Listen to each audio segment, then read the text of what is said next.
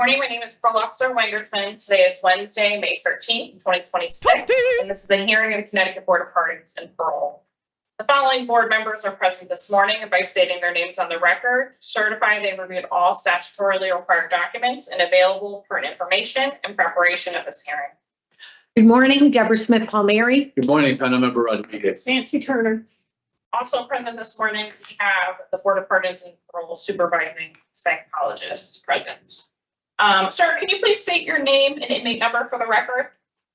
Nyasha Germain, 420-848. Thank you. This hearing is being conducted in consideration of the parole application for Nyasha Germain, inmate number 420-848. He's serving a sentence of 4 years, followed by 6 years of special parole for possession with intent, criminal possession of a firearm, and illegal sale or purchase of a large cap magazine. As of today, records reflect a parole eligibility date of May 15, 2026. There is no victim in this case. There is an offender accountability plan in place. It has been reviewed and shows that he has completed New Thoughts, Voices, and Tier 2. Utilizing a statewide collaborative offender risk evaluation system, the offender's overall score on the SRT falls within the high range risk for recidivism. Mr. Germain, this is your opportunity to express to the board why you believe you should be granted parole, and you may begin. Yes, good morning to the honorable members of the parole board.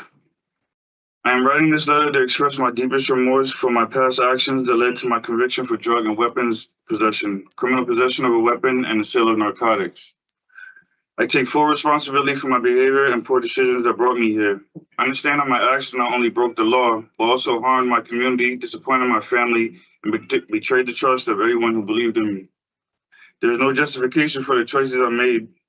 At the time I was living a lifestyle that lacked structure and direction.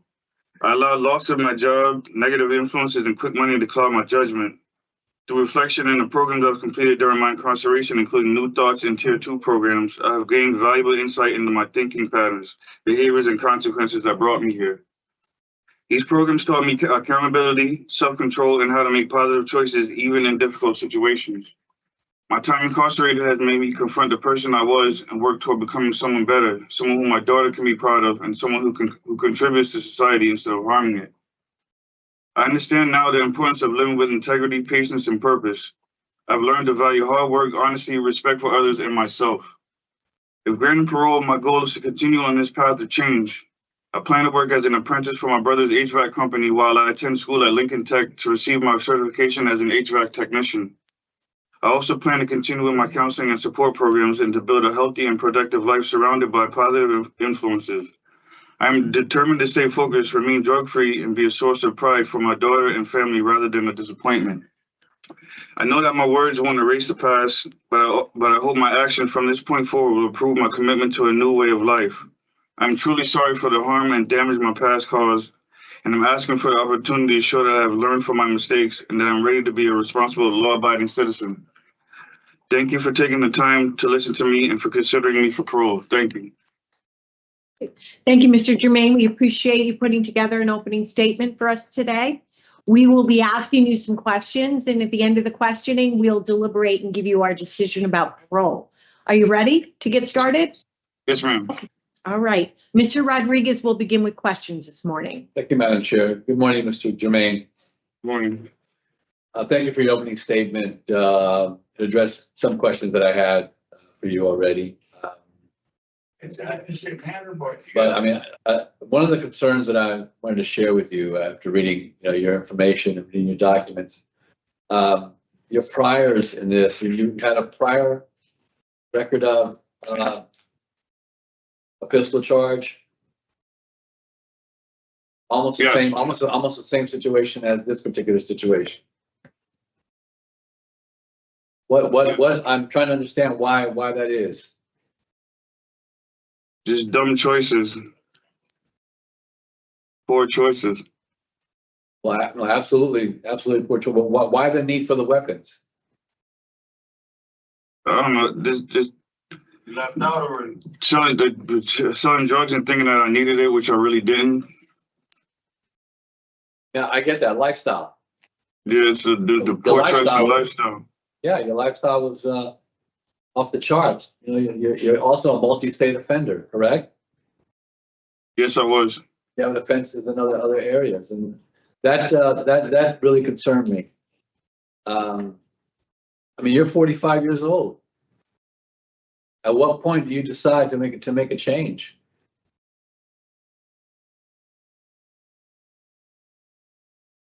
You have a response to that?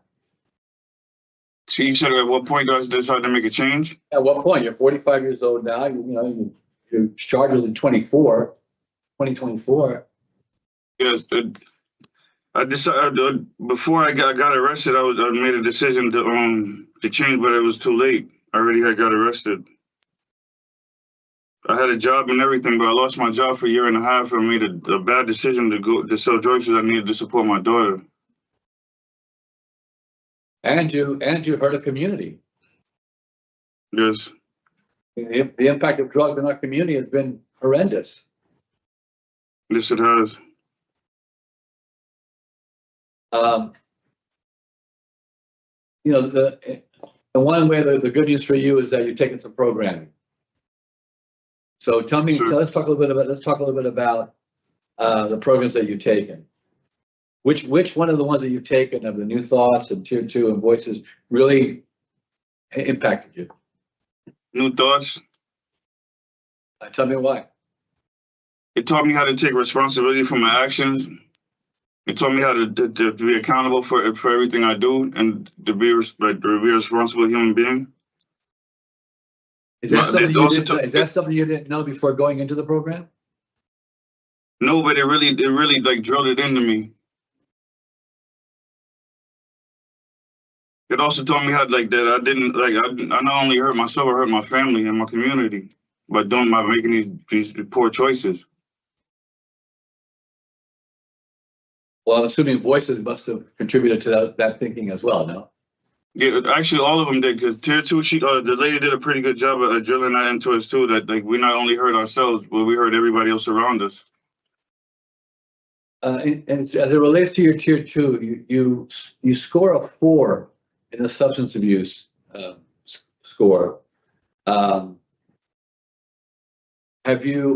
work have you done around your issues with substance abuse? As far as have you attended NA? Have you connected with anybody in recovery? Have you set up a sponsor? Like those kinds of things. What things have you done I to attended kind of deal with that issue? Because I'm going to assume that that's a contributing factor in some of your offenses as well. Yes, I attended NA while I was in here, and before, and a year or two before I was arrested, I had attended it too. What to say? Anything else you've done as it relates to your recovery?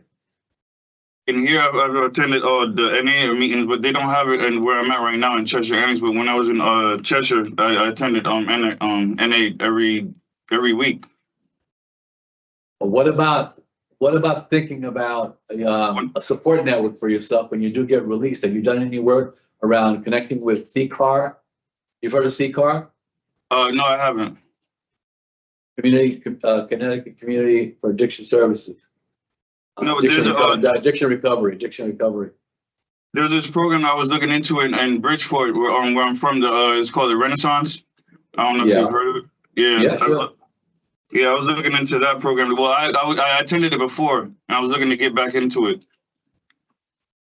How many community programs have you attended? I've done Renaissance, and I've done AIC in Bridgeport. And in light of having done those, you still relapsed and still got involved with drugs? Yes, I did. What do you think didn't work? The programs worked. It's just me just making poor choices. Yeah. And addiction is a challenge. It's a disease. It's something that you have to stay on top of. It absolutely is. So that's one of my big concerns, is that I don't see in your documents a really strong plan for your release, to set up a support network for yourself that really helps you kind of have a way to deal with those issues when you get out, because it's going to be very stressful when you come out. You've got six years of special parole to follow your sentence. I'll be attending I'll be attending the Renaissance program when I come home. Well, whenever I do get released. No, I hear that, but you already attended that before and it didn't kind of work for you. So for me, it sounds as if you need to have a little bit more around you in terms of support. Well, I have support from my family and stuff. I haven't really been. Is there anybody in recovery in your family? No. Okay, so that's my concern. For me, I would feel more comfortable, I think, at this point, if you had things that you were working on to set up those individuals on the outside that have a sense of recovery and addiction and kind of can be there for you when you really need them. Well, I have somebody now that would be there for me. Is that person in recovery or? No, she's not in recovery. Well, I think it's something you should look into. Do you have a tablet? Yes, sir. That tablet, there is an icon for CCAR. Okay. And one of my suggestions to you would be to utilize that icon to, try to get a hold of them to see if you can, begin to set up some connections with them. Okay.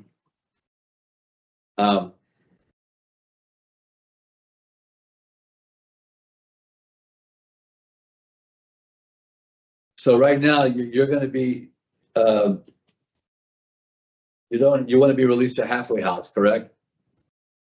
No, I was looking to be released to home, but Well, that hasn't been confirmed yet. Oh, that was good. Okay. Yes. So that'll be with your mother? yes, sir. Well, even that, maybe, you're 45 years old, living with your mother, that might be kind of challenging. You may want to think about maybe considering a halfway house, just to kind of give you some independence. Yeah. What's your current relationship with your daughter? Yes, sir. She lives with her mother, but we talk every day. I see her every day. How do you get along with the mother? How do you get along with the mother? Oh no, we get along really good. We've never had an issue. You do have some tickets that were, early last year. And you've taken the programming since then. Yes, sir. So hopefully that's, you've been able to, figure out these issues that you have with your substance abuse. But I do have those concerns, the fact that you do have a prior history with weapons. I'm not, I would have liked to see a little bit better planning around your release plan for your recovery. So I do share those concerns at this point.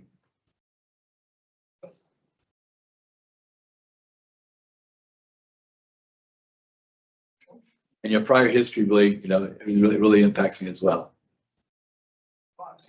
But I am glad to see you're taking programs that you haven't had a ticket since the beginning of last year. And that's positive for me. At this point, I don't really have a whole lot of more questions for you. I'm going to pass it on to my colleagues, but I do wish you the best of luck. All right, thank you, sir. All right, thank you, Mr. Rodriguez. So, Mr. Germain, I have just a few follow-up questions. I am also looking at your criminal history, and you have prior convictions in New York, New Jersey, and Florida. Are you from Connecticut originally, and why were you in these other states? I lived there when I moved. My family moved us around a lot when I was younger. So I lived in Florida for a little while, and I lived in New York also for a little while. Okay, so you're in Florida when you're in your early 20s, and then you moved there. Yeah, I'm sorry. I moved there when I was 17 or 16, I believe. Okay. And I stayed there till my early 20s. Okay. All right. And I came back to Connecticut. All right. And why did you come back to Connecticut? I didn't have any family down there. I was actually down there by myself. Okay. All right. So you came to Connecticut to be closer to family. Yes, sir. Right. Yes, ma'am. Sorry. Okay.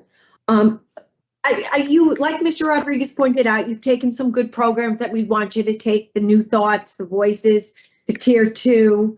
You do score 4 for your drug and alcohol score, so the Tier 2 program would be important for you to have completed. Going to Connecticut Renaissance, what is your plan? What type of treatment are you hoping to get there? Just a constant reminder and helping to keep me away from those type of things, like as far as drugs.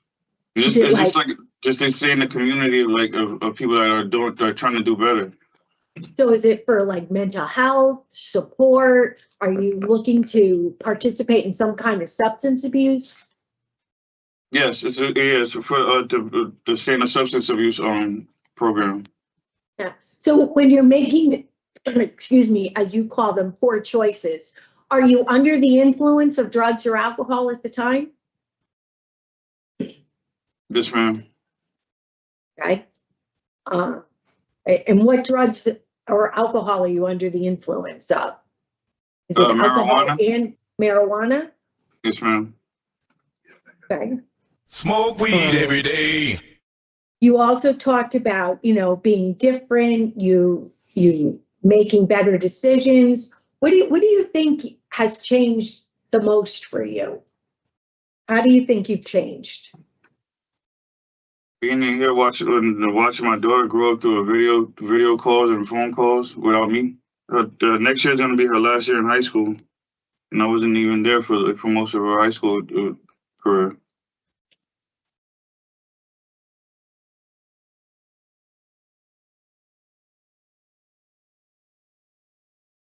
So how does that provide an opportunity for change for you? How do you see yourself? I can't miss any more of her life. I don't want to.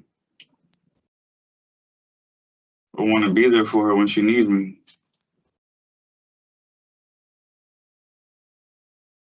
With the New Thoughts program and the Voices program, especially the New Thoughts, we talk about choices and consequences and, weighing out what's the best decision to make. Have you had an opportunity to use those skills while you've been incarcerated? Yes. Can you give me an example?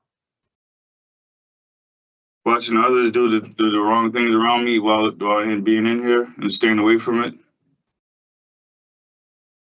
Okay. How do you stay away from it? What's your strategy for that? I either stay on my bed and read a book, or write to my daughter.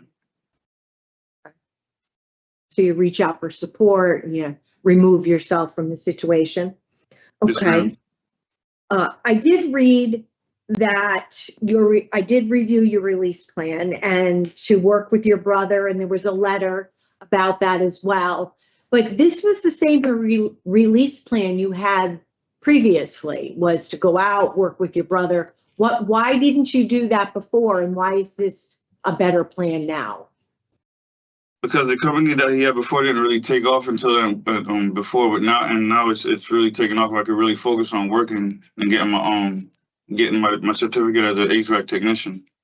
When his business was struggling, or maybe not as successful as it is now, why didn't you go to school for HVAC tech at the time? Because I was working and I didn't really have any time to go to school. Smoke weed The job every that I had, it day. didn't really allow me to have to take time off to go to school. How long were you out of work? I saw you were injured at work and out of work. How long were you out of work? Maybe a year and a half. I looked for jobs every day and nobody would hire me. Some of them even said I was overqualified to work. So in that year and a half, why didn't you go to school?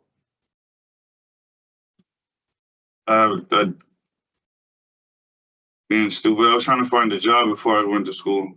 I was trying to work instead of going to school. And you couldn't work for your brother during that year and a half? He was still at the time. He stopped working for his company and he started working for somebody else. So his company really wasn't operating at the time. So the parole officer always asks, what do you see as a high risk situation for you in the community? You didn't really have an answer for her. So what do you think will be difficult for you in the community? What will be the challenges? But choosing the right friends.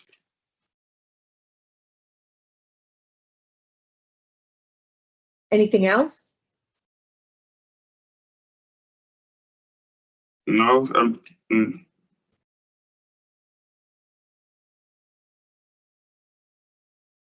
Okay. All right, Mr. Germain, I don't have any additional questions. Ms. Turner? So, Mr. Germain, your release plan concerns me because it's the exact same thing. You're going back to your mom's where you were living when the police executed the search warrant. And, you know, I'm listening to you answer my colleagues' questions, and it's like a game of whack-a-mole, you know, in terms of you couldn't start HVAC because you were working, but then when you weren't working, you couldn't start HVAC because you wanted to get a job. I mean, Smoke weed every day.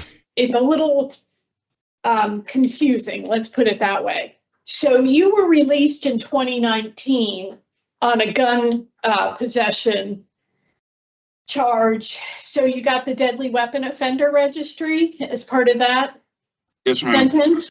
Okay. So when you were out, you were on probation, you were on the deadly weapon offender registry, you were not working, you were smoking pot every day, you were living at your mom's, Smoke weed and in every possession of day. another loaded handgun.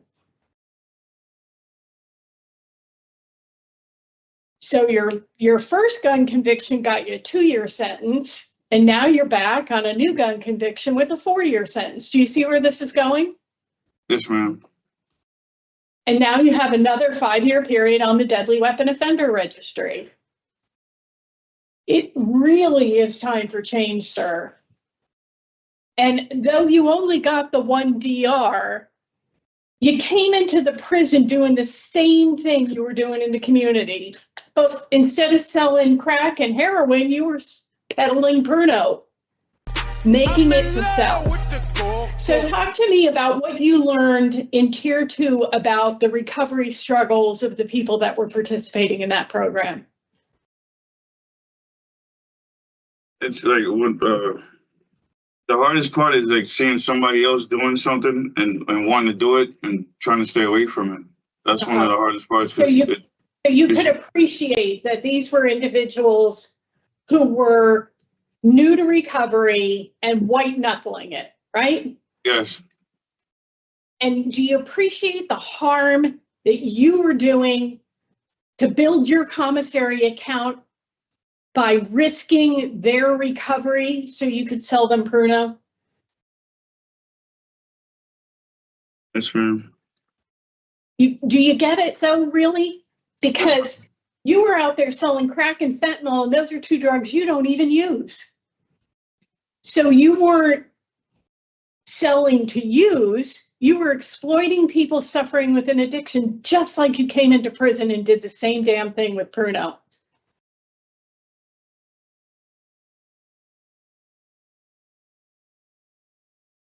So what is your relationship to Mr. Lewis?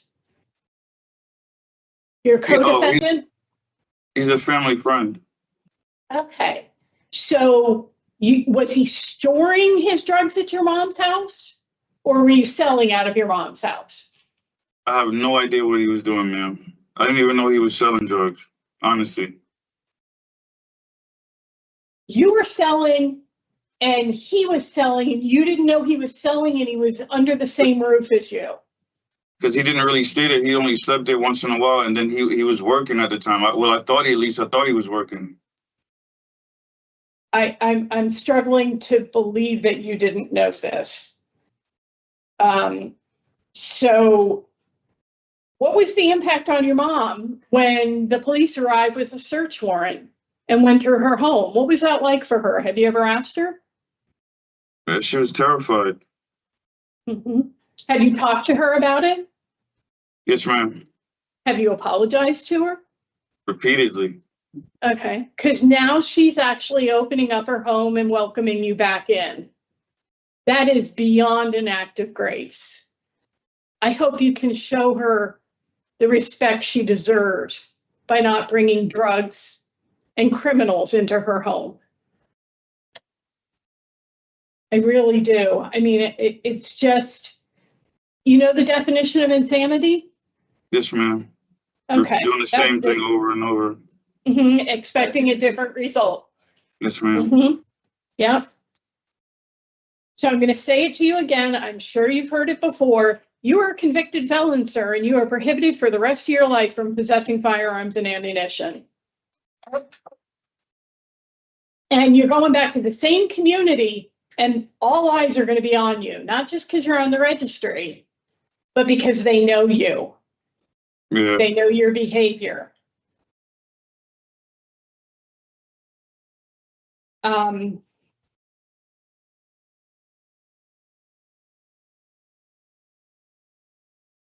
So when you were on probation, did you talk to your probation officer in that year and a half that you were struggling to find work?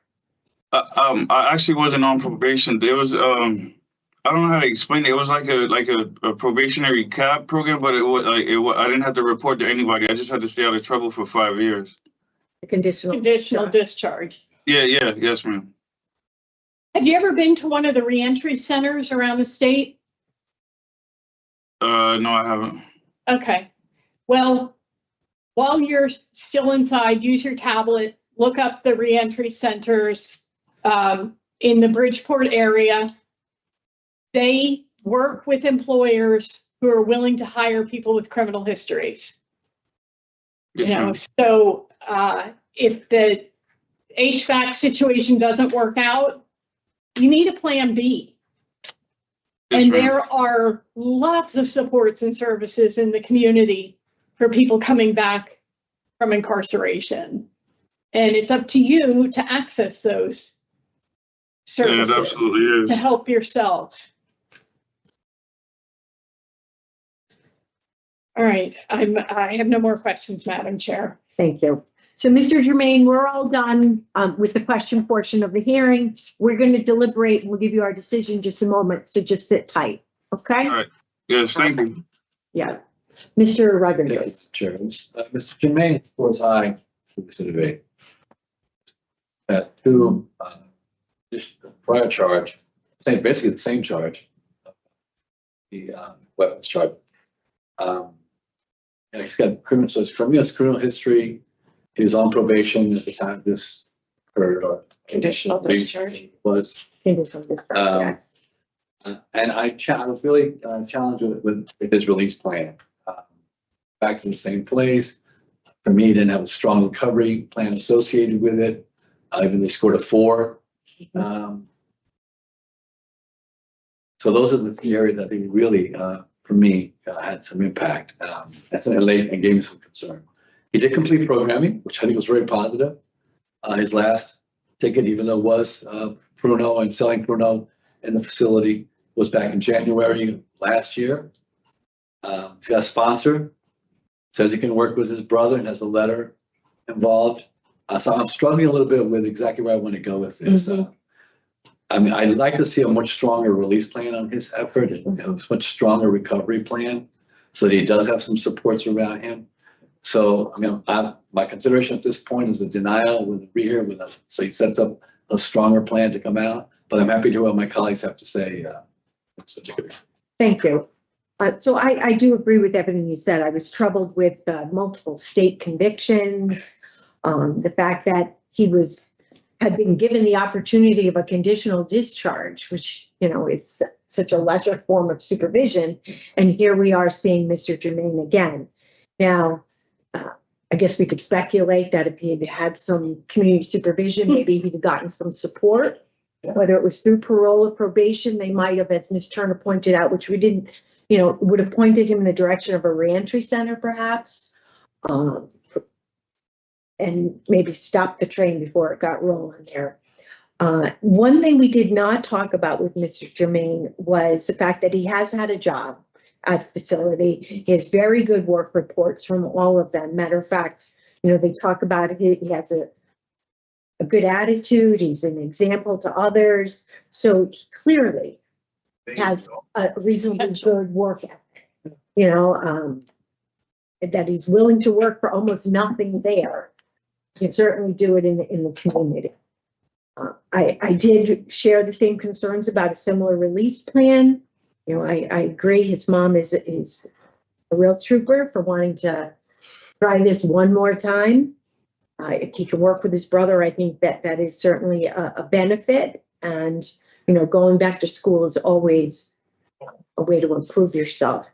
I did have Mr. Germain voted to discretionary parole today. I do think the community support will be of benefit to him. He has 6 years of special parole to follow this. It is, he has done the programs on his OAP. They do address his risk factors, acknowledging that he does score high for this recidivate. But I do, based on my review of the file in our interview today, do find him suitable for discretionary parole. Ms. Turner? I think the one thing that really stands out and concerns me, well, there are a couple, the guns, obviously, but Yes. He's done 2 of his 4 years of this sentence. So we're actually looking at 8 years of parole supervision for him in the community. And that's a long time, especially, for someone who's in midlife, like Mr. Germain is. But the reality is that the level of supervision, if he messes up, he's going to be right back inside. He could not only be made to serve the remaining 2 years in prison, but he could be made to serve the special parole inside as well. And then he's going to go out elderly. He'll be in his 50s. Yeah. So it's important guardrails for him.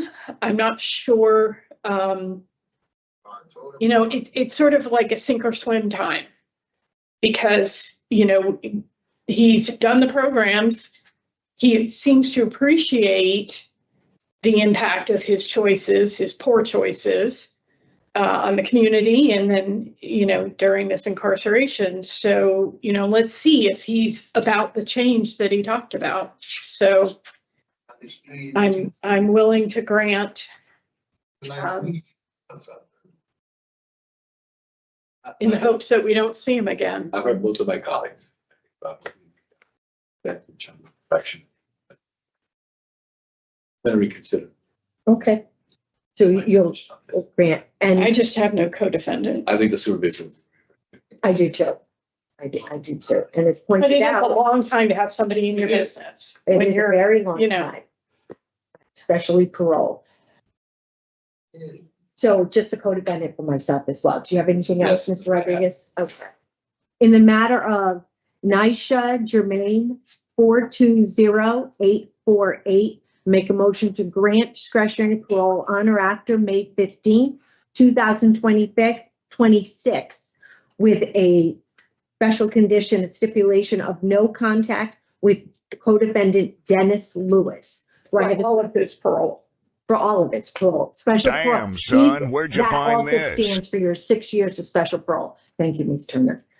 Do I have a second? Second. All in favor? Aye. All right, Mr. Germain, do you understand you could have no contact with Mr. Lewis?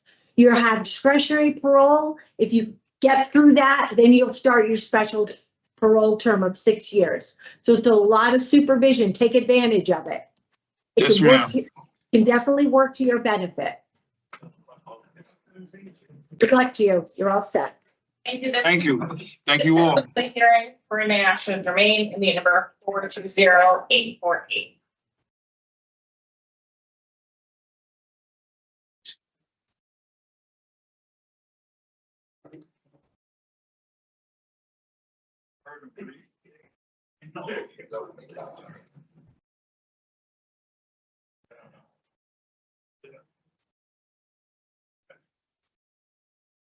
Slave meeting. All right, I have Mr. Holmes here right now. Thank you. You're welcome.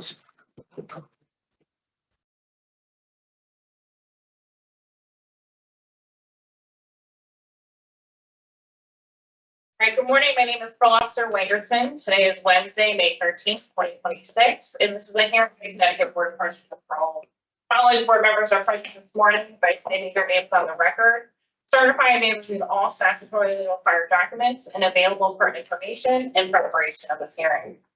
Good morning, Deborah Smith Palmieri. Good morning, panel member Rodriguez. Nancy Turner. Also present this morning, we have board supervising. Sir, can you please state your name and image number for the record? I'm Richard Holmes, 433467. Thank you. This hearing is being conducted in consideration of the parole application for Richard. Number 433467. He's serving a sentence of 3 years and 6 months flat, and probation to follow for larceny of a motor vehicle second offense. 2 counts of violation of probation with underlying offenses of larceny in the 4th degree and larceny in the 2nd degree. Possession of a weapon in institution, carrying a dangerous weapon, as well as larceny of a motor vehicle first offense. As of today, records reflect a parole eligibility date of February 13th, 2026. There's no victim input in this case. There is an offender accountability plan in place and has been reviewed and shows that he has completed new talk. Utilizing the statewide collaborative offender risk evaluation system, the offender's overall score on the SRT falls within the very high range risk for recidivism. Mr. Holmes, this is our opportunity for these parts of the board why you believe you should be granted parole, and you may begin. All right. Well, I have something that I wrote. I'm going to read that. Yes, please, go right ahead. All right. Good morning, first off. I want to start by thanking the board for giving me the opportunity to speak today. I understand that being considered for parole is a privilege, not a right, and I'm grateful to be heard today. I stand before you taking full responsibility for my actions on January 24th, 2023 and May 14th, 2024. There is no excuse for what I did. My choices were driven by selfishness, and I did not think about the impact my actions would have on others. By stealing those vehicles, I caused harm, stress, and fear to people that did not deserve it. Looking back, I am ashamed of the way I acted, and I carry genuine remorse for the damage that I caused. Incarceration has forced me to confront myself in a way I never did before.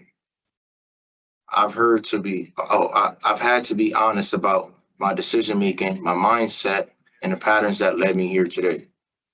I realized I often acted without thinking, chasing short-term outcomes without considering long-term consequences. That way of life brought me nothing but trouble, and I know now it had to change. Since being incarcerated, I've taken meaningful steps to grow and become a better man. I've completed programs like Voices, where I learned to understand the impact of crime in a victim's perspective, and Tier 2, which helped me address substance abuse and the role it played in my poor decisions. I am also an active member of Alcoholics Anonymous, where I continue to work on accountability, honesty, and discipline in my daily life. The program that changed me the most is New Thoughts. That program helped me dig deeper into why I think and act the way I do.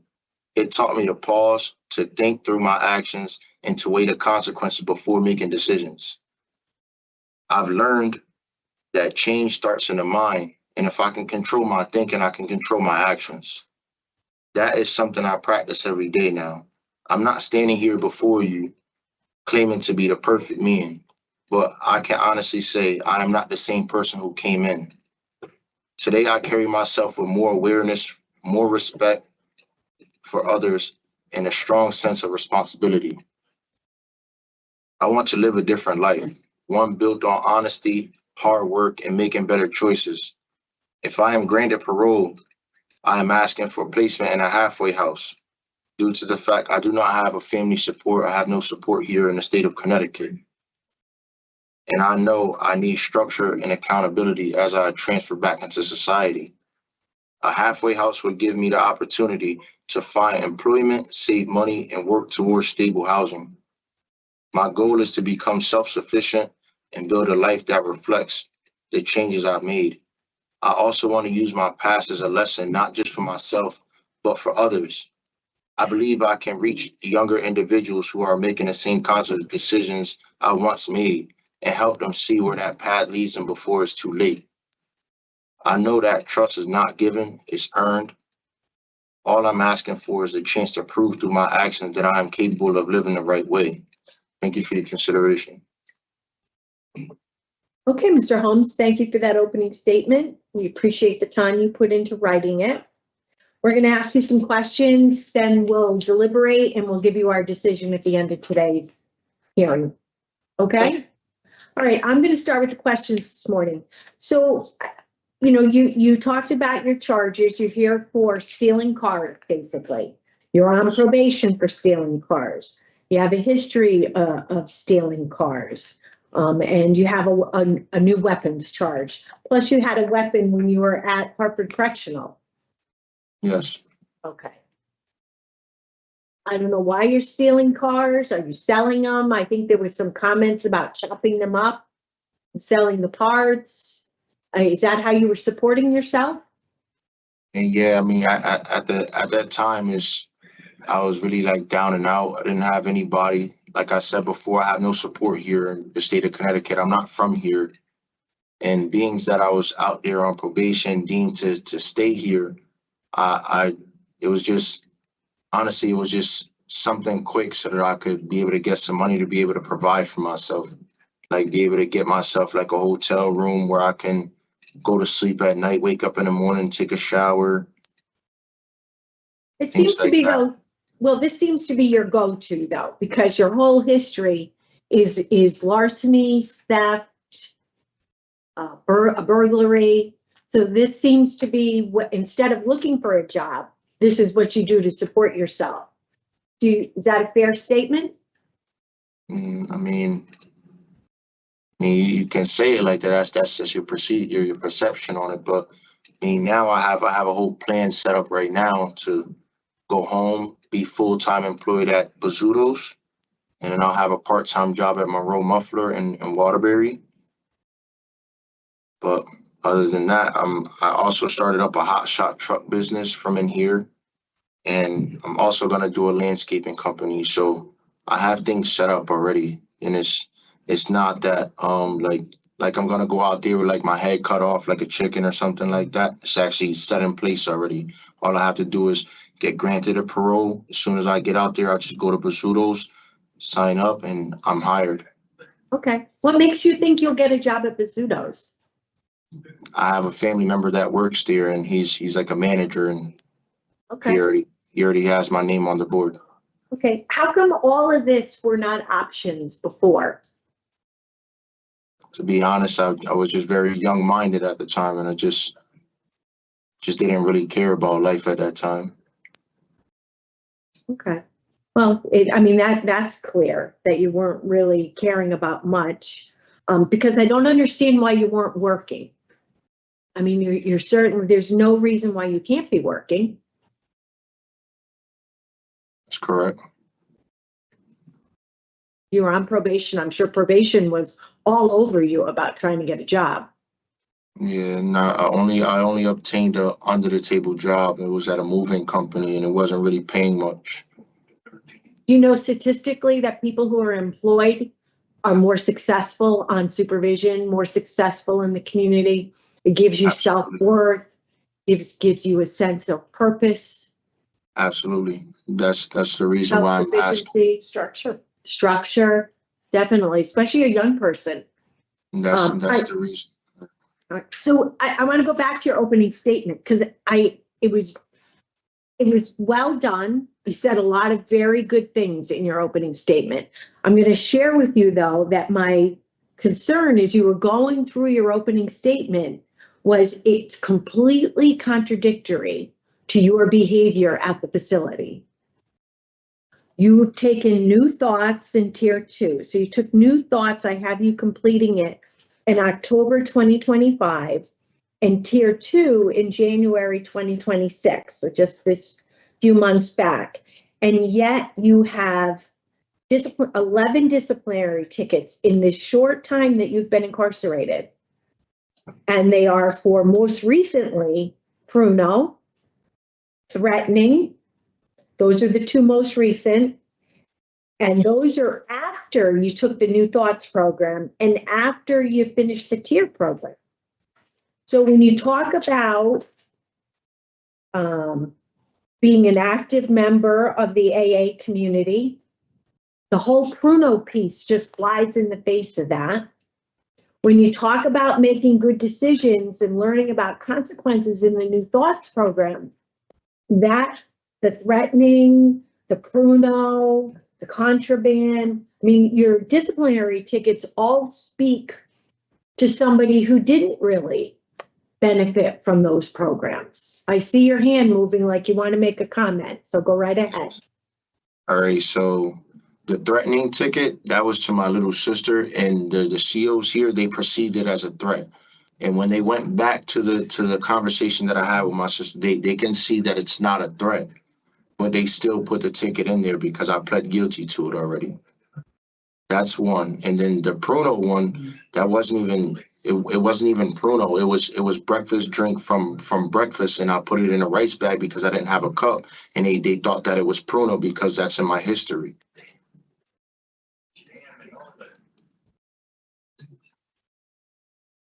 And then I wasn't aware that you have another ticket in April for having a shank at the facility.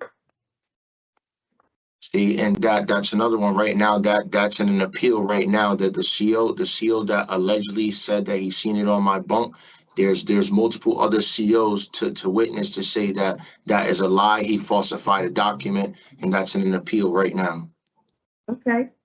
All right. I mean, I just have what's in front of me. And I hear your explanations of them. It's just, Mr. Holmes, you must know that your disciplinary history plays a significant piece in of how we plays a significant factor in how we determine suitability for release to parole. And I'm going to tell you, somebody that comes before us that has no supervision to follow, we want them to have some supervision in the community. But as I review your file, you don't give us much to work with. And that's the reason why I asked to be placed into a halfway house, so I can still have the structure and the accountability that I need. Okay. I think a halfway house is probably a great place for you.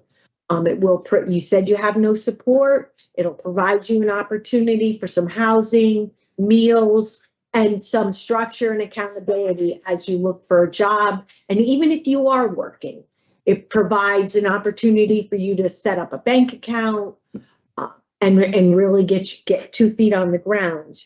But it's very difficult and basically impossible to overlook the disciplinary tickets, particularly because they are within less than a month of today's hearing. And after taking the programs that we all cheer that you get to take, the tier program, the New Thoughts program, those are all really important programs in giving you an opportunity to sort of change how you think. What do you think is your biggest change? How do you see yourself that's changed the most? I see that I've calmed down a lot. I see that, like, I pay attention to the things that I do now. Like, and again, I'm trying to say for the April tickets, like, there's 2 of us in the cells. It's not just me in the cell, but the COs came over there and just put everything on me. And I'm not trying to put the blame on anybody else. And, like, I want to take my full responsibility and accountability for everything. But at the same time, if you guys can go and look at my history, if I ever did anything, I always own up to my tickets. If I didn't do it, I'm not going to take the responsibility for somebody else's doing. Well, we can't we can't go through your tickets and decide, what you did or didn't do. We just have what's before us. That doesn't mean you can't overcome the tickets. That doesn't mean you won't go out in the community and do well, but you score very high for risk to recidivate. And, that's also something we have to consider. Will you go back out there and get right back into stealing cars and chopping them up and supporting yourself in that way? Absolutely not. Well, you're 28. If you're going to make some changes, now is the time to do it. I tell you right now, we all know that Pizzuto's is a good place to work, that they are very forgiving of criminal histories, giving people an opportunity to make a living. And then what was the muffler place you mentioned working at? It's Monroe Muffler and Yeah. Brakes on Woolkit Road or Woolkit Street, whatever you want to call it, in Waterbury. Okay. I also know from my prior experience in the community, that's also a company. That's a big second chance company. People move up into management positions in those agencies. So I do think that there's lots of possibility for you to do well. For me, the disciplinary tickets are incredibly troubling, and they definitely do not work in your favor for discretionary parole today. Yeah. Why didn't you try and work with probation and have them give you some help looking for a job, or tell them that you were struggling looking for employment? I tried to tell my probation officer multiple times. She really didn't really care. I feel like she was just there for the paycheck. Interesting. I like to say, nobody gets extra points when they violate somebody's probation.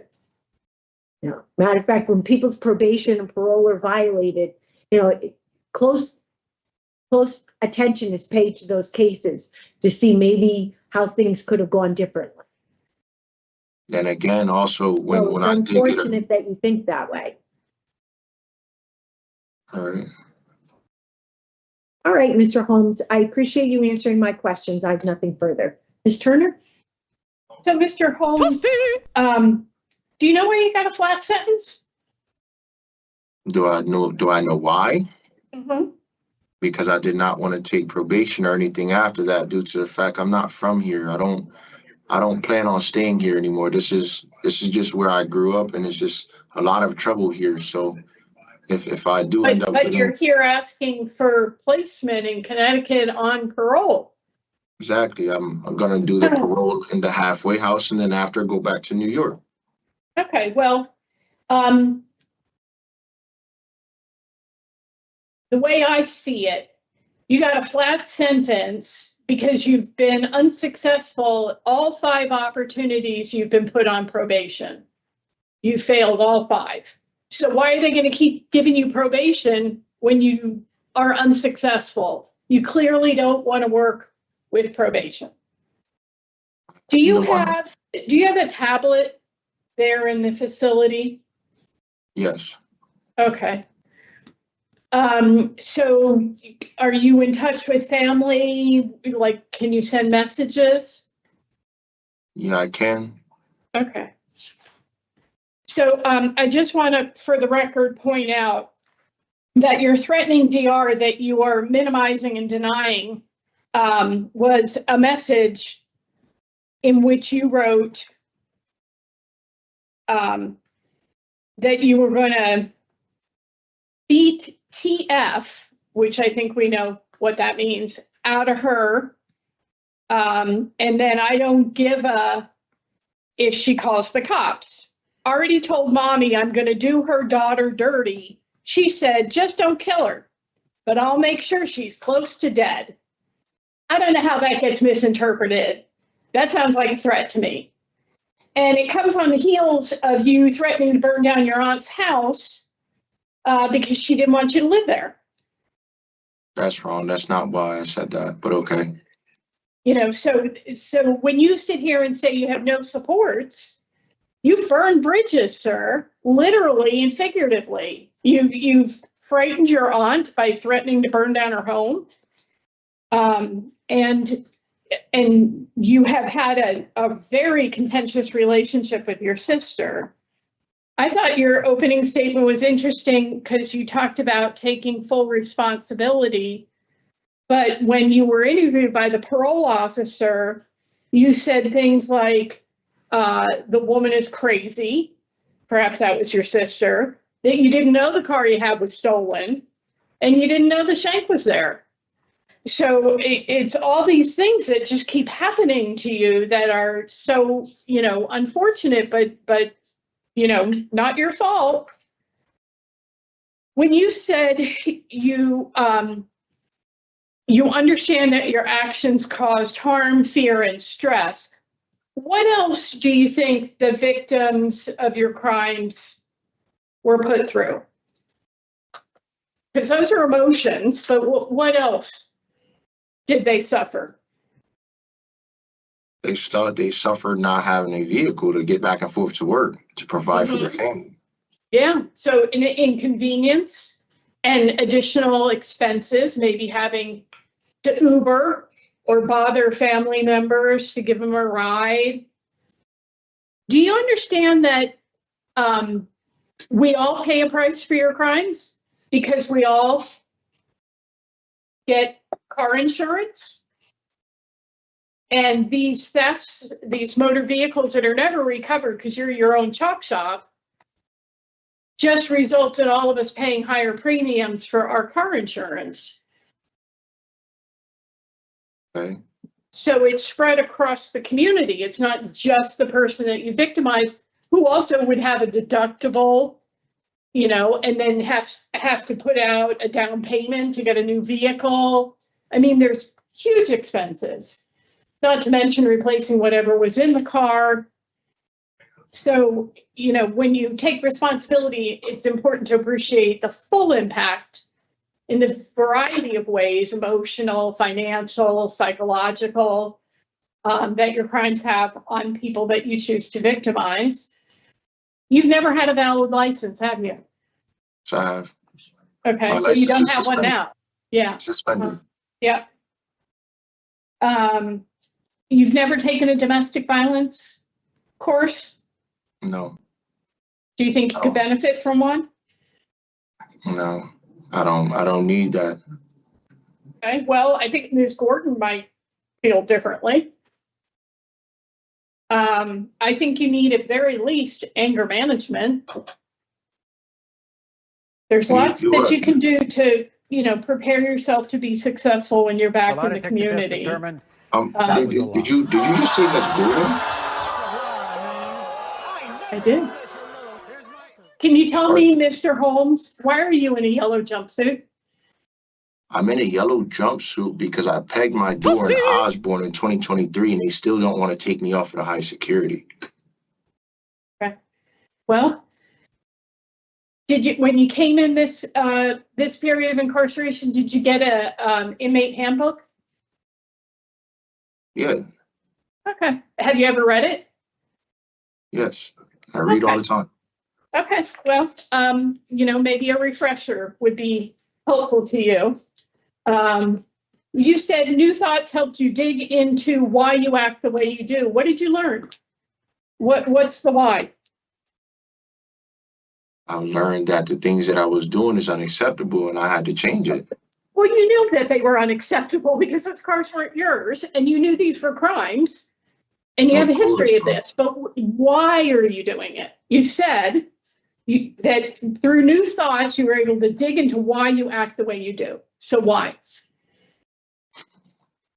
I did the way I did because I was childish. I'm not that same way. Selfish. Angry? Are you angry? Are you an angry man?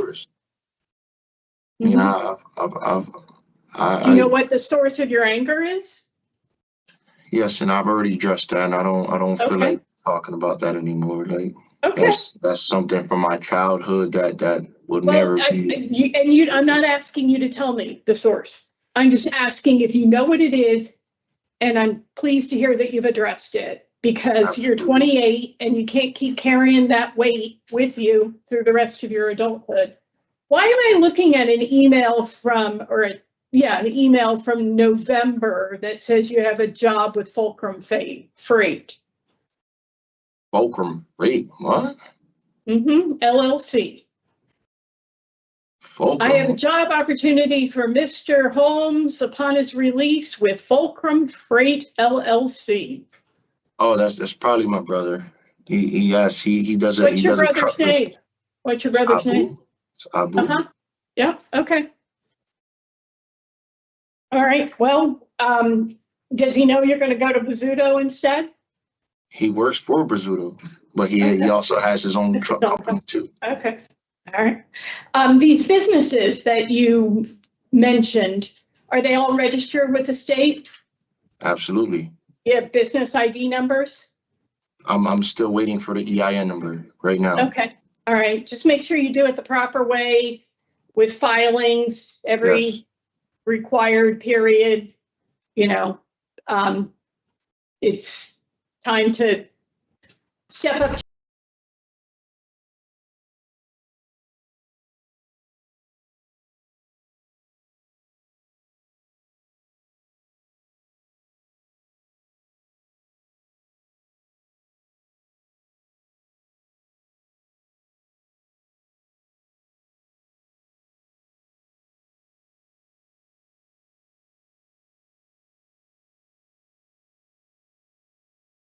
He does score high for risk to recidivate, very high for risk to recidivate. He has no probation to follow this sentence, which is unfortunate, but he was on 3 terms of probation when he committed these offenses. So probation doesn't really have an impact or Mr. Holmes doesn't seem to want to try and benefit from supervision. He's taken some great programs. We can't take that away from him, but all the disciplinary reports seem to, in my opinion, negate all that he possibly could have learned or gained from those. I would have said programs. undercut. Yeah, absolutely. Yeah, I hope that he's able to secure a job at Bizzuto's. I think it would be a good place for him to work. But for today, based on his high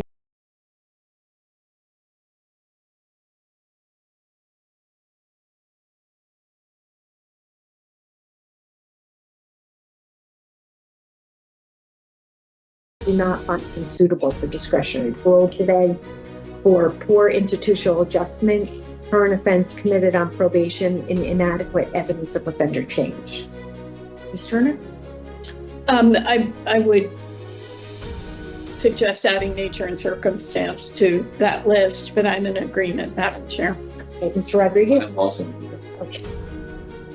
So in the matter of Richard Holmes, 433467, I make a motion to deny discretionary parole for the following reasons: nature and circumstance of the current offense, poor institutional adjustment, current offense committed while on probation, and inadequate evidence of offender change, and the record will reflect that Mr. Holmes left the interview room prior to the conclusion of this motion.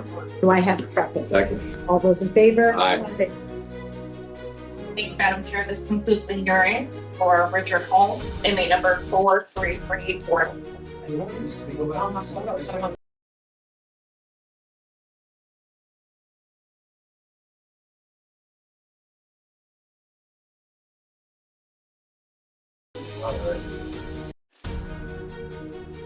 have Mr. Gonzalez and then Lindsay will follow. Thank you very much. Mr. Gonzalez, we're just going to take a short recess and we'll be back in a few minutes. Okay? Okay.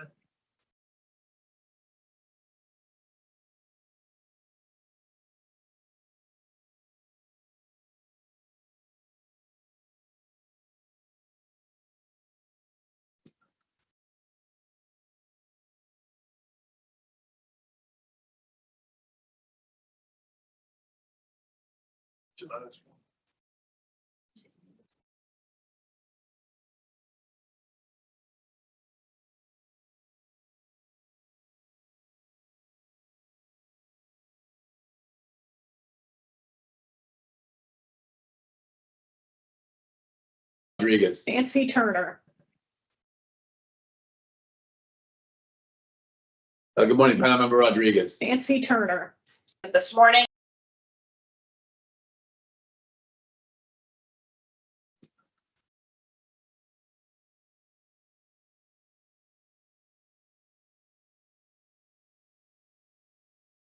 all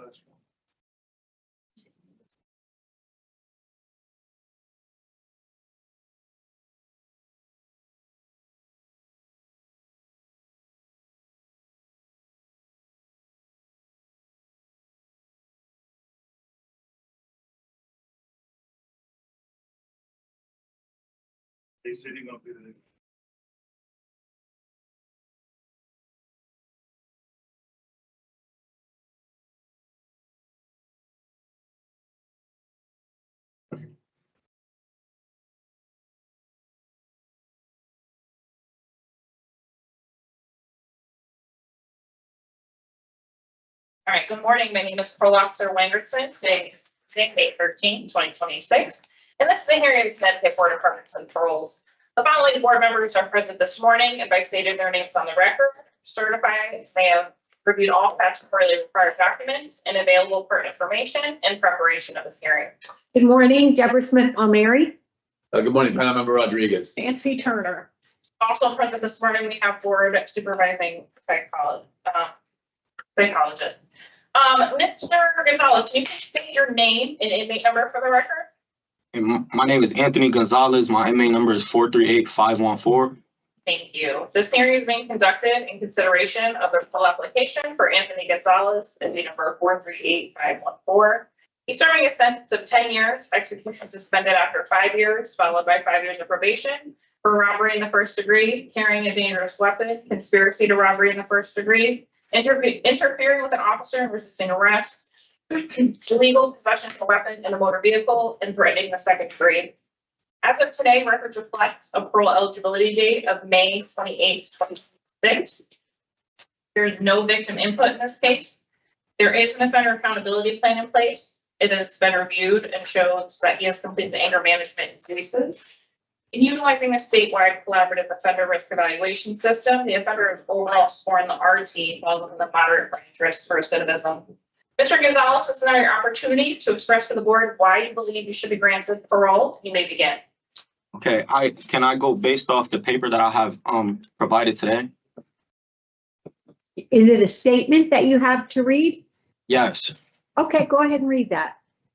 Good morning and thank you for allowing me to speak today. I want to begin by addressing the victim of my robbery offense. While I understand that nothing I say can undo the harm I caused, I want to clearly and sincerely acknowledge my responsibility. I chose to take something that did not belong to Mr. me. Gonzalez, I'm going to ask you to go slower. Okay. I want to be sure I'm hearing everything you're saying and you are speeding through it. Yes, ma'am. So do you Thank want me to start all over? Nope, pick it up with the victim of your robbery apology. Okay.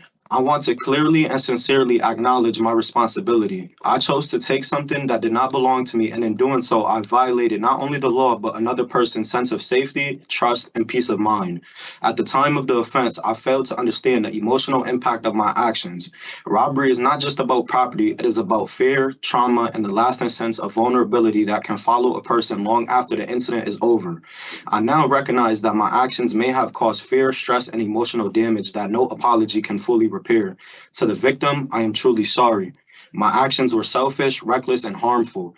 I accept full responsibility without excuse or justification. You did not deserve what happened to you, and I regret the pain that I caused. I also want to speak honestly about my disciplinary record while incarcerated. I have 22 disciplinary charges, and I do not deny them. Those charges reflect a time when I was still carrying the same poor decision-making and lack of self-control that led to my robbery offense. I was resistant to authority, quick to react emotionally, and unwilling to change. Over time, I came to understand that change is not something that happens automatically. It requires effort, humility, and accountability. I began on working on myself by learning how to manage anger, follow rules, and resolve conflict without aggression or defiance. I took part in programs focused on rehabilitation, decision-making, and personal responsibility, and I applied those lessons daily. During my period of incarceration, I was able to finish off my credits and received an actual high school diploma.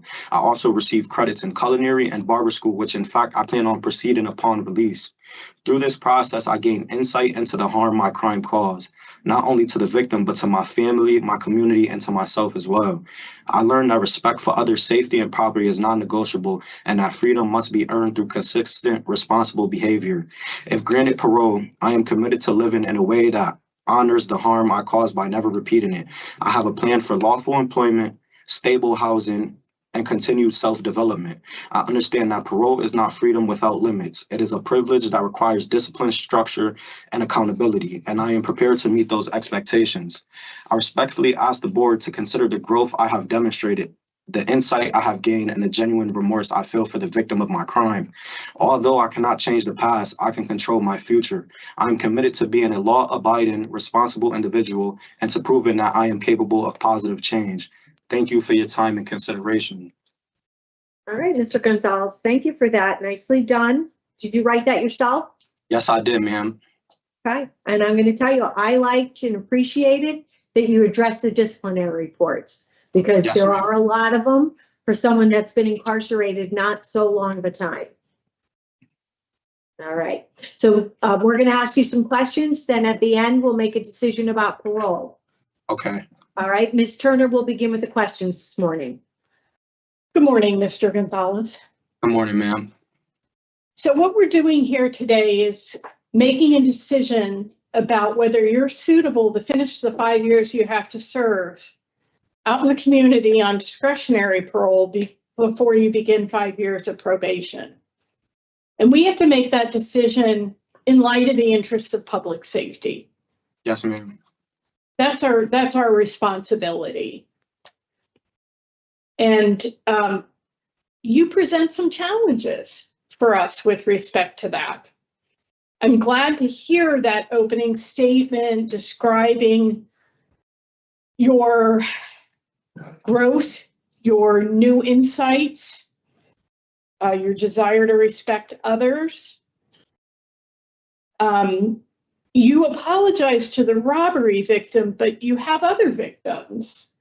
Yes, ma'am. Respectfully, I would like to add in there that my crimes are both robberies. There's victims to both robberies, and I apologize to all of them as well.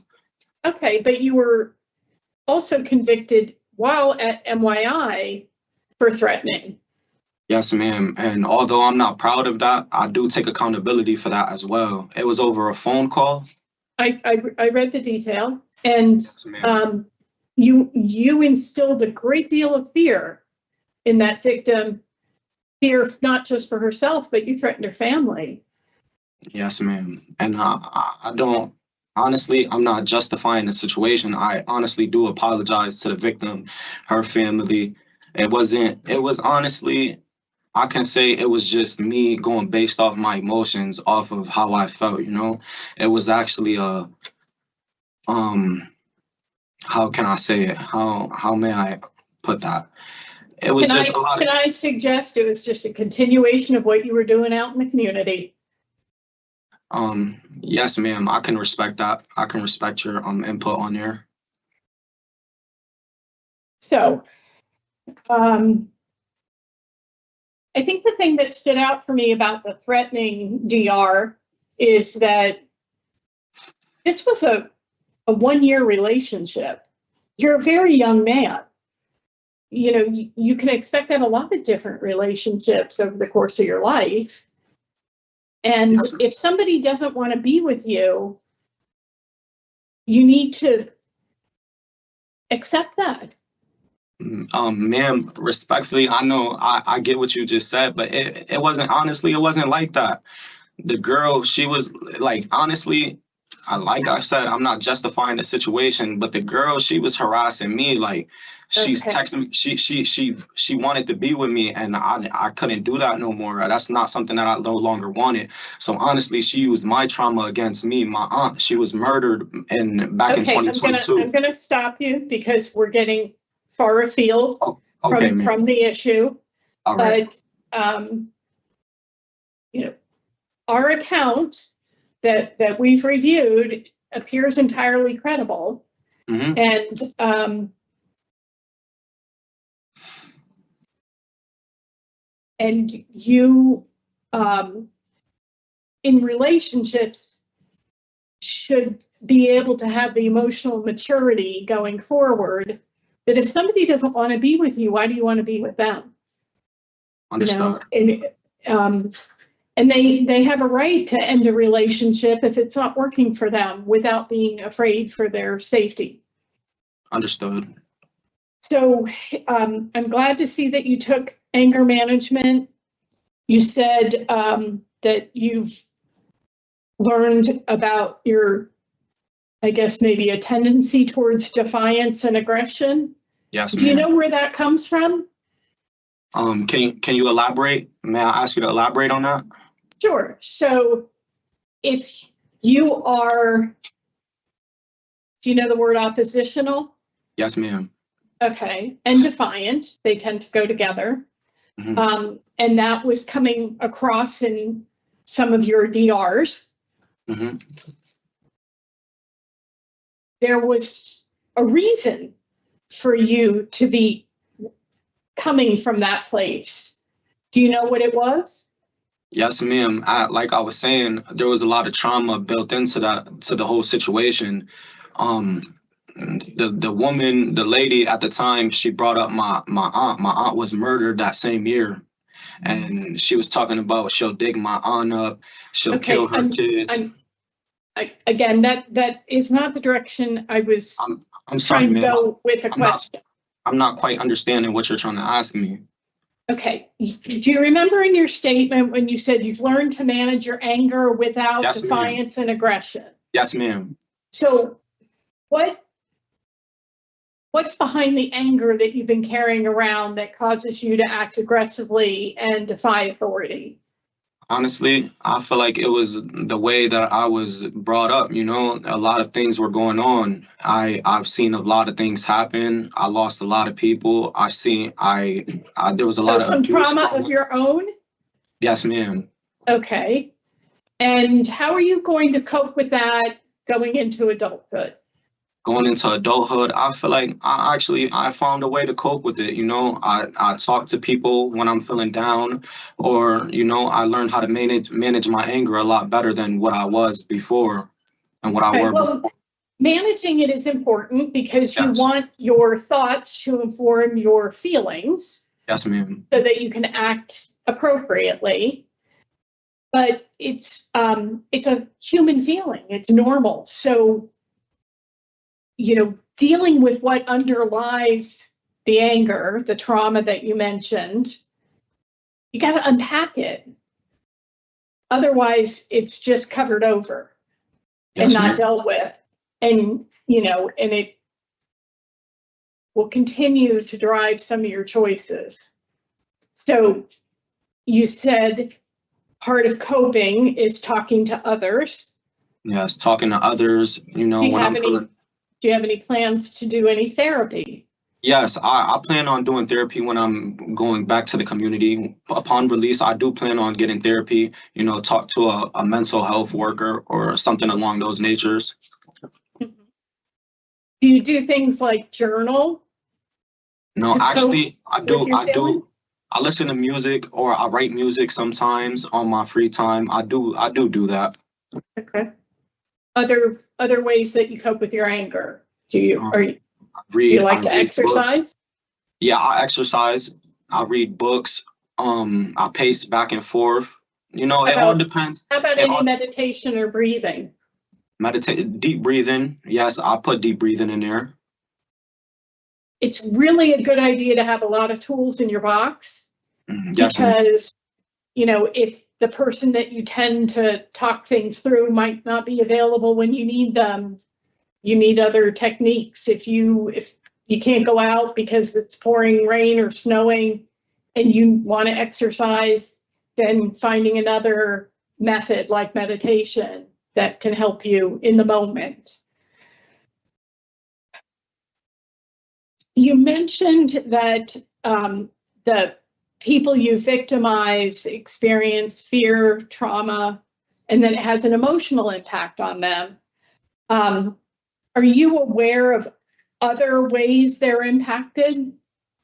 Yes, ma'am. I feel like they have to look over their shoulder every time that they leave their place of living.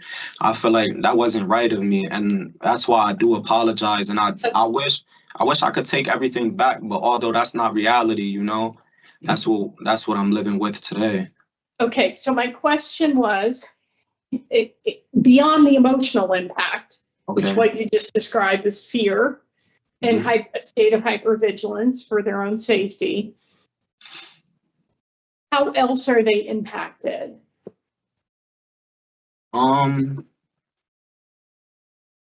They're impacted in a lot of different ways. Emotional, fearful, you know. Maybe they think it'll happen again, which I hope it will never happen again on their behalf. You know, it will never happen again on my behalf, but they're Okay, well, let me help you here. I'm trying to get at financial. okay.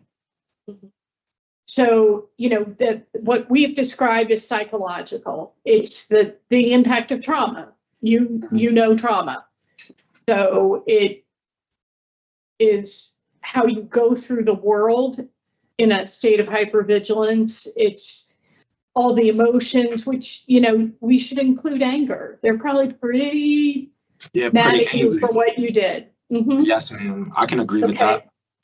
But the financial side of it is important when you take full responsibility as well. So those of us, you know, who have cars, have insurance, the insurance policy comes with a deductible. You know, if their home is invaded, you're going to end up buying lots of cameras and home monitoring systems and security bars and extra locks, you know, so, you know, that means you might have to take off work to go shop for a new car or to meet the locksmith at the house. And, you know, so it's important to know that, you know, it's not just a one and done in the moment of the impact on that person, but it can last months or years because, you know, they are interviewed by the police, they're having to go to court, they're writing victim impact statements. You know, it's life-changing. Yes, ma'am. The impact of your crimes on those you are victimizing. Okay.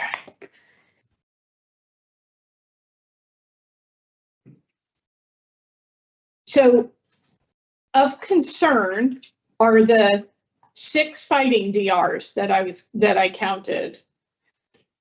5 of them were in 2025 after you completed anger management. Yes, ma'am. Why? Honestly, I feel like I'll take accountability for all of them, but maybe some of them I had to defend myself, you know, maybe somebody else was having a bad day or maybe I was having a bad day. Some of them I definitely defended myself, you know. Did you learn any ways that you can avoid those situations and the conflict with others in the anger management class? Yes, ma'am. But sometimes, you know, and I don't want to, you know, sound like a jerk, but, you know, walking away, it can't always be an option, you know. People don't say I walk away, somebody else is not going to choose to walk away, you know. And that's more so because of the setting that we're in. People feel like they have to prove themselves. Me, I could walk away, but that's if I choose to do so, you know, somebody else may not choose to do so.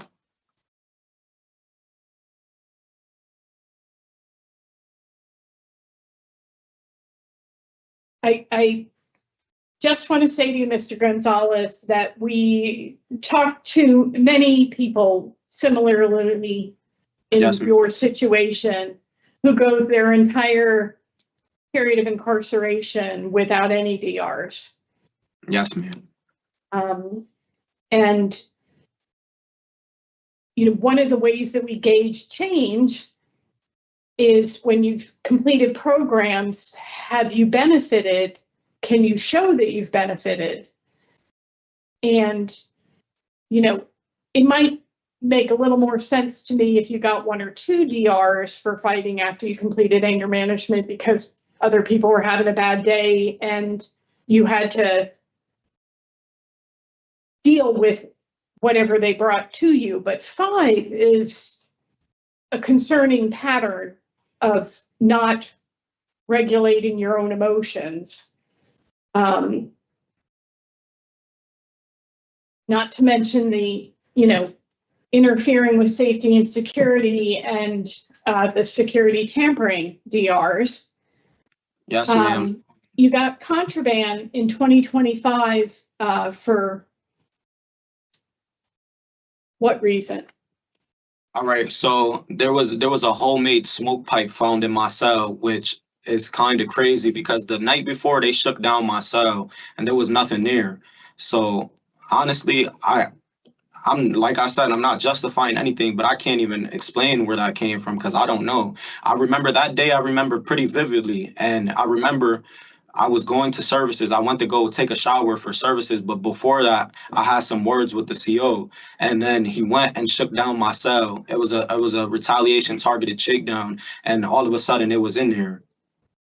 I'm not justifying it, but my cellie had went to the box the night before for that. You know, he was smoking in the TV room, and they shook down my cell. So in your explanation to us, Mr. Gonzalez, not only did you throw the CO under the bus as being vindictive and out to get you, but now you're also blaming your cellie. No, what I say for my cellie, the cell just got shooken down the night before because something took place the night before. So obviously it was your cellmates, is what you're saying to us. It could be, but there was, what I'm saying, ma'am, there was nothing in the cell the night before when it got shooken down. When it got So searched. are you saying that the CO planted it? It's possible, honestly. I want to congratulate you on getting your high school diploma. Thank you. You've completed culinary arts and a barbering program, but you want to get a CDL. Yes, Why? ma'am. Because I feel like with everything that's going on nowadays, I feel like that's the best thing that I can do coming home as a convicted felon. I feel like that's the easiest way for me to get back on my feet, you know, figure out the best way of life, you know, finally start a career.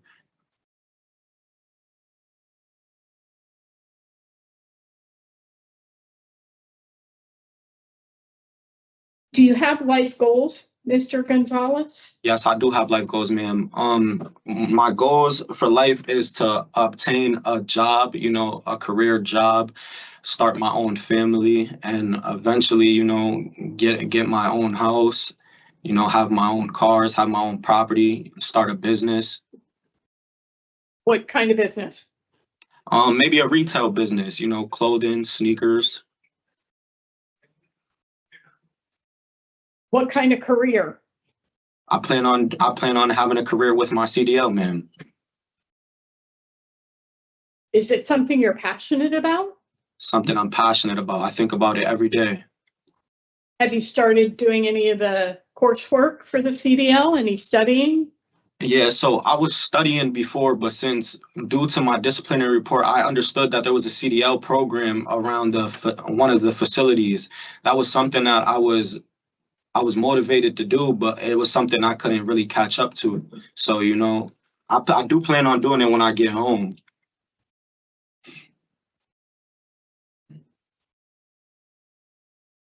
Mr. DeJesus, what's your relationship with that person? Are you referring to DR when we were in the bullpen? No, Giovanni DeJesus. Oh, Giovanni DeJesus. That's somebody that I grew up with. You know, our families are pretty close. We grew up calling each other cousins. And he was holding a gun for you? No, that's what the CO officer and MYI brought out of the conversation.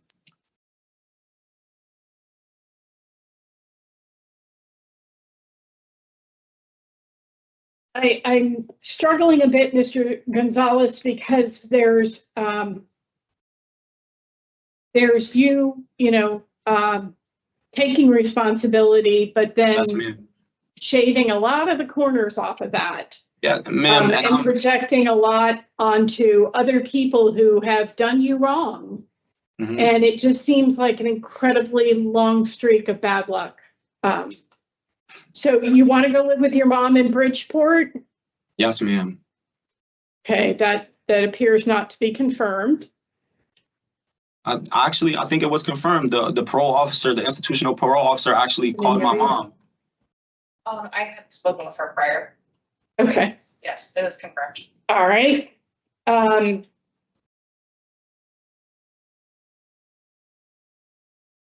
Are you aware of reentry centers around the state that can help you with your CDL goal? There's actually this program off of Barnum Ave. I can't really remember what it's called, but there's definitely a CDL program in Bridgeport. There's also a reentry center. Yes, ma'am. Because I think what you're talking about is a school that you would have to pay to go to get your CDL, right? I'm not really sure if you have to pay for it. From my understanding, I thought it was something that I can go and sign up for and, start taking the courses. I'm going to really encourage you, Mr. Gonzalez, to do some research. Okay. I mean, as much time as you put into your opening statement, you should be preparing for your own release to Yes, be ma'am. successful. Your end of sentence is in February. Yes, ma'am. And you also were sentenced to the state's deadly weapon offender registry. You're aware of that? Yes, ma'am. Well, I really do hope that you turn things around and can achieve the goals that you have for yourself.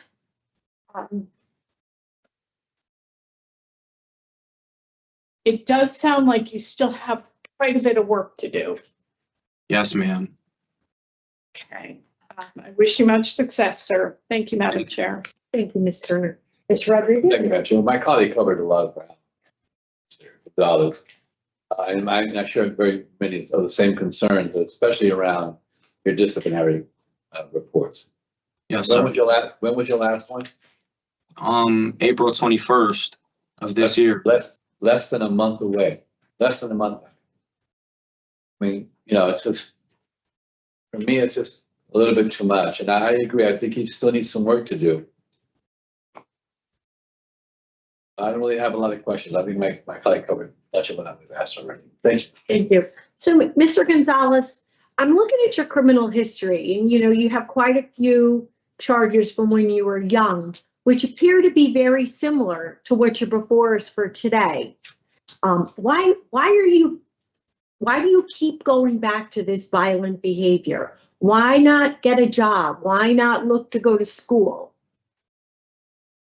Honestly, it was just a time of, there was a lot of things going on. I'm not, like I keep saying, I'm not trying to justify the things. I was hanging around the wrong people. Their habits became a face of my habits. I started getting into what they were getting into, and it just led me down a path of destruction. I mean, I don't disagree with that. I'm just, it's hard because you were on probation a couple of times. Yes, ma'am. And I know that, there was probably they probably saw you in the community, saw you at home, talked to you about changing your lifestyle. Why do you think these already being arrested and convicted on similar charges, you couldn't see your way to a different path? I feel like it was just a time of, I felt like I couldn't get myself out of the hole, I just kept digging myself deeper.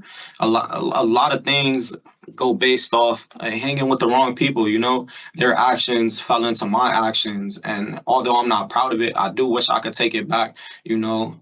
I have reinvented myself pretty well. I feel like, honestly, I don't plan on doing none of these things when I do go back into the community. I messed up in the past. I'm not proud of it. And I just want a good change. Okay. Well, you are only 22 years old. There is lots of opportunity. Yes, ma'am. For you to make changes to your future, whether it's as a CDL driver or going to work in a restaurant or for like a catering company or working as a barber. Lots and lots of opportunities for you to pursue careers in all kinds of areas. And as Ms. Turner pointed out, there's reentry centers that provide you with some resources to make those goals happen. So you've taken anger management and voices. If you could take other programs, what would you take? What do you think would be helpful? Helpful. I hear there's programs, New Thoughts, the Good Intentions program, things of that nature. Okay. And what have you heard about New Thoughts, about why you think it could be helpful for you in making some change? I feel like it would be helpful for me. I can go into that and come out with a better mindset, different change of mind. I do have a better mindset upon release for the community. I have changed a lot of ways. I know my disciplinary report doesn't really seem so, but I have reinvented myself since I've been incarcerated for these 4 years and 3 months. Well, regardless of what happens today, you can still continue to reinvent yourself. You know that. Yes, ma'am. Getting your high school diploma is a step in that direction in a big way. You need that to do so many things in life. And, I think if you have the opportunity to do New Thoughts, it does talk about short-term goals, short-term outcomes and the long-term consequences. Yes, ma'am. So these robberies in the short term seem to benefit you, but look what the consequences are. And as a young person, you need to be able to look forward and think about consequences. Yes, ma'am. For yourself, your community. Okay, Mr. Gonzalez, I appreciate you answering my few questions. You want to follow up? Ms. Turner has some follow up. So when you were interviewed, sir, you told the parole officer that you use marijuana daily, which is probably why you have a DOC drug score of 3 throughout the day. So what does that look like? When I'm in the community, I smoke every day. It's not I wouldn't say, I do smoke every day. I smoke quite a few times a day. That's something that I help cope with my anxiety with the things that I'm going through.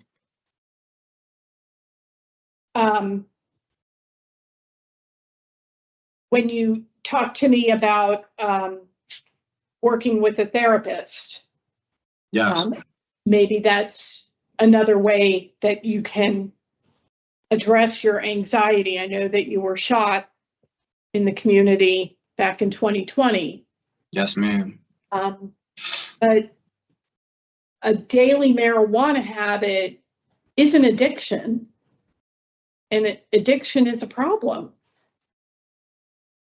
Do you have any plans for addressing that?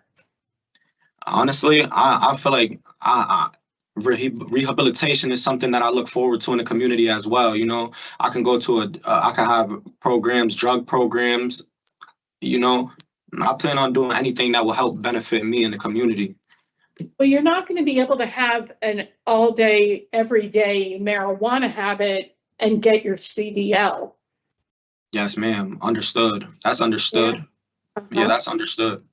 So I think we had some confusion earlier when I was talking to you about your DRs, because you did have a positive urine, came back for THC, fentanyl, and methamphetamines.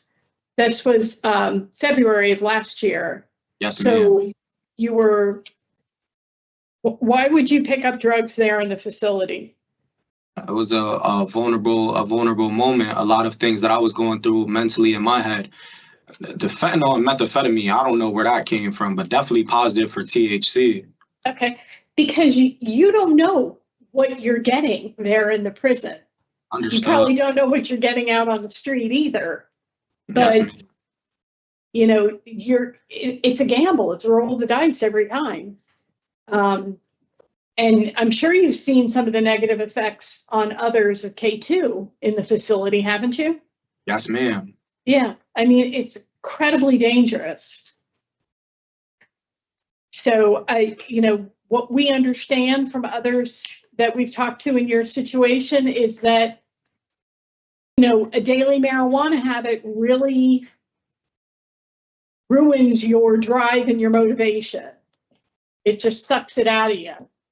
So I encourage you to give it some thought as to whether that's really the best choice for you to be making. If you drive when you're high, you're impaired.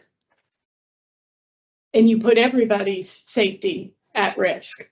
Do you have a valid driver's license? No, ma'am. Okay, well, you don't even have a driver's license. That would be your next step to getting a CDL. Yeah, I had my driver's permit when I was home. All right, well, that's the first step. Thank you, Madam Chair. All right. Okay, Mr. Gonzalez, we don't have any other questions for you this morning. So give us a few minutes while we talk about your case. Yes, ma'am. All right, Ms. Turner. Mr. Gonzalez has, really this limited criminal history of what we're presented with here today.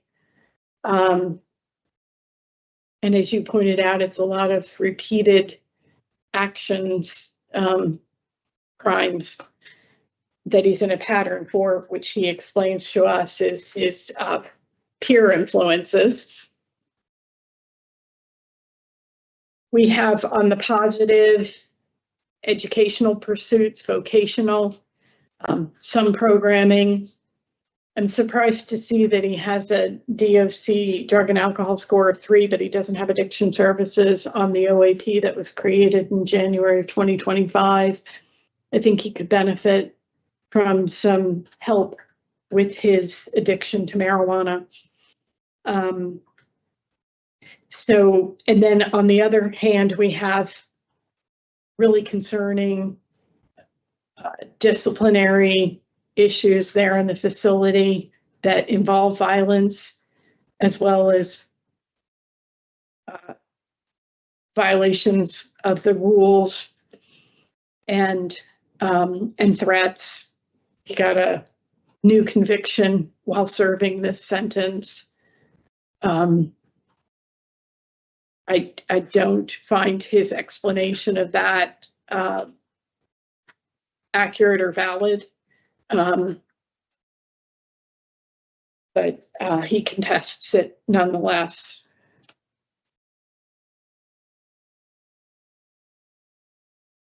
He has 5 years of probation to follow.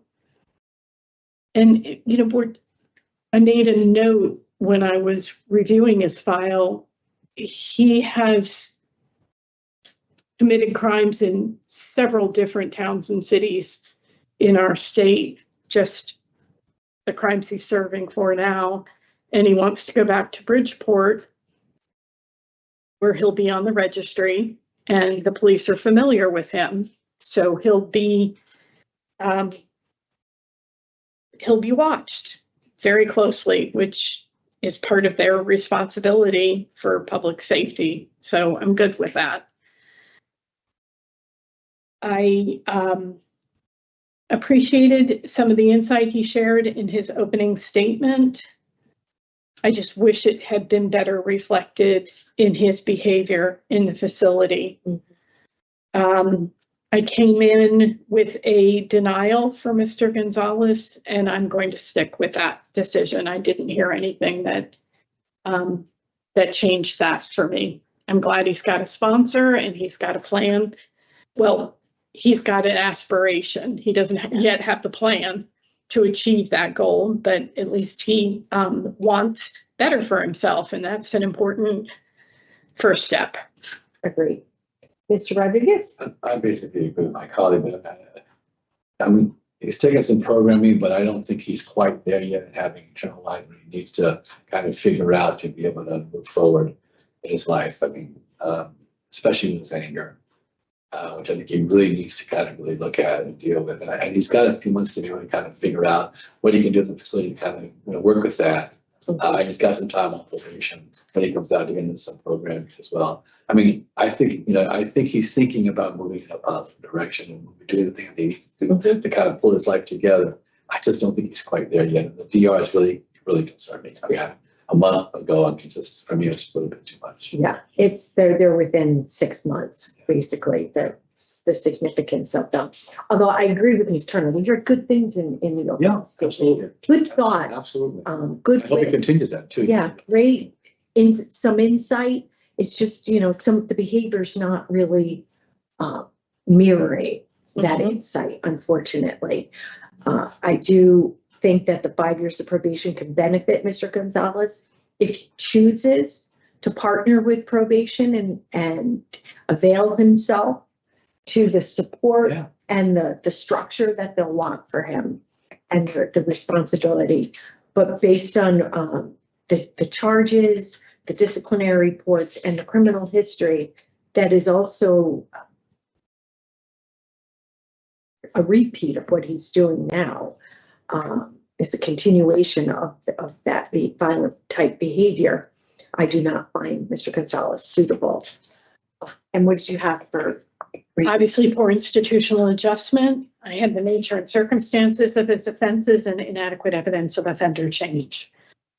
Anything else, Mr. Rodriguez? I don't know. I mean, Great. So in the matter of Anthony Gonzalez, 438514, I make a motion to deny discretionary parole for the following reasons: nature and circumstance of the current offense, poor institutional adjustment, and inadequate evidence of offender change. Do I have a second? Aye. All those in favor? Aye. All right, Mr. Gonzalez, we were not able to find you suitable for parole today. We want you to try and do those programs that you talked about. All right, because we all think that you've got a short time to your end of sentence, and the more you have in your favor going out, the better you'll do. You're very young, lots of opportunities to do well in the community. Put this all behind you. All right, good luck. Thank you. You're welcome. This concludes the hearing for Anthony Gonzalez, number 438514. So it means, I mean, they gave you a hearing or no? I don't know. They straight up done. Twice the world too. Please come on. That's the one here. Go ahead.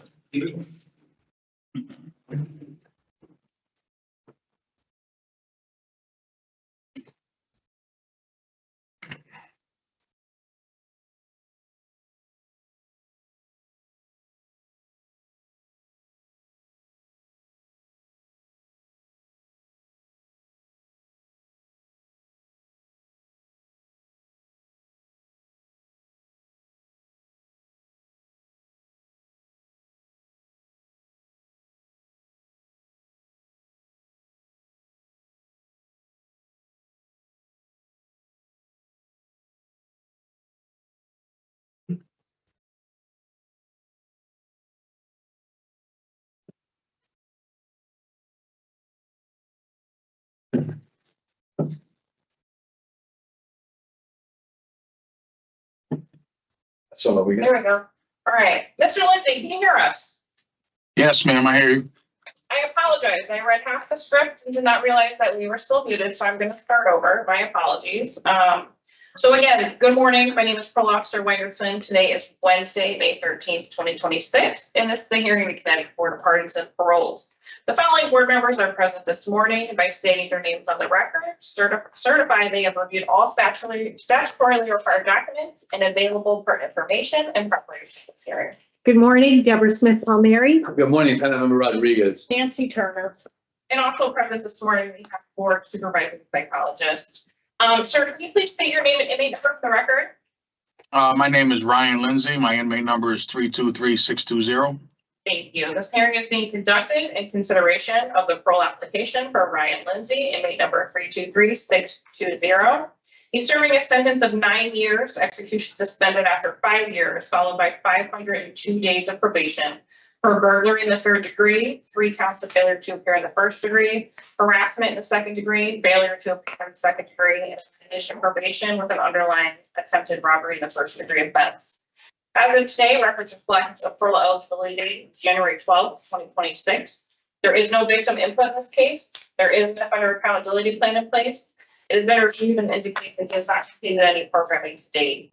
Utilizing the statewide collaborative offender risk evaluation system, the offender's overall score on the FP falls within the very high range for recidivism. Mr. Lindsay, this is now your opportunity to express to the board why you believe you should be granted parole, and you may begin. Yes, good day to all you, the parole board. I'm only going to speak what I feel, so I apologize in advance if anything comes across as like negative or distasteful. I have never before been in front of a parole board. I should start out by saying that I've always been told that these decisions are made well before I enter the room. In all honesty, if that's the case, I know I will probably not be voted to parole today. And no excuse for any of my actions. I understand the courts as well as DOC has their own responsibilities in certain situations of letting people go out to parole. I came into prison in August 2023 for a violation of probation. I was violated for a dirty urine. Due to the fact that I owed the state 9 years suspended, I was given an accept or reject offer of 5 years to serve.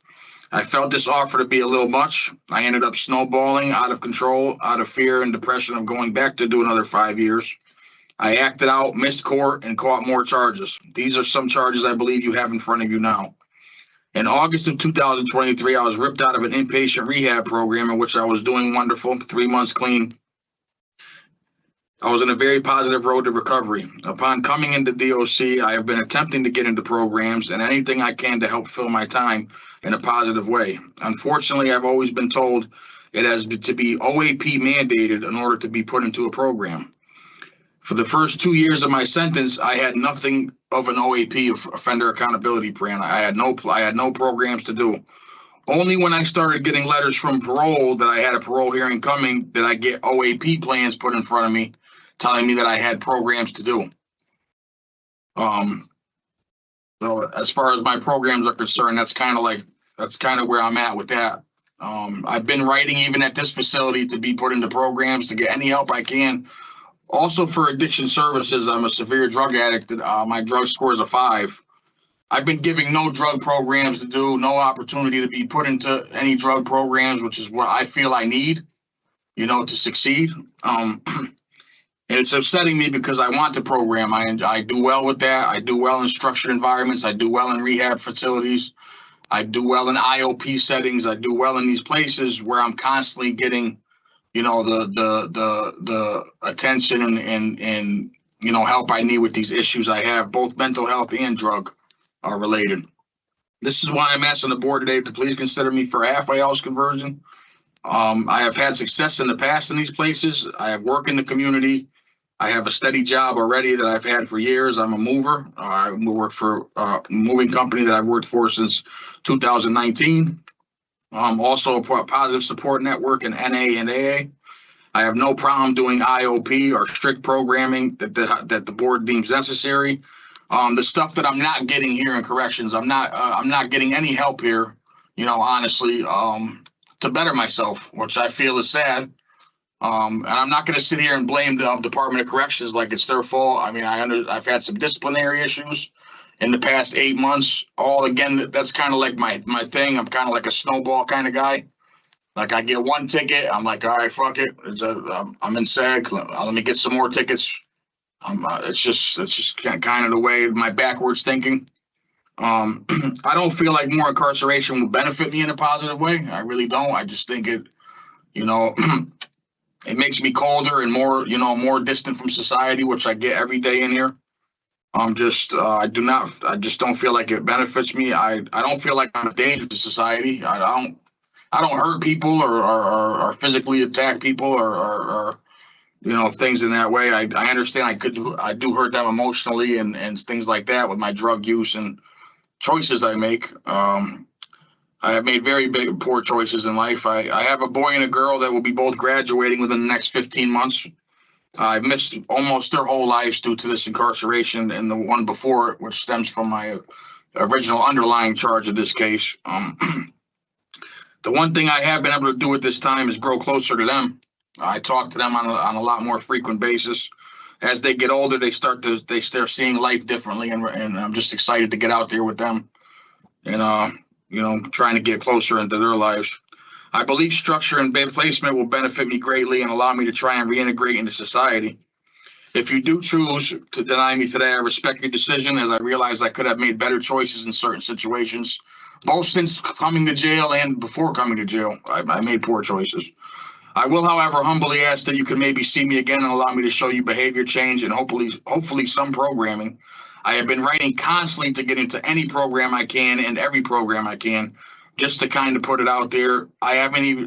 From this facility, I don't even get requests back. I've written about 7 to 8 of them. I don't even get responses from addiction services.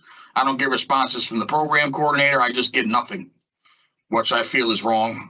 You know, but I know for a fact that in one of these DOC houses, I can most definitely get the treatment and rehabilitation I need to succeed. These facilities are not offering me that today. With all respect, you know, you just do your time in here and sit in a box. I thank you very much for your time. I accept any decision you make. I apologize if I have rambled. I only want to say the truth. I believe I'm a perfect candidate for a halfway house conversion, and I know myself from past experience in these situations. I have succeeded and I have prospered.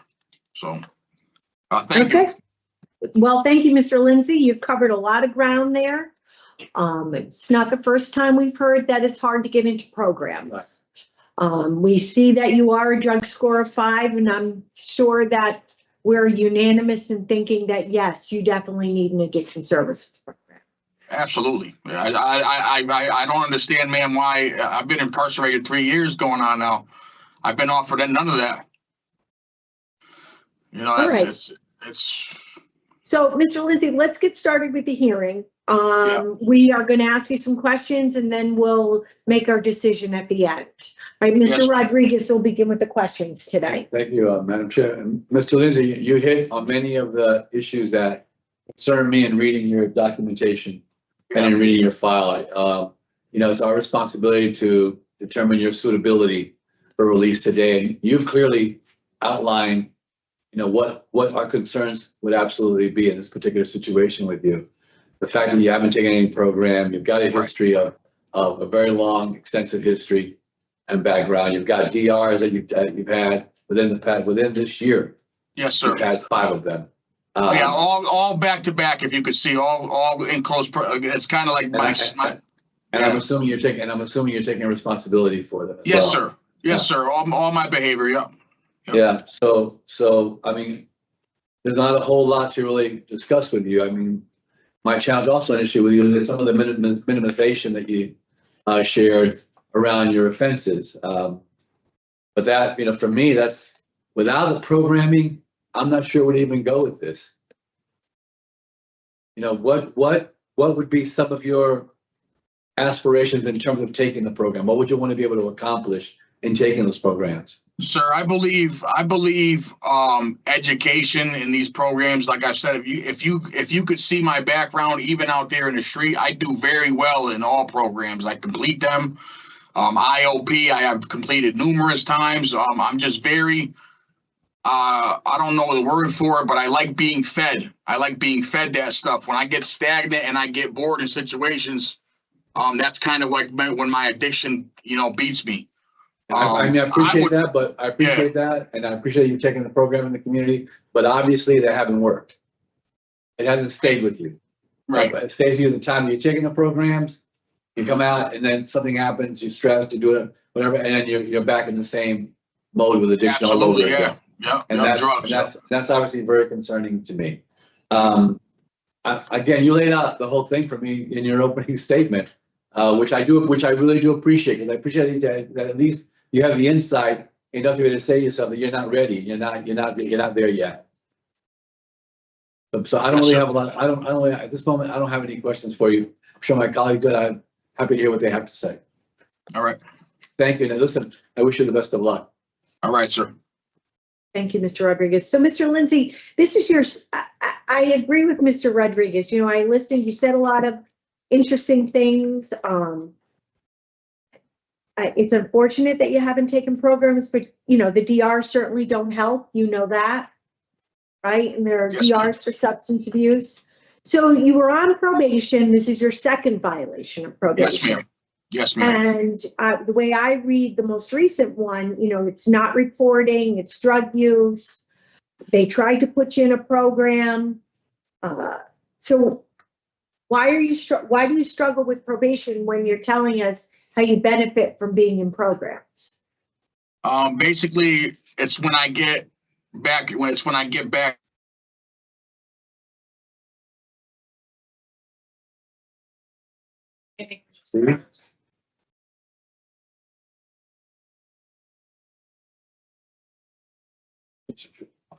I don't know, Mr. Lindsay, if you can hear us, but the screen froze.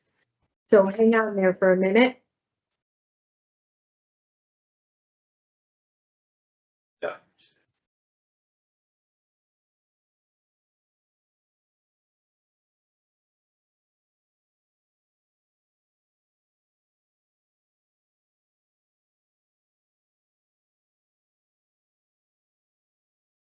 He is calling the issue.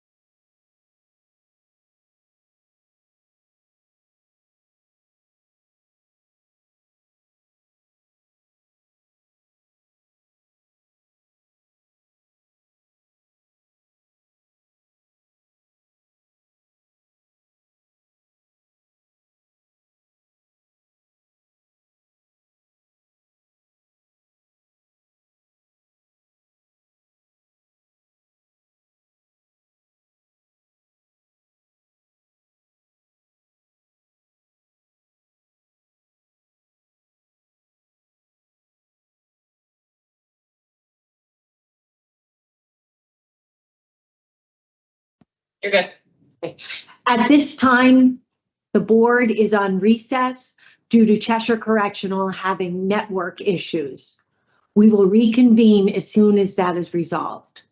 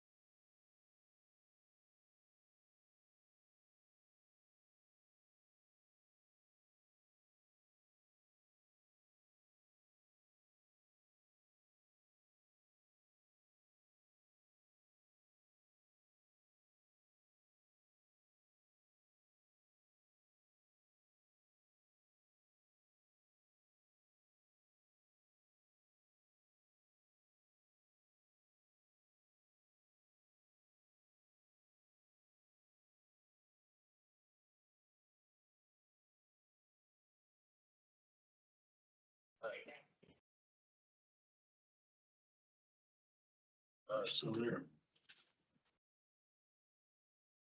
You guys hear us? So, Oh, good. Yeah. I guess it was Good somebody job. else, so. No, that's okay, appreciate it. Good job. Thank you. Very I quickly. still have after him, I think Sierra. I saw Mr. Sierra and Rivera Sierra. after him. Perfect, thank you very much. You're welcome. Mr. Lindsay, give me 1 second and we will get started. Okay, so we are now back on the record in regards to Ryan Lindsay's case. He is inmate number 323620 after our brief recess. thank you. We are back, having technical difficulties restored. So, Mr. Lindsay, can you pick up where you left off? You were sort of. Yes, ma'am. Go ahead. To be honest, your question was a good one. Not really an excuse to it. Only lack of dedication and drug and just. I mean, I guess I haven't been ready to quit. You know, in these situations, and I pick a drug back up. I find a certain situation in my life, and I run to the drug. You know, so that's Okay, that's. Yeah. Have you been Ma'am, able to identify what your triggers are? No, ma'am. Okay. Oh yeah, I can identify the triggers. But I've been trying for about 20 something years now to figure out the deeper issue. Because drugs have brought me nothing but heartache and pain. I don't know why I would keep running back to them. But that's a whole different thing. That's a whole different beast right there. Right. That's, you know, long term.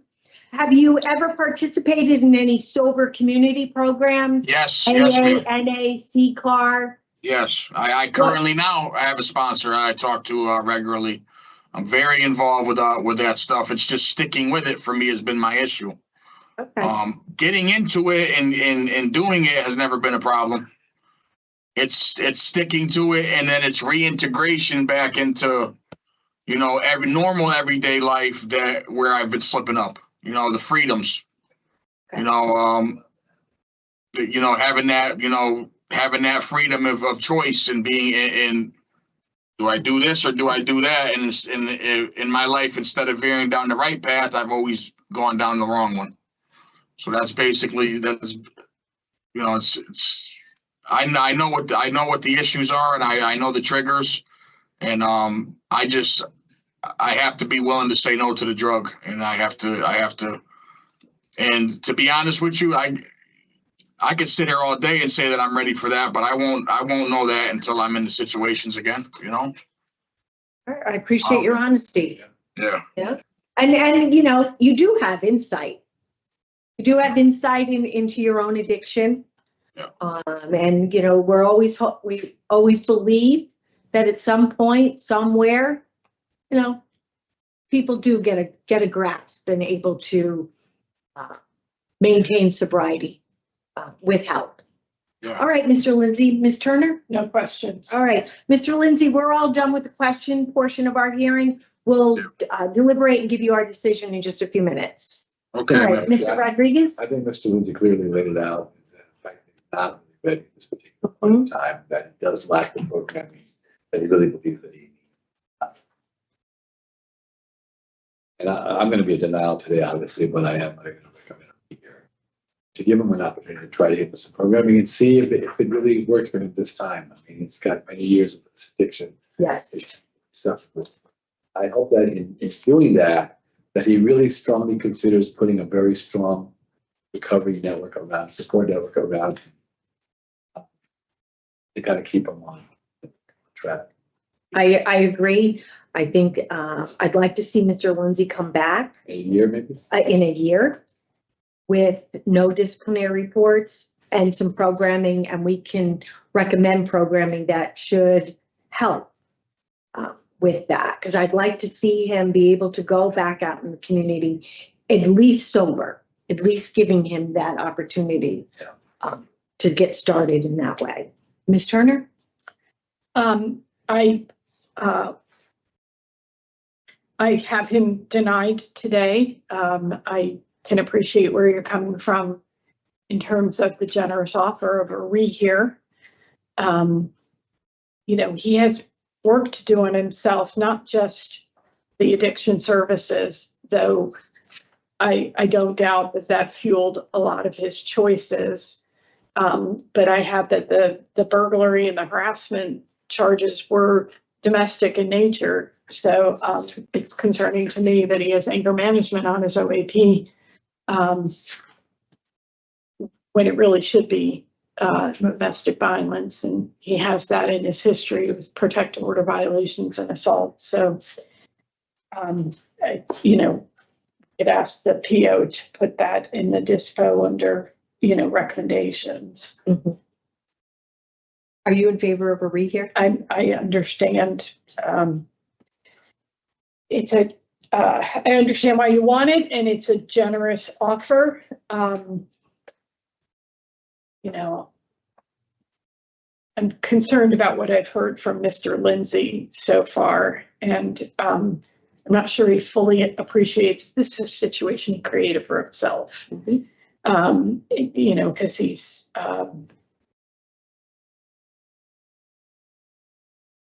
he's used language that to me really indicates that he's angry at the world and feels somewhat cheated. And I think what he needs to reconcile is these are the consequences of the choices that he's been making all along. So I will not oppose a rehear, but I think a year at a minimum is appropriate. Yeah, I think we were both mentioning a year. All right, and reasons for denial, poor institutional adjustment? Yeah, I had, I've got that history for performance on probation. Well, those are static. Yeah, So but that was a federal change in evidence institutional program participation. program participation and evidence change, as well as poor institutional adjustment.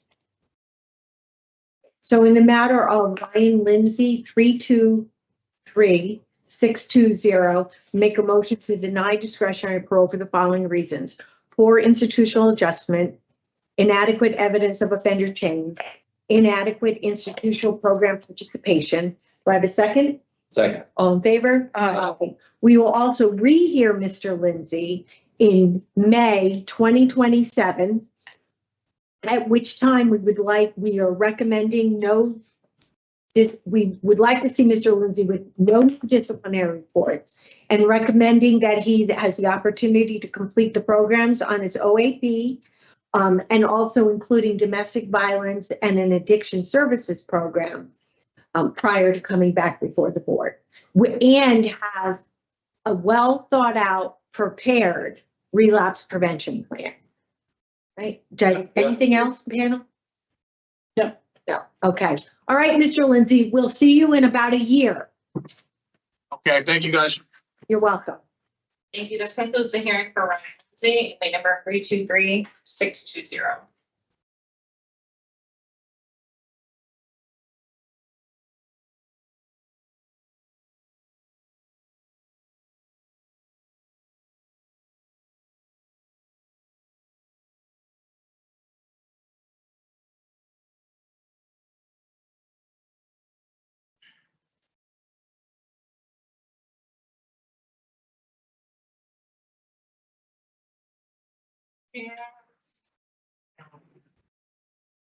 Hello, who you would like to see now? Right here, Dad. Hi, do you have Mr. Rivera and Mr. Sierra down there? Yes, both of them. We'll do Mr. Rivera, please. Okay, Thank you. Rivera.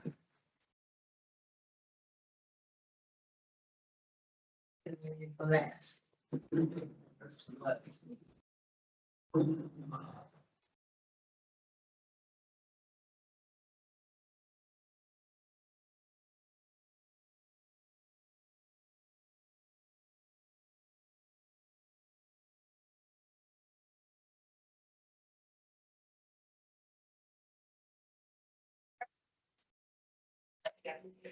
Good morning. My name is Parole Officer Wangersman. Today is Wednesday, May 13th, 2026. And this is the hearing of the Connecticut Board of Parole.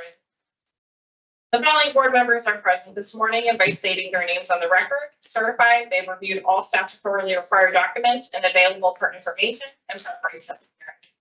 Deborah Smith Palmieri, Councilmember Rodriguez. Nancy Turner. Also present this morning, we have a board supervising psychologist. Sir, can you please state your name and inmate number for the record?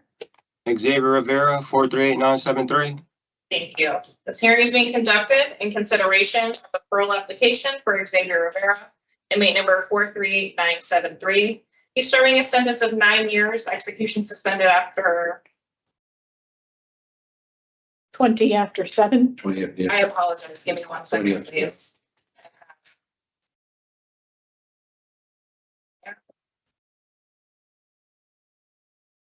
For that error, give me 1 second.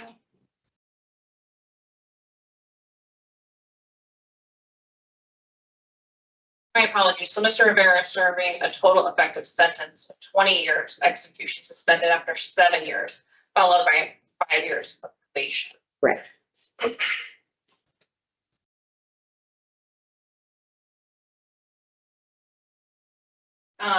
As of today, records reflect a parole eligibility date of 2/28/26. There's no victim input in this case. There is an offender accountability plan in place. It is better viewed and shows that he has completed anger management since his last hearing. Utilizing the statewide collaborative offender risk evaluation system, the offender's overall score on the SRT falls within the high range risk for recidivism. And at this time, Mr. Rivera, this is your opportunity to express to the board why you believe you should be granted parole. You may begin. I prepared a speech to read, but before I read that, I just wanted to comment on something. My last parole hearing, one of the panel members, they said something about like them not being able to consider my any reason for my rehabilitation. But I just wanted to say, like, I know you are the ones that have the final decision. But at the same time, I feel like when I first came to jail, the panel members didn't really know who I was. So for them to not have a reason to consider my rehabilitation, like, it was just something that didn't sit well with me over these last couple of months since then. Like, I applied myself a lot in the system. Like, I tried to change as much as I could. You know, I did whatever programs I had to do. I got jobs. You know, I understand I caught tickets, and that was a main problem that they had. But, you know, I tried to apply myself. Like, I feel like they just depicted a lot of wrong that I did, but they didn't look at a lot of the good that I've tried to do. And I'm still working on myself. I'm not saying I'm done changing, or I'm done trying to change and apply myself, but I'm not going to change off a flip of a dime. You know what I'm saying? I'm trying. I'm not perfect. I'm human. I'm going to make mistakes, but, you know, it's a work in progress. Like, this is my first time incarcerated, so I'm not going to be perfect coming in and going out, but, you know, I can assure that I'm not going to be quick to make a mistake that's going to cost me something like it did over the last 4 years of my life. But that's just something I wanted to say real quick before I read. Good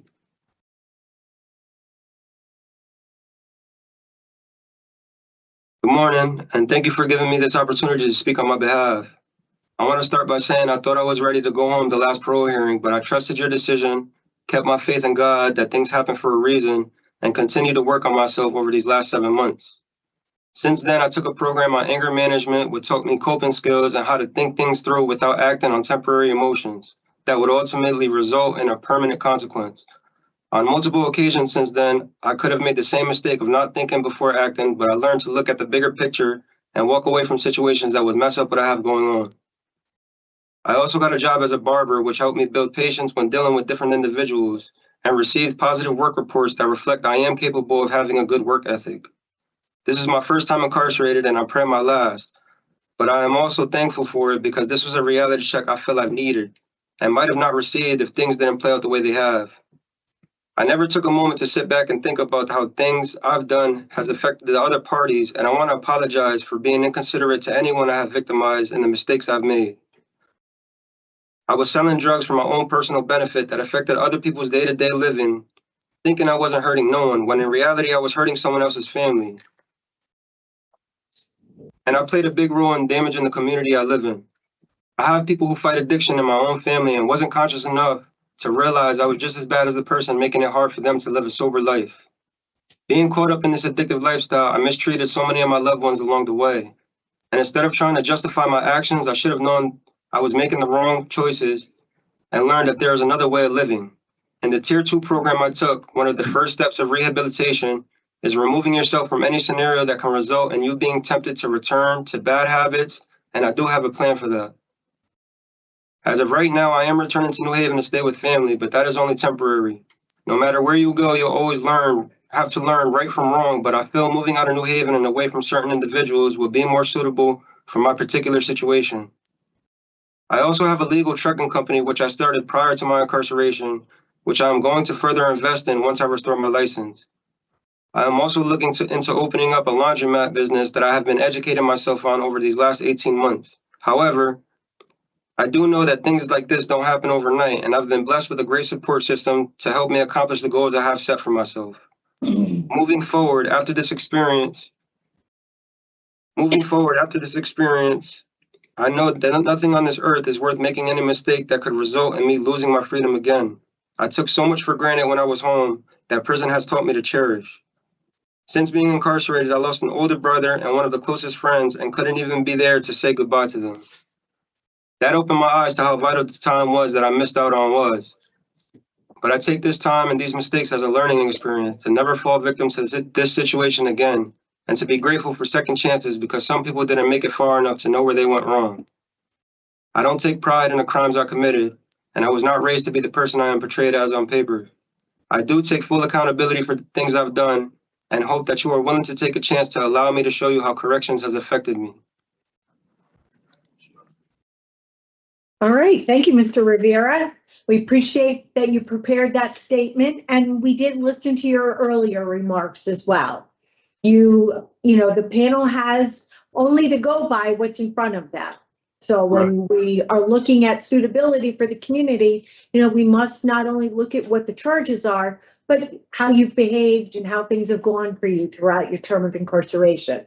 For today, I was very pleased to read that you have no disciplinary reports since the last hearing and that you've completed additional programs.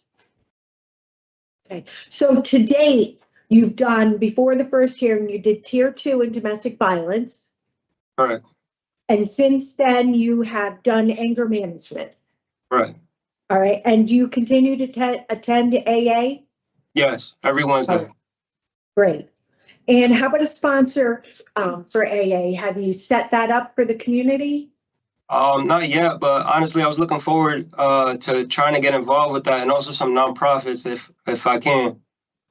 Okay. So, you know, we can appreciate that you were probably very disappointed after the last hearing, but it seems to me that you've kind of rallied and put your best foot forward to make yourself ready to be successful in the community. I appreciated hearing what you talked about with anger management, coping skills, and you mentioned there were several instances where you were able to utilize those coping skills. Can you give me one example? Yeah, I stopped playing cards and like playing chess and like anything that really like interacted with other people. I just try to like stay to myself and keep away from anything that could result in something that, you know, I wouldn't be looking forward to. A lot of the times, like I'd be seeing a lot of altercations going on over the littlest, stupidest things. So I just be trying to take myself out of the situation and to just avoid everything. Okay, I can see why you want to do that. We do hear the basketball, card games, you know, they result in disputes that can at times get loud and or physical. Right. Yeah, but those are things you'll have to cope with when you're back in the community. Have you thought about that? Yeah, I have. And, you know, like I said, I just learned to try to think ahead, try to think where the actions that you take are going to lead to. And a lot of the times, if it's a negative outcome, it's just not worth it. And like I said, you just got to learn to have patience with certain people. Everybody you deal with is going to have a different personality and be a different person. So you just have to learn to take it day by day and just know what you're getting yourself into. And there's always the opportunity to just exit the situation. Right, if possible, yes. Yeah, when it's possible, because not everybody has that same mindset as you will going into things. So talk to me about a relapse prevention plan. You've been doing AA, you did the Tier 2 program before for the last hearing. What's the plan going home? Honestly, a big part of it is just staying away from a lot of places I used to find myself being around certain individuals that engage in those type of things. You know, I used to go out a lot, like just try to stay away from bars and things like that. Okay. I'm not educated a lot about programs I can engage in. You know, I know about CCAR and aftercare, but honestly, from in here, I can't really look into those type of things. But when I do get home, I'm more than positive I'm going to try to take whatever steps I can to keep myself from coming back. Okay, excellent. Because we do not want you to come back.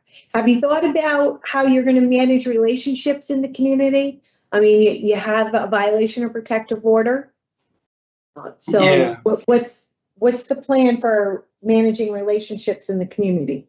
A lot of those altercations I did have, they were just like stupid, frivolous arguments that could have been avoided. And the reason why a lot of those arguments resulted like the way they did was because I didn't know how to control my anger. I didn't know how to calm myself down and realize that, you know, what I'm doing or what I'm putting other people through isn't worth what I'm making the fuss about. So as far as that goes, I think honestly, I know how to deal with it. I know how to control myself. I know how to, like you said, walk away from the situation. I mean, your violation of protective order with the victim is you struck the victim. Yes, and that's something I'm not proud of. It's something that should have never happened. I wasn't raised to do things like that. But unfortunately, I let my anger get the best of me. And like I said, it's not something I'm proud of, but I'm more than positive something like that is avoidable, not only avoidable, but I'm not going to put myself in a situation where I would do things like that, because not only did I put my hands on somebody that I cared about, but it affected our relationship. And even now, our relationship still isn't back to where I wanted it to be or where it was, but it's a work in progress.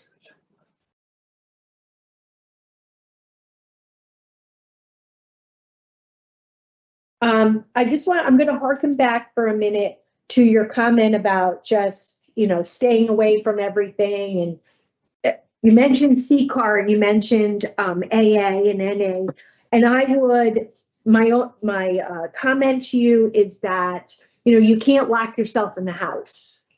It's not good for you. It's not good for relationships, but you need to look for places like a CCAR that offers sober support, a little bit of socialization in a safe, sober environment. So I hear that you think you can't look into CCAR, but I think you can on your tablet. So, yeah.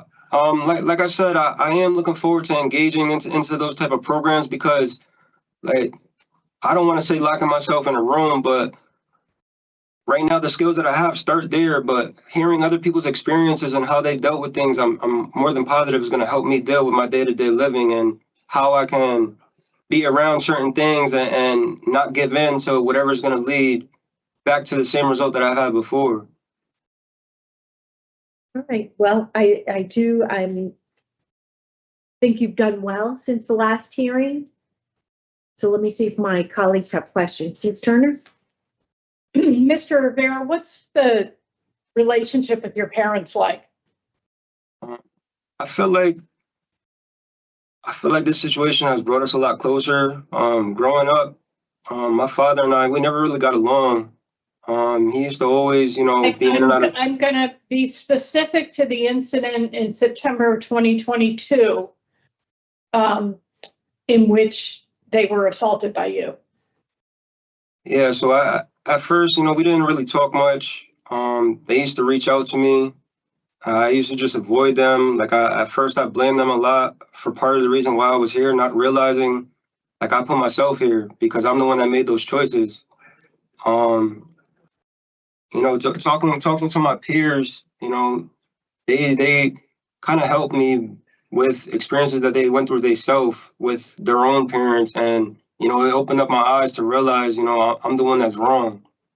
So my mom has reached out to me multiple times. I started talking to them probably about 2 years, 2 years into my sentence, and since then, they were really forgiving, and they were quick to just jump back to, you're our son, we care about you, but I try to explain to them like I'm wrong, like it can't just go back to how things were. I understand you're forgiving for everything that I've done, but I messed up. So it's been a lot better. What I was about to say was growing up. Can I, before you move on, like, did you actually apologize? Yeah, I've apologized. It took me some time to apologize because we weren't in contact at first. Right, because you were still blaming them. I get it. But you threw multiple punches at your mother's face. Have you ever read the police report? No, I didn't, but I remember what happened. Okay. Because your mother apparently called your girlfriend bad names, you physically attacked her, and your dad was trying to pull you off and you bit him. I mean, this was a really concerning situation. And if you're granted discretionary parole, you're not going to be able to have contact with them without your parole officer's permission. They were victims. You got an assault third charge, unconditional discharge, but it was still a conviction. All right, man, that's not something that I'm proud of. So the person with whom you had the protective order, are you telling us you're still in a relationship with her? No, but we keep in contact. Okay, well, again, you would be stipulated no contact with her. Okay. Yeah. Those are concerning choices that you were making out in the community. And, we have to look at the interests of public safety in terms of your release. And, this would be 3 years of discretionary parole supervision for you before you begin 5 years of probation. 5 years on the deadly weapon offender registry. You're going back to New Haven, where the police are going to have all eyes on you as you're on the registry, and you have a history with guns. So, you mess up on parole, they have arrest powers. They'll bring you right back, and you'll finish, you could be made to serve the 13 years of that 20-year sentence that's hanging over your head. So you really need to take it seriously, sir. I understand. Could I just say something real quick? I'm not proud of a lot of the things that I've done, man. Like, I understand I messed up. I understand, like, it's bad. I'm not trying to justify anything that I've done. But at the same time, I need you to try to understand that I was a different person when I came to jail. Like, I understand, like, it's ugly, but I need you to take a chance on me. This is my first time in jail. Well, may it be your last, Mr. Rivera. I mean, what we have available to us are the documents that detail your crimes. So that's what we come in here well-versed in. And we're looking for the change in you. And you have to appreciate our position. The best predictor of future behavior is past behavior. And when you sit there with an ATF agent and get interviewed in New Haven, and he asks you about the guns that you had, and your response was, next question. And then you admitted you had the gun for your own protection, and you were asked how much drugs you sell, and you said, not enough.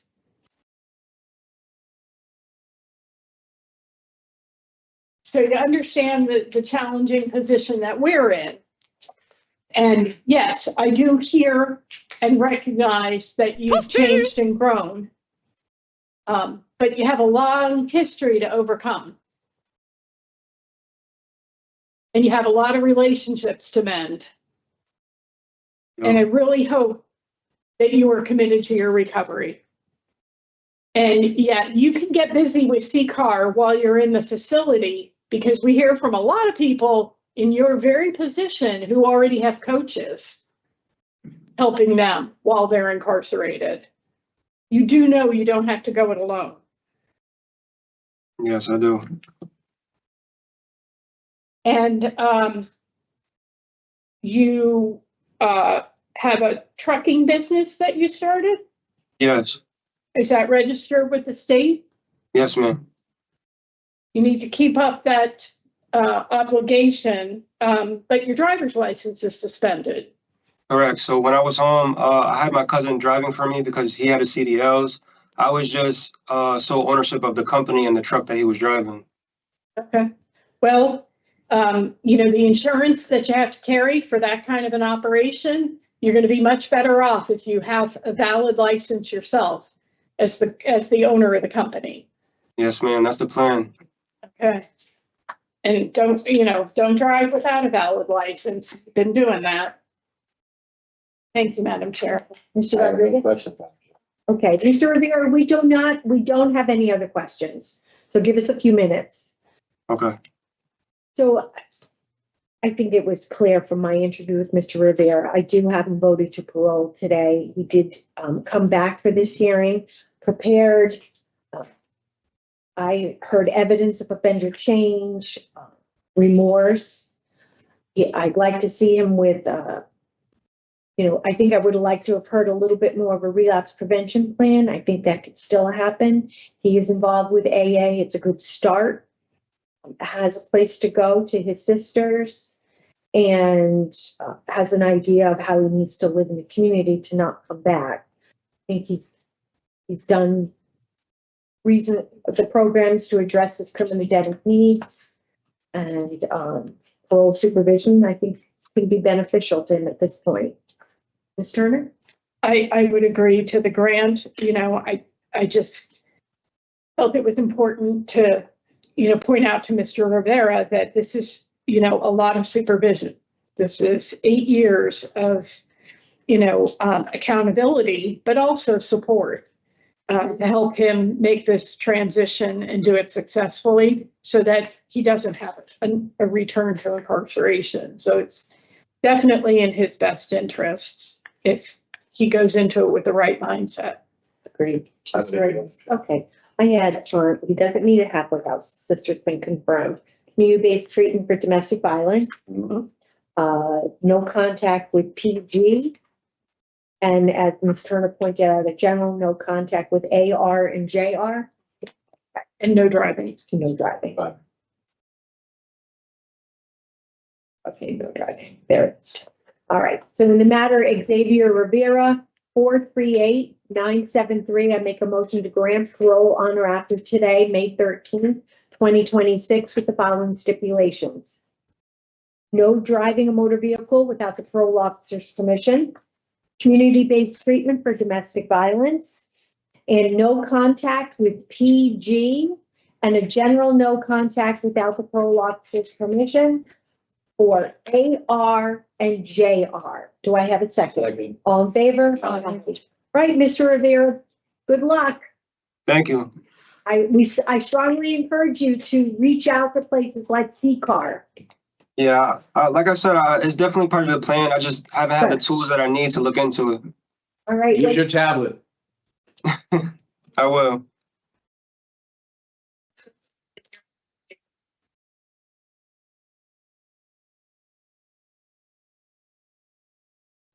Mr. Rivera, you can exit the room now. Yeah.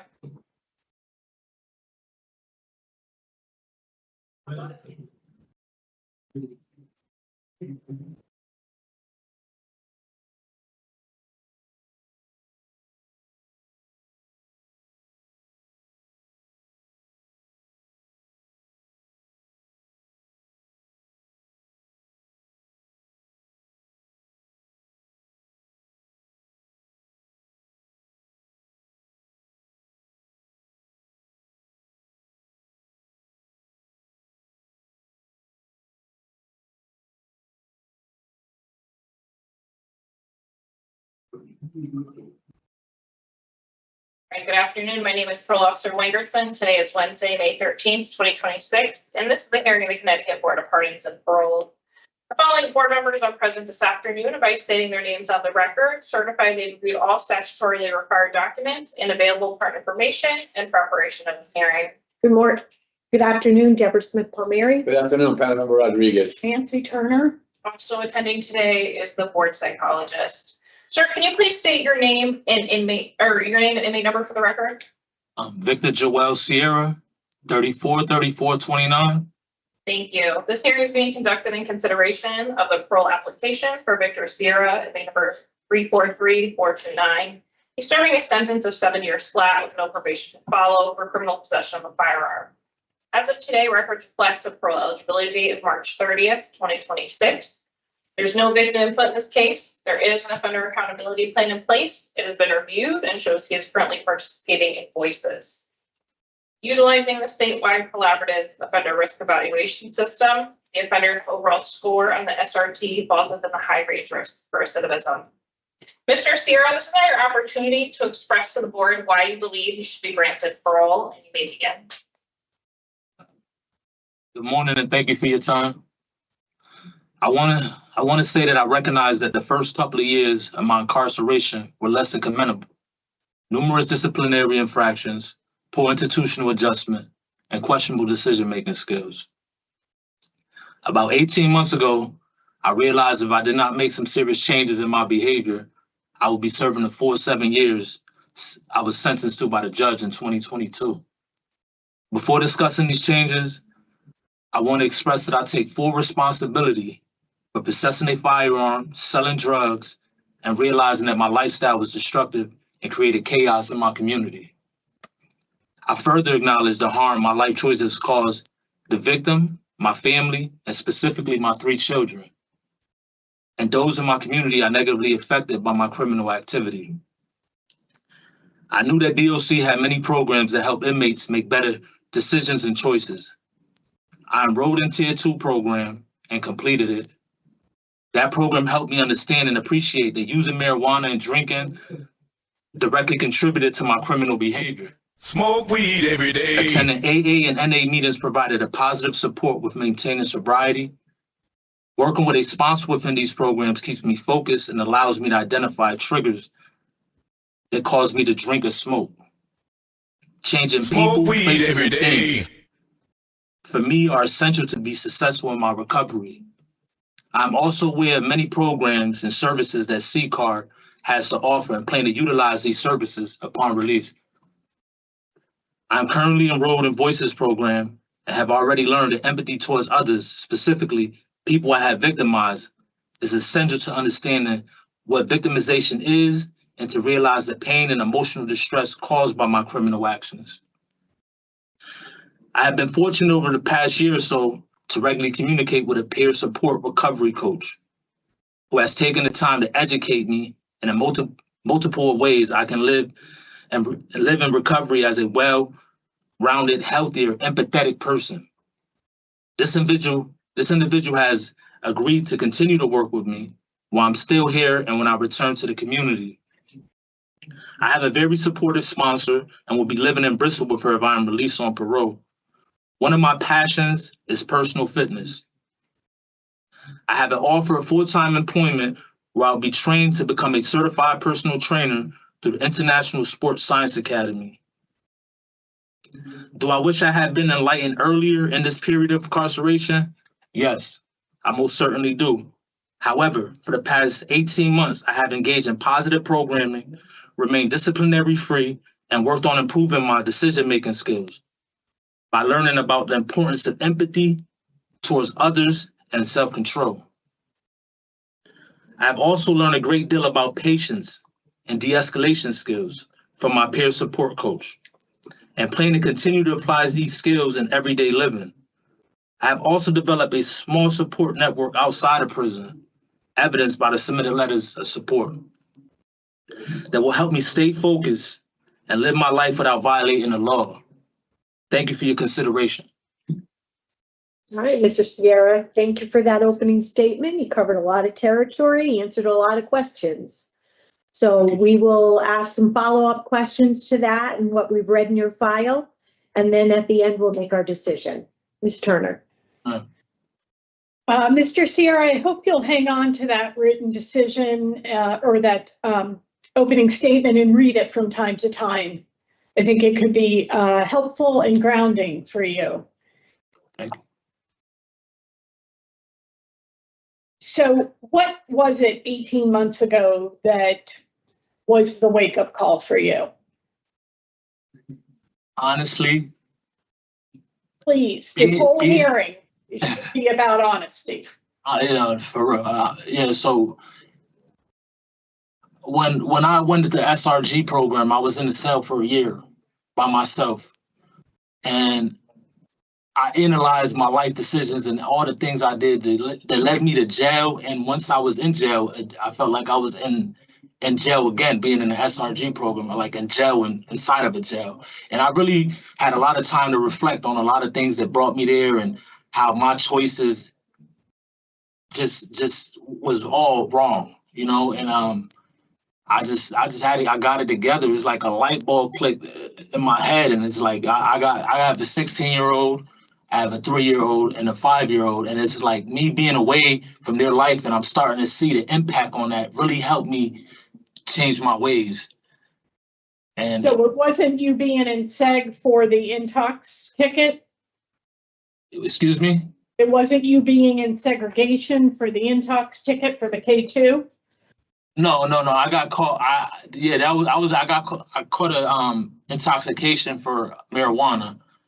The K2 was found in my possession. Smoke weed every day. Once I got transferred. That was found in my property. Yes.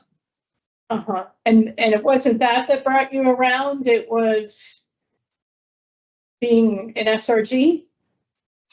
Well, yes, bringing SRG for a year in the cell by myself, like I was saying, really helped me reflect on a lot of my life decisions. And honestly, they were wrong, you know. So I kind of like I said, I felt like I'm sorry. Do you know why you got a flat sentence, Mr. Sierra?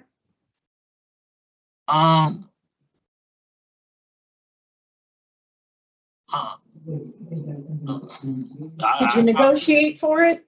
Well, they honestly gave it to me. That was because I had 7 years hanging over my head on my last case. So they basically just said accept or reject 7 years. So I felt like I had no choice but to. Well, that's true. You've also had 7 opportunities on community release and you've never been successful. So I think that the idea was, why keep giving you probation when you clearly don't want it, aren't going to comply, and, you know, give the resource to somebody else. So you were before the board in 2017. Do you remember that? It was quite a while ago. I remember. Okay. You had done SRG and anger management at that point. Right. And you were denied discretionary parole. So you were out on probation for an attempted assault first. And in possession of another firearm. Why? Honestly, I have no excuse for that. I was young and I was moving reckless. I had no empathy towards others, and I was just like, yeah, moving reckless.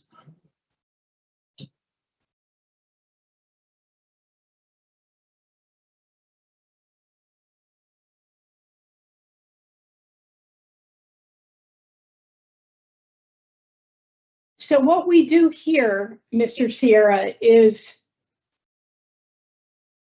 we have to make a decision about you finishing the 7 years you were sentenced to out in the community on discretionary parole. And we have to make that decision in light of the interests of public safety. That's our mission. Okay. Right. So I'm looking at someone with a criminal history that dates back to 2008. This is your 3rd period of incarceration.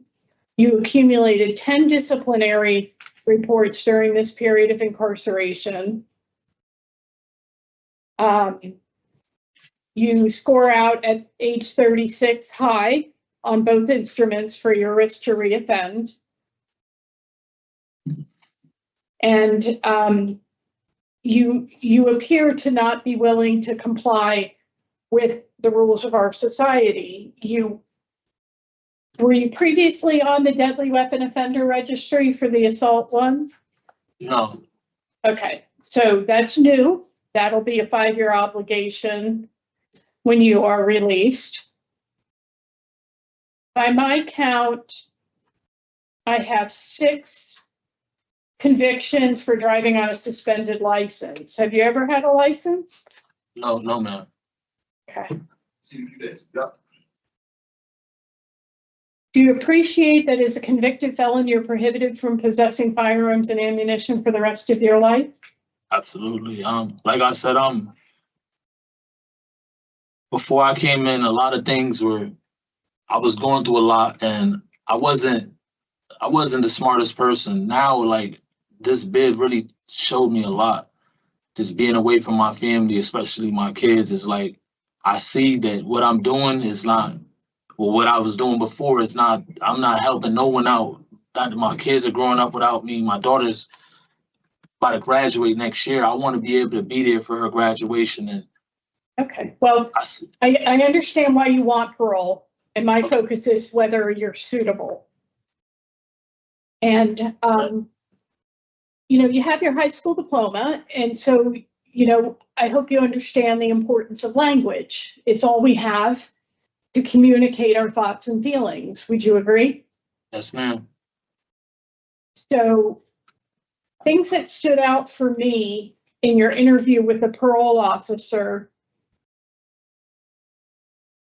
I got caught with a gun.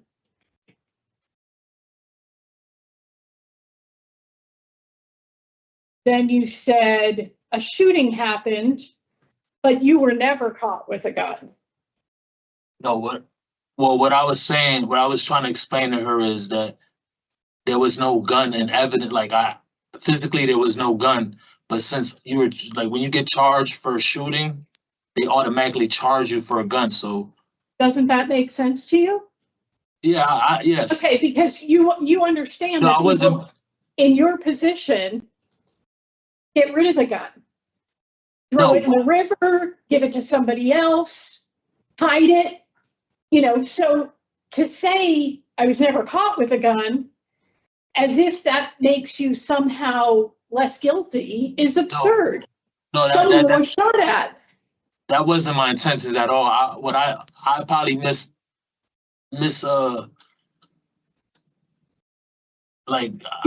you weren't on. I didn't understand her question. I didn't understand her question is what I'm saying.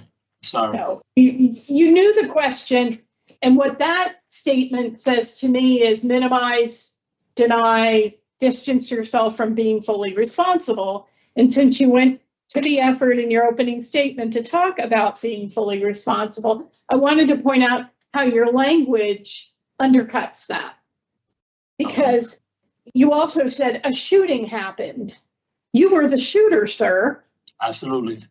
So do you hear the difference if I were to say, yeah, I was in Hartford and a shooting happened, versus saying I had a gun and I shot at someone? What? Two different things. No. We're sticking with my point. Do you understand the difference in meaning? Absolutely. Right? So when you take responsibility, you admit that you shot another person. So It was actually multiple people were shot at sitting in a motor vehicle at 2 a.m. in Hartford. Why did you commit the crime? I had really no excuse for that. I'm not looking for an excuse. I'm looking for an explanation. Well, I was intoxicated. Oh, okay. I was intoxicated at the time, and a situation happened with a group of people. And what is this? A situation happened? You got in a fight with a group of people? A misunderstanding, yes. And an argument. Yes. An argument. So you brought a gun to an argument. Well, I didn't And then you know. were willing to discharge actually- that weapon. You can say that. I'm looking for you to say it. It's No, part of yeah. taking No. responsibility. Yes, But, yes. you know, so the concern grows even greater because where did you get the gun? You come out, you're on probation. Where did you get the gun? Got it on the streets. You buy it? Yes. Okay, so it wasn't like you stumbled upon it in a park. You intended to have a weapon and you paid somebody for it. Where did you go to practice using this weapon? How to load it, discharge? I never practiced. I never went to no target practice or anything. Why did you want the gun? Honestly, I was delusional to think that I had the right to bear arms in my head, and I was a victim. So I you was shot wanted the before. gun to exercise your Second Amendment rights, or did you want the gun for protection in Hartford? For protection. Okay. Do you see how absurd it is to think you can protect yourself with a gun you don't even know how to use? Absolutely. And by virtue of carrying around a loaded firearm, you put the entire community at risk. And you hear it on the news every night. These shootings where bullets go through windows into bodies. People are dying from this gun violence epidemic in our state and across the country.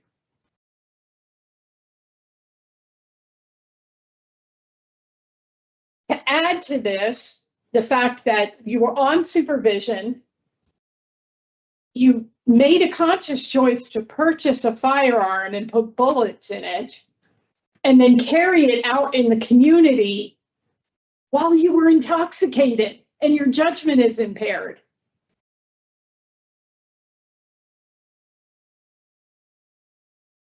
How does that measure up with public safety? It doesn't. It doesn't. And at the time, So then you come into the facility and you accumulate 10 disciplinary reports.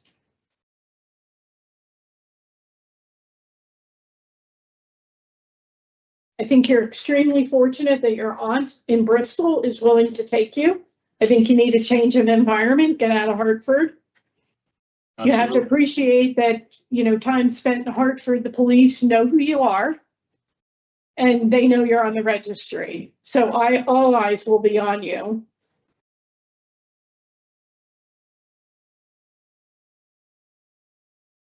So I know there's a situation with the women in your life. there's no situation. Okay. How many active relationships do you have in your life right now? I have one, just one. Do you understand the importance of honesty as a foundation in a healthy relationship? Yes, absolutely. That question, So you have a can I elaborate on car that? selling business? You have a I business selling cars? Yes, before I came in, that's what I was doing, selling cars. Okay, without even having a license of your own. Again, did you register the business with the state? Yes. Well, I wasn't I'll just grab cars, a few cars, and I'll just sell them on Facebook Market and stuff like that. It wasn't I had an LLC or anything, like a business for that. I was just, honestly, at the time, that was the way I was moving. I was just doing that just to stay out the way. I understand it wasn't, I could have done better, but that was a way, a hustle for me, So you were making money off of selling cars on Facebook Marketplace? Right. Okay, so what did you report those earnings to the IRS? Have you paid taxes on the money that you earned? I really didn't have no knowledge of any of that stuff. I was just, but it doesn't make you less responsible. Absolutely. Absolutely. Ignorance of You the know, law is no excuse. I understand. You have to educate yourself. I And you understand. have to do things the right way, sir. Absolutely. Could I touch And on you're something? 36 now. You're 36 now. It's time to. And I'm not get the with same program. person I was before I came in. I know you guys hear that all the I heard time, you say that. but I heard you say I'm working on myself right now. And, you know, I was a boy, even at my late 20s and in my early 30s, I was a boy mentally. I never got it right. Now my decision-making skills were in bad. 2020, you were 30 years old. So Yeah, my your decision. brain was fully developed. The arrest warrant in 2020 refers to 2 active domestic violence warrants with Hartford Police Department. What incidents Can you, what year was that again? 2020. And 2 active warrants, you said, for? 2 active domestic violence warrants with the Hartford Police Department. Oh yeah, I was in a toxic relationship with a female, and I had just came out of jail, and I rushed into a relationship with a female. Me and her were both, you know, drinking, smoking weed, and just like. What makes a relationship toxic, Mr. Sierra? Us cheating on each other and going through each other's phones, not having no trust. You know what I'm saying? It was real toxic. It was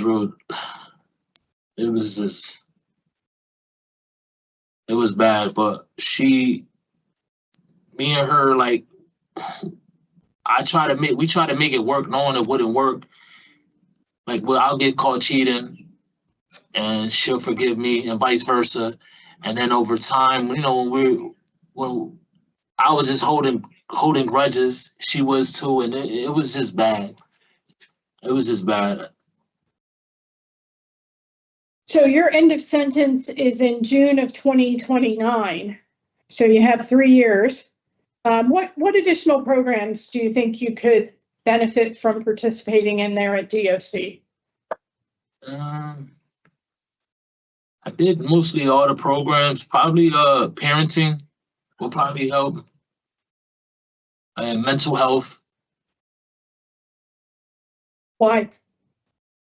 Because honestly, I never thought mental health is serious in my family, and it's a lot of like I had a lot of trauma. Okay, so that's very appropriate. I never got that. I never really identified it, or really, like I said about empathy. I'm just learning now about empathy, and just not now, but like in the last 2-3 years, I've been learning a lot about that, and really. Well, the Voices program will help you with that. Yes, what about the New Thoughts program? Do you think you could benefit from New Thoughts? I think I did that program already. New Thoughts. No, it's new, so you wouldn't have done it on your prior bids. Oh, then that is anger management. Do good intentions, bad choices. I did that on my last bid too. Nope. Not on the last Nope. SRT and anger management. Okay. Maybe anger management again, since this situation with the firearm evolved out of some conflict you generated on the streets with other people. Right. So I think there's some definite things that you could still do to prepare yourself to be successful when you're back in the community.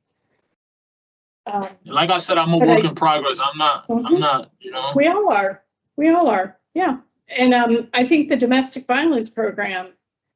I did that in my last bid. I'm sorry. 2011. I have a record. Oh, but that was 2011, and you've had domestic violence incidents since then. So time to take it again. I have no more questions for Mr. Sierra. Mr. Rodriguez? Thank you. A couple of things. The intox ticket you got in December of 24, but you completed tier 2 in June of 24, correct? Right. What happened? I fell off the wagon. So my daughter was stabbed. My daughter was stabbed 3 days prior to that intoxication ticket, and I just, like I said, I didn't know my triggers Now, like, whenever I used to whenever I stress, I resort to drinking or smoking. And at the time when that happened, you know, I smoked after doing. Smoke weed So every what happens when day. you're out in the community and you get stressed again? And you're gonna get a lot of stress on the Exactly, community. but now I identified my triggers. I know what makes me. Well, why drink and didn't you smoke. then? You had the agent, you had the program. You, matter of fact, Freshly had the program in June. How could you have let that happen at that particular point if you already knew I that got these are the things that you had to kind of deal with?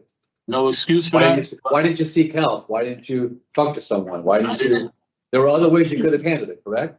Absolutely. And now I know my resources. I have better resources now.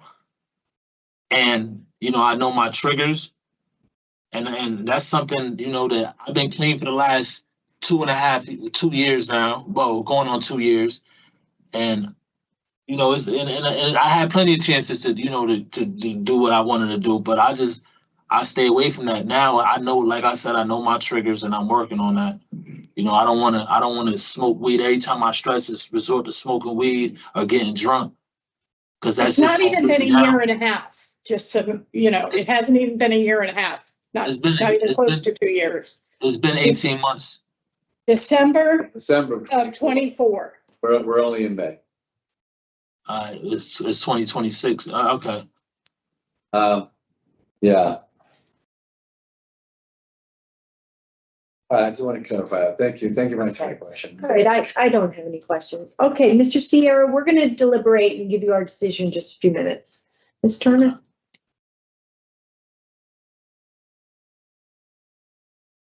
I'm super concerned when we get these gun convictions, and there's no supervision to follow. But I get that it's a flat sentence because he's never been successful on supervision. And this wasn't just a gun possession. This was someone willing to shoot at other human beings. You know, the only good news with that is that it was 2 a.m, so fewer people were hopefully around at the time.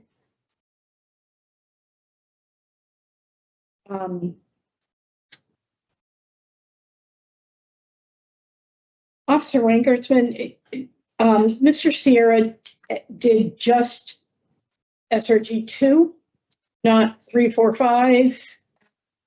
Check, but I Okay. believe the other phases were during this prior period. Okay. All right. 12. So he has gone a year and 5 months without a DR, but the DRs that he got were really concerning. And as my colleague pointed out, we would have hoped that the nature of them would have been prevented by the fact that he took the Tier 2 program. And I'm glad that he appreciates what his triggers are. But if you don't develop the coping skills to navigate those triggers, then you do relapse. And, you know, so it makes me concerned for how much he really benefited. It's sort of like, well, I took domestic violence in 2011, but you have new, you know, domestic violence situations. And Ms. Turner, just to clarify, records indicate that he completed SRG phases 3, 4, and 5 in the year of 2014. So that was during our prior period. Okay. Thank you. So he is not end of sentence for 3 more years. I am not finding Mr. Sierra suitable today. I think we need to see additional programming and a longer period of compliant behavior. I think he could benefit from some vocational training. He has somewhat limited work history. And he's in the Voices program now. We mentioned a couple other things he could benefit from.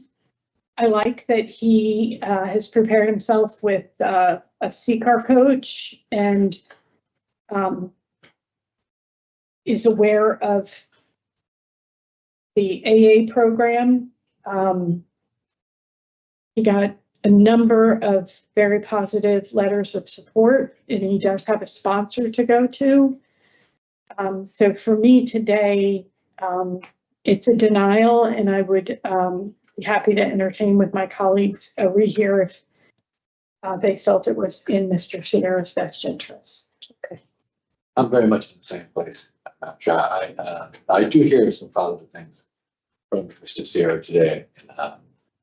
But for me, I think he still needs a little bit more. And, I would also agree, he doesn't owe us till 2029, so he does have some time. To kind of, and he said he might want to take a parenting program.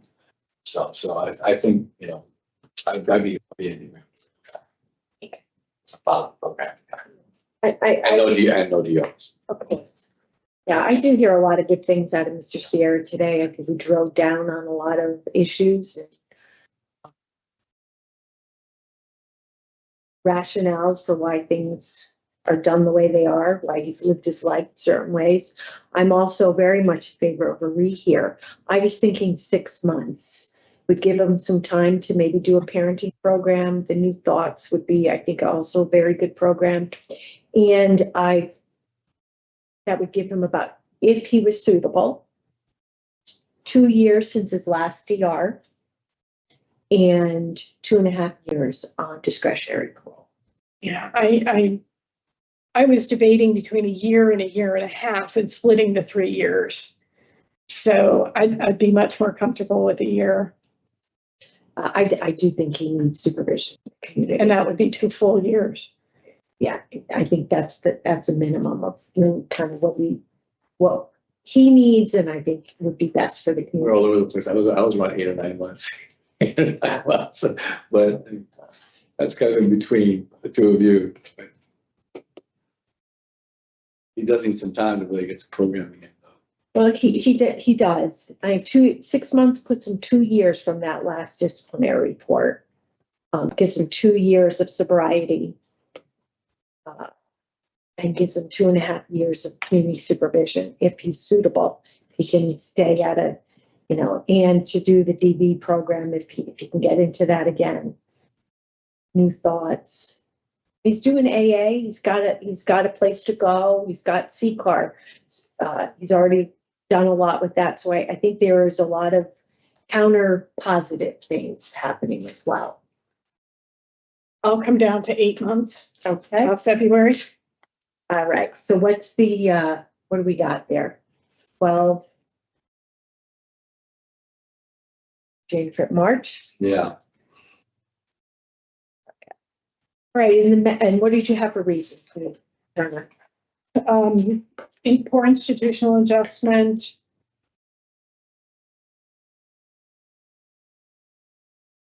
I did have evidence of offender change. I don't want to take away from him the efforts that he's put in, but there is more change that. Yeah. Well, I think you can elaborate on that. Okay. In the decision. Mm-hmm. Okay. So in the matter of Victor Sierra, 343429 is a motion to deny parole for the following reasons: poor institutional adjustment and inadequate evidence of offender change. Do I have a second? All in favor? Aye. We will rehear Mr. Sierra in March 2027, recommending that he complete any additional positive programming that we have discussed: domestic violence, New Thoughts, parenting, possibly either get a job or participate in some kind of vocational training, and no disciplinary reports. Right. So, Mr. Sierra, we'll see you back here in March. Thank you. All right. Good luck. Good luck. Thank you. This concludes the hearing for Victor Sierra. 34.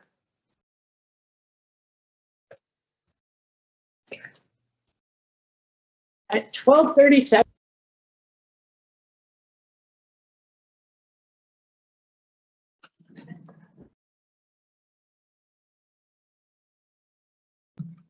P.O. Wangersman, is this the last case as well? Does this conclude the entire Shusher hearing? Yes, it does. We can disconnect now. Thank you. Thank you.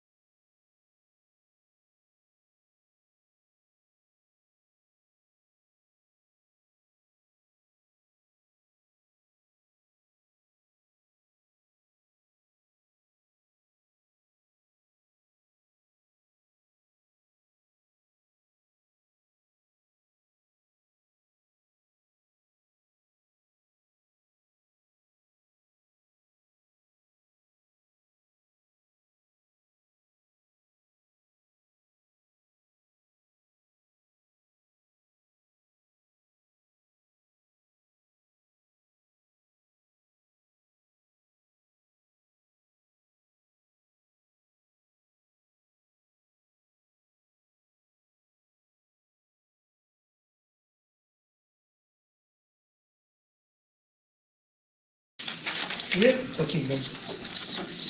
Yeah. It is online, so. It's right there. I had to get email that to you. 04841. Thank you. Yeah, I didn't have a warrant for, I never get the warrant, but I don't have a cease, I don't have a, But that's what I have we're nothing. So Trying I to see don't, if we can find anything. so I don't know if this is a felony or if it's punishable by more than 1 year in jail. Sounds like it would be misdemeanors, but. That's what my take was on it, but without the warrant, really don't know what it is.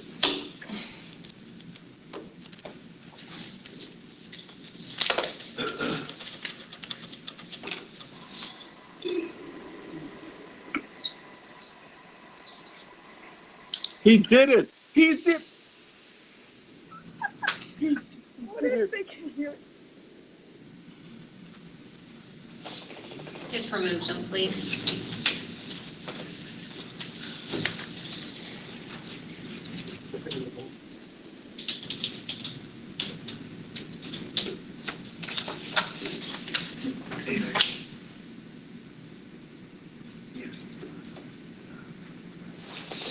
Turn on my microphone. Hey, what's up? For those of you that been watching on YT, highly appreciate you guys for staying on. Highly appreciate you guys.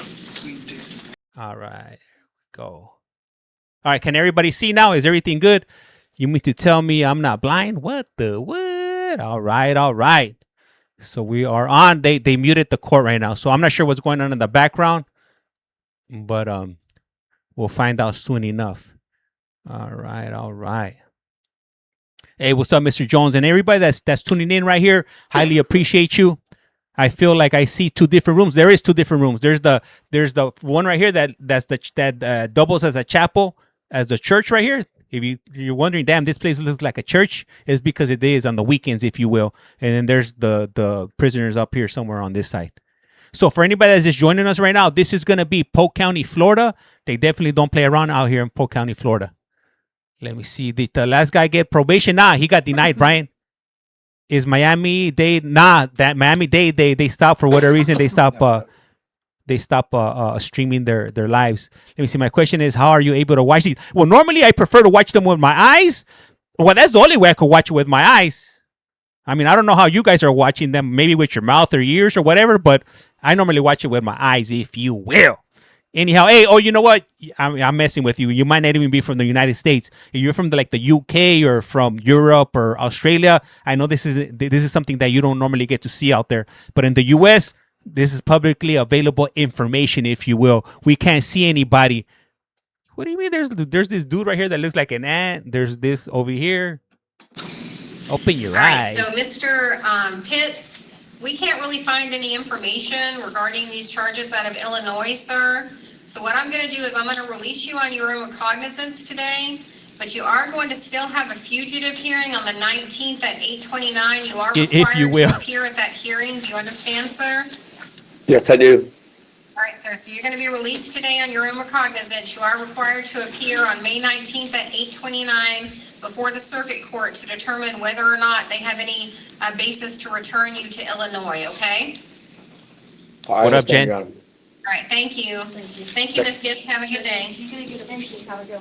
Damn, they're letting that fool go home. I also just received. I can't see nothing anymore.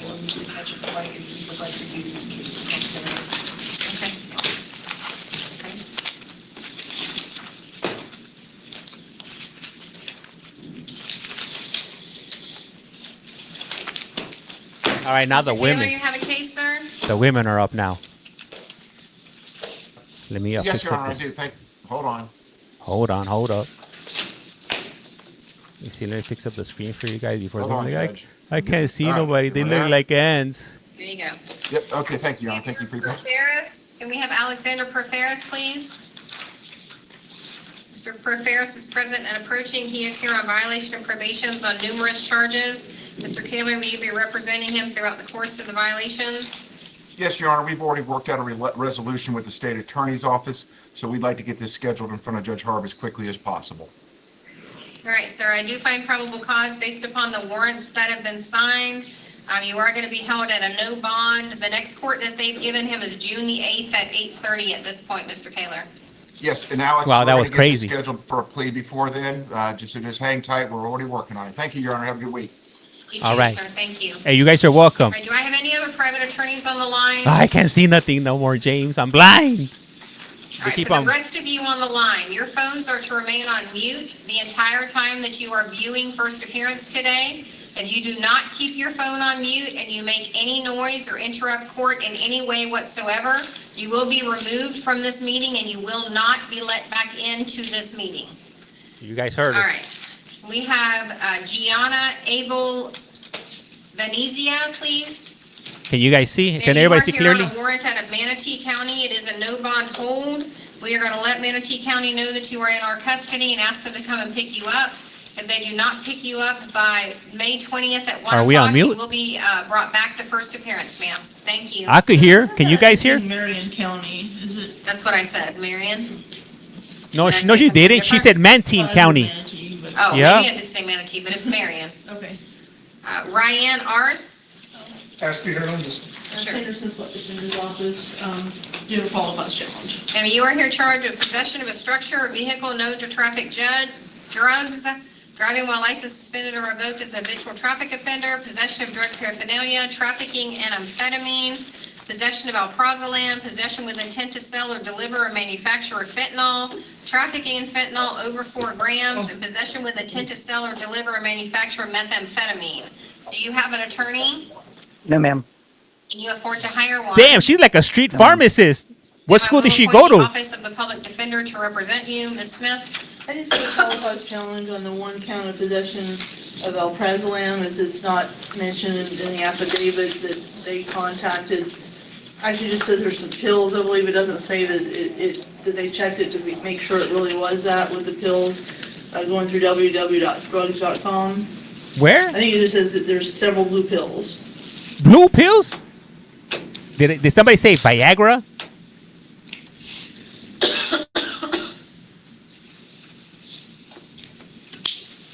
Hey, she's definitely gonna go to prison. I would say easily in Florida. That's probably, and I don't know anything about Florida. I would say easily 20 years. 20 years in Florida for all that weight she was carrying. 30s. 30s. I don't see any Someone was testing rolling. at all of the 59 pills that were located, Mr. Matthews. 59? Excuse me, yes, ma'am. Defense counsel reached out to me before. 10 to court 25 in and, Florida. Identified that. I will be requesting 24 hours to perfect probable cause for that count. It does appear that officers notated the markings on the pills, so I suspect that the information is available. Adios. It just wasn't included in the probable cause affidavit. So I will be requesting 24 hours on that. The court is finding probable cause on the other counts. That's right, Sonia. Finding probable cause on the remaining counts, we will give 24 hours on the possession of alprazolam. What up, Kimberly? Mr. Matthews regarding bond. With regard to the trafficking in amphetamine and trafficking in fentanyl, trafficking in fentanyl is an enumerated dangerous offense under 907-041-5A. Trafficking in any drug is an enumerated offense under 907-041-5C. Filing a motion for pretrial detention on those 2 counts, providing a copy of the motion to appointed counsel. May I approach? You may. Presenting the motion to the court. Respectfully request the court review that motion. Can I for zoom facial in? Sufficiency, and if so found, hold the accused no bond on those 2 counts, pending a hearing on this motion, which should be set next Monday at 1 o'clock on the A2 docket. Thank you. Hold on. You know what? Hold up. All right, ma'am, I do find the motion to be legally sufficient. So on the trafficking in fentanyl over 4 grams and the trafficking in amphetamine, you will be held no bond. On the possession of a structure or vehicle known to traffic in drugs, the bond will be set at $25,000. Driving while license suspended or revoked is $5,000. Bam, is that better? Paraphernalia is $1,000. The possession of alprazolam, I'm going to give you a presumptive bond of $5,000, ma'am. However, you will come back to first appearance tomorrow on that. The possession with intent to sell or deliver or manufacture fentanyl, it will be $30,000. The possession with intent to sell or deliver or manufacture methamphetamine, it will be $30,000. Ma'am, your next court date, actually, ma'am, if you do bond, you are going to be on pretrial release. Conditions will include you be fitted with the GPS monitor prior to being released from custody.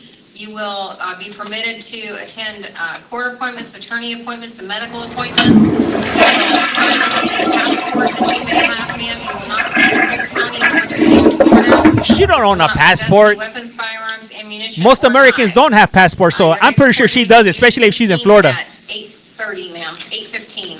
Thank you. This is gonna be Florida, if you will.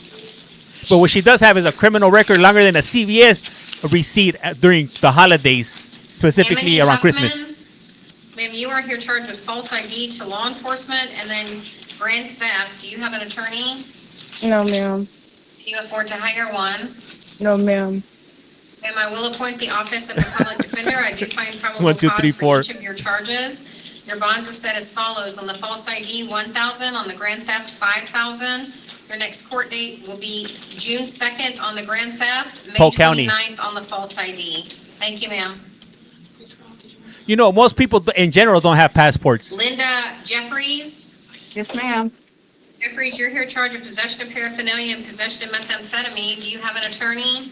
No, ma'am. You afford to hire one. No, ma'am. Ma'am, I will appoint the office of the public defender. I do find probable cause for each of your two charges. Your bonds are set at $1,000 on the para, $5,000 on the meth. Your next court date is June 16th at 8:15. Thank you, ma'am. Thank you. Brianna Witchard. Hey, that's some dedication being in a wheelchair. Possession of paraphernalia and possession of methamphetamine. Do you have an attorney? No, ma'am. Do you afford to hire one? No. Ma'am, I will appoint the office of the public defender. I do find probable cause for each of your two charges. Your bonds are set at $1,000 on the para, $5,000 on the meth. Your next court date is June 16th at 8:15, ma'am. Thank you. Brian Emerald. I think, Raven, it depends on the judge. The judge that's hearing the cases that day of.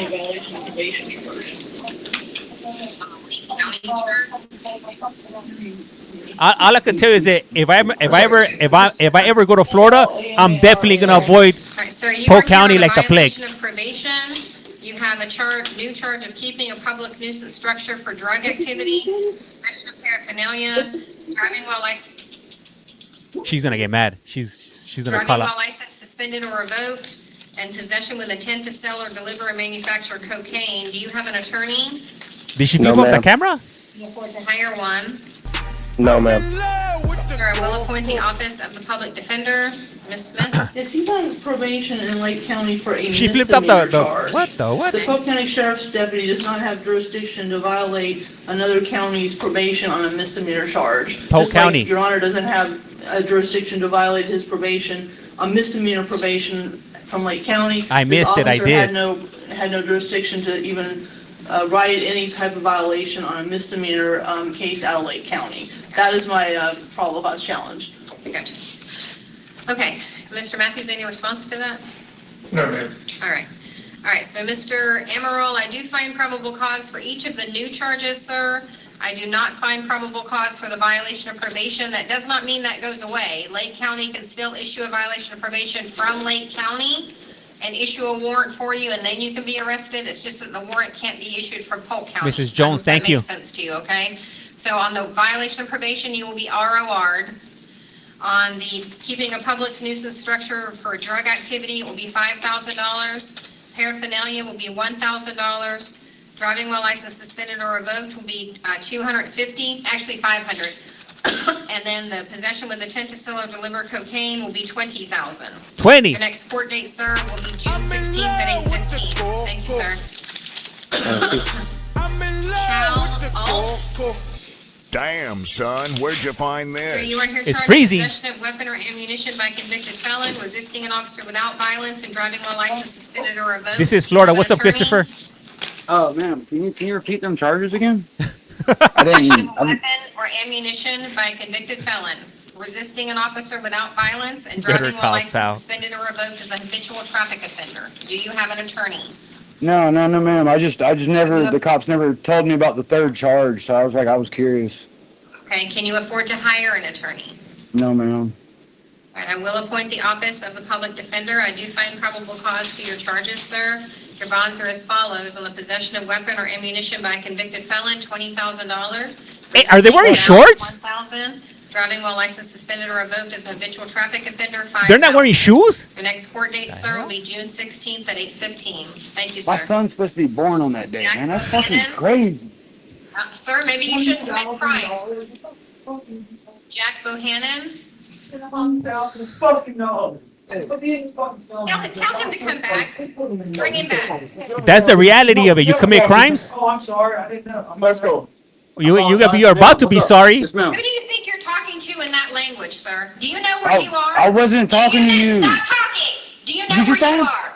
Do you know where you are? You just asked me if I asked you. I'm not talking to you, ma'am. I was not talking to you at all. Taser. Listen to me. You are in court. You do not speak like that in court. Do you understand me? I was in my holding cell. Listen to me. Get yourself together. I'm going to sentence you to 180 days in the county jail. Do you understand me right Give now? it to him, Your Honor. Yes, ma'am. Give it to him. Walk out of here quietly and do not say another word. Up next on The Price is Wrong. I saw read your lips that time. He's in the hospital. Hey, whoever comes up next is definitely going to get screwed over because the judge sounds extra mad now. She's extra spicy right now. Sheesh. Kaufman, you are here charged with trespassing, sir. Do you have an attorney? No, no, ma'am, I do not. Can you afford to hire one, sir? What up, No, ma'am, I excuse? don't. Sir, I will appoint the office of the public defender. I do find probable cause for your charge. Your bond is set at $1,000, sir, and your next court date is May 29th at 8:30. Thank you, sir. Thank you. Daniel Crooms. I thought she was about to give that old timer 180 days Crooms, you for are nothing. here charged of possession of paraphernalia, possession of methamphetamine, and unlawful carry of a concealed weapon. Do you have an attorney, sir? No, ma'am. Can you afford to hire one? No.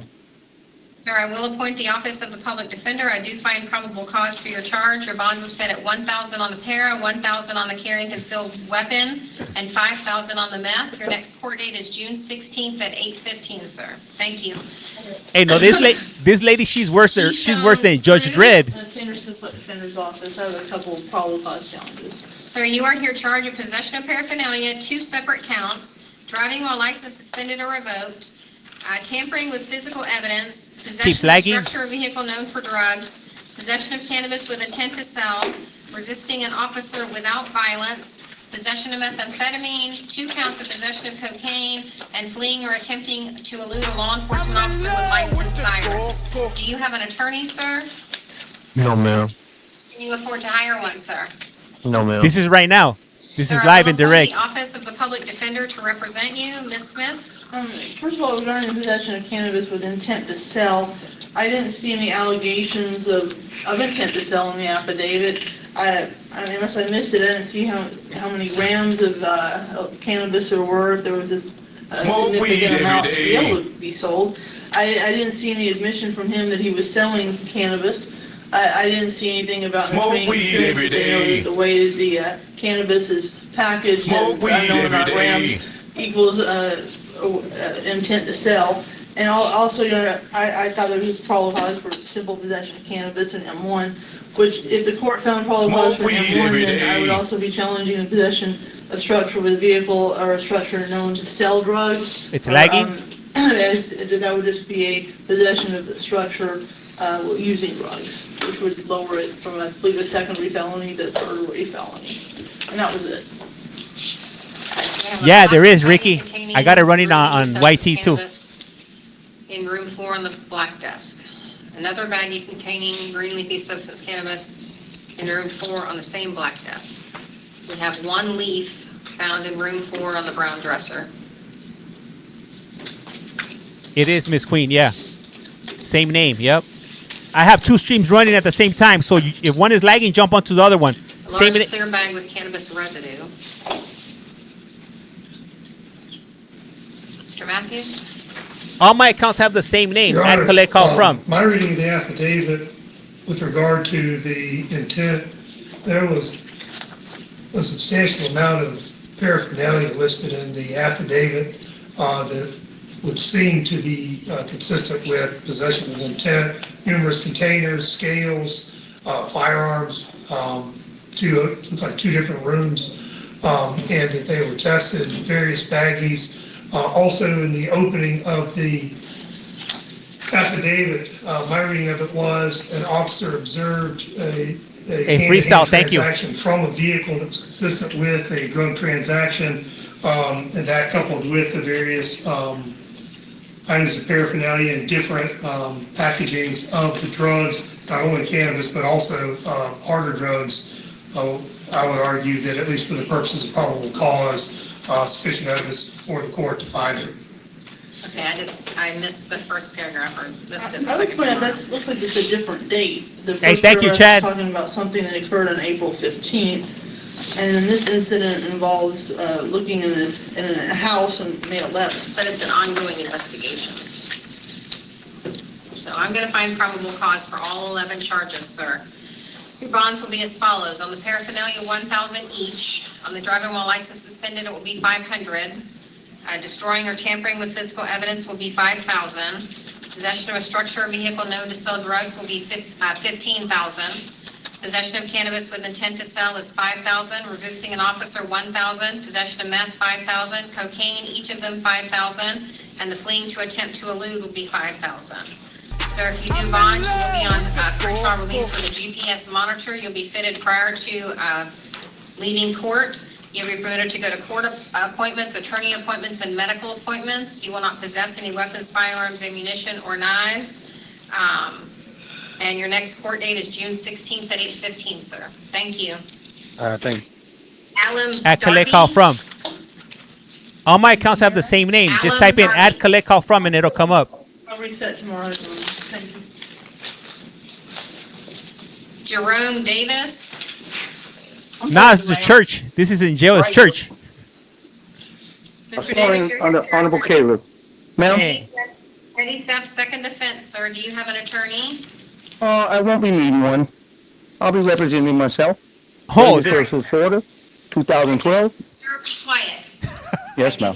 Probable cause, your bond is set at $1,000. Your next court date is May the 29th at 8:30. This guy's definitely a character. Have a good day, ma'am. Mr. Foster. I like how he strolled up there. Foster's here, charge of possession of paraphernalia, possession of methamphetamine. Do you have an attorney, sir? No, ma'am. Can you afford to hire one? No, ma'am. Sir, I will appoint the office of the public defender. I do find probable cause. Your bonds are set at $1,000 on the para, $5,000 on the meth. Your next court date is June 16th at 8:15. I do see that you are out on pretrial release and bond in 25 CF 7699. I am revoking your pretrial release and bond in that case, sir, pursuant to a finding of probable cause. In this case, you will be held no bond, sir, in that case pursuant to Parker versus State. Thank you, sir. Thank you. Scott Foster. Scott Foster. Can we put them in line so this will go a little quicker? Yeah, she has Mr. a. Foster, you are here on a violation of probation, sir. Do you have an attorney? Here. Do you have an attorney? 1 second, Judge. He can't hear. He's hard of hearing. He needs to put on the ADA They put him in line. headphones, if Go you a little will. faster. Yeah, put him in line. She has Don't lunch to have that catch on already. or a golf game. Sorry about that. All right, Mr. Foster, you're here on a violation of probation. Do you have an Mrs. Jones, attorney? thank you. Yeah, I've been having problems with my health lately. I've been. Okay, Mr. Foster, I need you to answer my question. She don't give a crap. Huh? Do you have an attorney? What? I need an attorney, yeah. I'm going to appoint the public defender. I do find probable cause. You're going to be held no bond. Your next court date is June 8th at 8:30, sir. All right, thank you. Huh? What'd she say? Okay, thank you.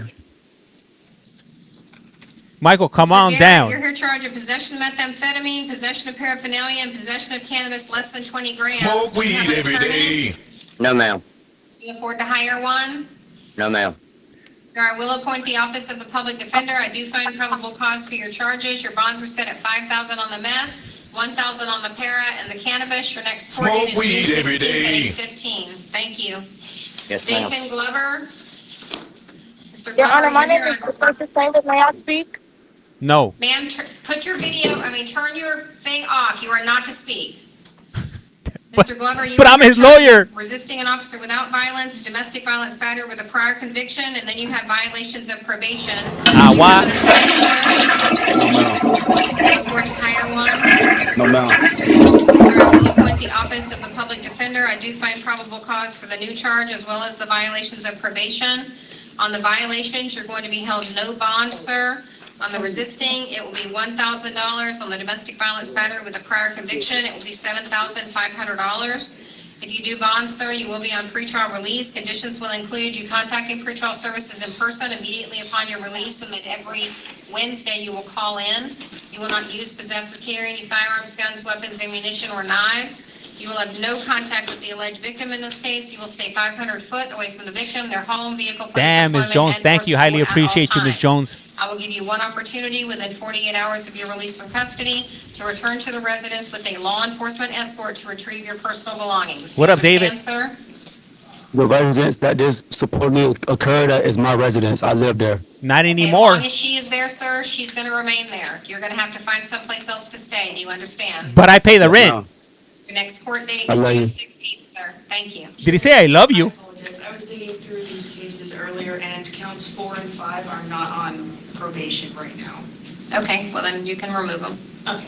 Thank You want you. us to ROR him on this? You can. Okay. Dayton Gubara. So you are here charged with possession of paraphernalia and possession of meth, as well as possession of cannabis resin. Do you have an attorney? Smoke ma'am. weed every Can you day. afford to hire one? No, ma'am. Sir, I will appoint the office of the public defender. I do find probable cause for your 3 charges. Your bonds are as follows: $1,000 on the para, $5,000 on the meth, $5,000 on the resin. Your next Smoke court date weed is every June 16th day. at 8:15. Thank you, sir. Hey, just think about the Keith crazy Hansen. sex they're about to have when he Yes, gets ma'am. out of jail for that You are domestic here on a violence. warrant out of Pinellas County for failure to appear for court on a trespass. You do have a bond. It's $1,013. You can post that out of Polk County, sir, and be released. If you can't afford to do that, we are going to notify Pinellas County that you are in our custody and ask them to come and pick you up. If they do not pick you up by May the 20th at 1 o'clock, sir, then we will bring you back to first appearance, okay? Ron, do you have any information on that case? Because Back up away from the microphone. Stop talking Okay. into the microphone so close. What is it?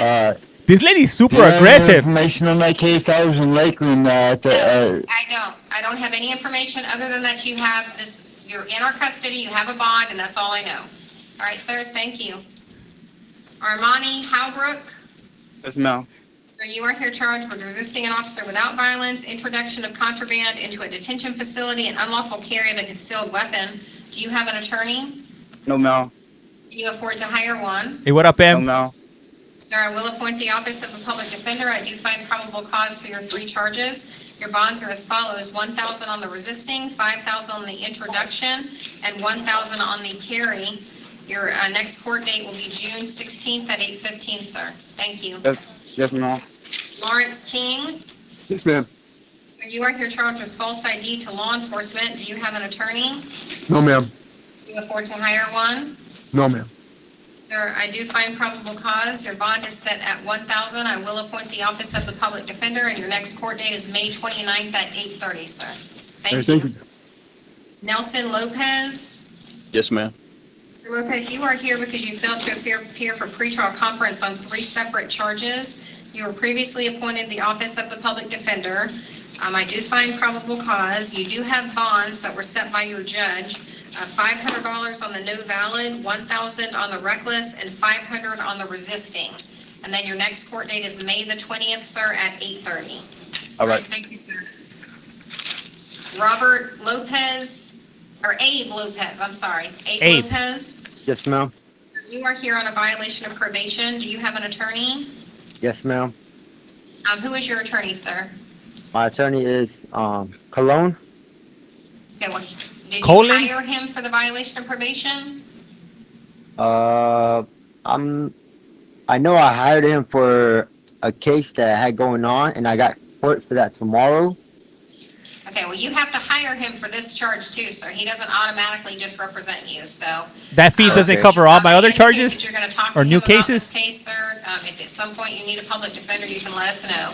I do find probable cause based upon the warrant. You are gonna be held no bond, sir. Your next court date is June the 8th at 8:30. Thank you, sir. Christopher Martinez, Yes. sir, you are here charged with 2 counts of domestic violence battery. Do you have an attorney? No. Can you afford to hire one? No.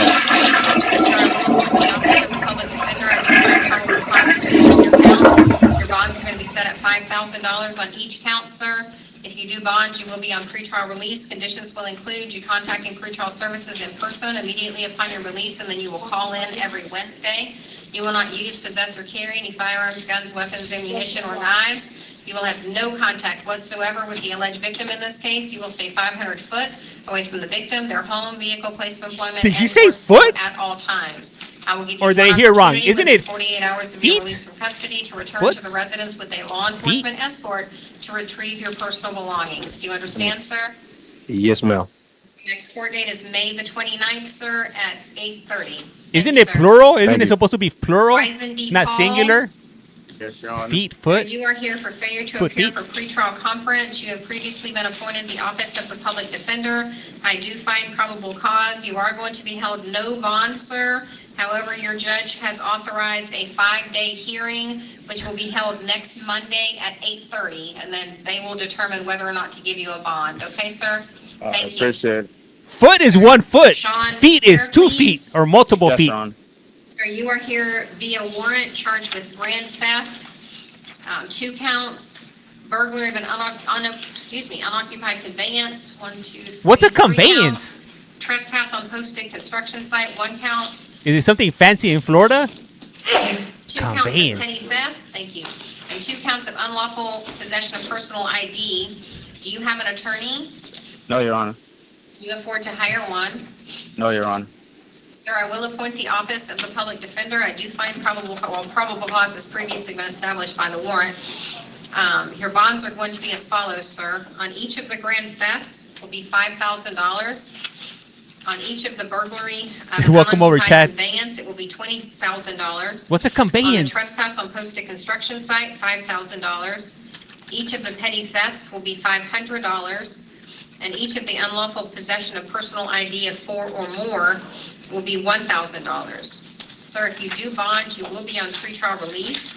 Conditions will include you contacting pretrial services in person Google immediately it. upon your release, and then every Monday you will call in.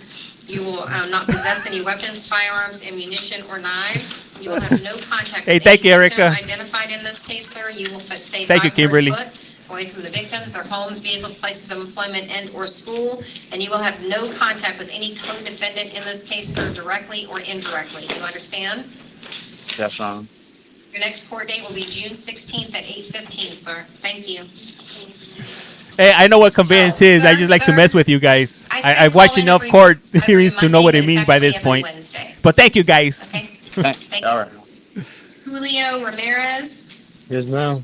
Sir, you are here charged with driving while license suspended or revoked, possession of cannabis less than 20 grams, possession of meth, unregistered motor vehicle, and possession of paraphernalia. Do you Smoke have an weed attorney? every day.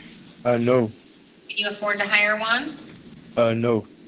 Sir, I will appoint the office of the public defender. I do find probable cause for your charges. Your bonds are as follows. On the driving while license suspended, $500. Possession of cannabis, $1,000. Possession of meth, $5,000. Unregistered motor vehicle, $500. Possession of paraphernalia, $1,000. Sir, your next court date is June 16th at 8:15. Thank you, sir. Thank you. Malachi Robinson. Malachi? Yes, ma'am. Sir, you are here on violation of probations. Do you have an attorney? I plan on getting one. All right, sir, we'll indicate you're going to hire an attorney. I do find probable cause based upon the warrant signed by Judge Harb. You are going to be held no bond, sir, until you see a judge on June the 8th at 8:30, sir. Thank you. Hey, after this court, do you guys want to go to Maricopa County? Their Morning, Your court Honor. just started right now, 3 minutes ago. Afternoon, actually. I'm saying Good morning. afternoon, yes. No sound? Sir, you're here charged with resisting an officer without violence, possession of paraphernalia, possession of methamphetamine, and resisting with violence. Do you have an With attorney? violence. I do not have an attorney. No, ma'am. Can you afford to hire one, sir? No, ma'am. I can't. I'm homeless. All right, sir, I will appoint the office of the public defender. I do find probable cause for your 4 charges. Your bonds are as follows. $1,000 on the resisting, $1,000 on the para, $5,000 on the meth, and $5,000 on the resisting with. Your next court date, sir, will be June 16th at 8:15, sir. Thank you. Thank you. Joseph Rogers. God bless you. Mr. Yes, Your Honor. Rogers, a warrant out of Sumter County, sir. It is a no bond hold. We are going to notify Sumter County that you are in our custody and ask them to come and pick you up. If they do not pick you up by May the 20th at 1 o'clock, then we will bring you back to first appearance. Okay, sir? Thank you, Your Honor. Alexander A few people made it. Yes, ma'am. So you are here charged with trespassing a construction site, burglary, You got sound? What's a construction site? just burglary, and then grand theft. Do you have an attorney? No, ma'am. Do you afford to hire one? No, ma'am. Sir, I will appoint the office of the public defender. I do find probable cause for your 3 charges. Your bonds are set at $5,000 on the trespass in a construction site, $5,000 on the burglary, and $15,000 on the grand theft. If you do bond, sir, you will be on pretrial release. Conditions will include you contacting pretrial services in person immediately upon your release, and then you will call in every Wednesday. You will not use, possess, or carry any firearms, guns, weapons, ammunition, or knives. You will have no contact with any victim identified in this case. You will stay 500 foot away from any victim, their home, vehicle, place of employment, and/or school at all times. Do you understand, sir?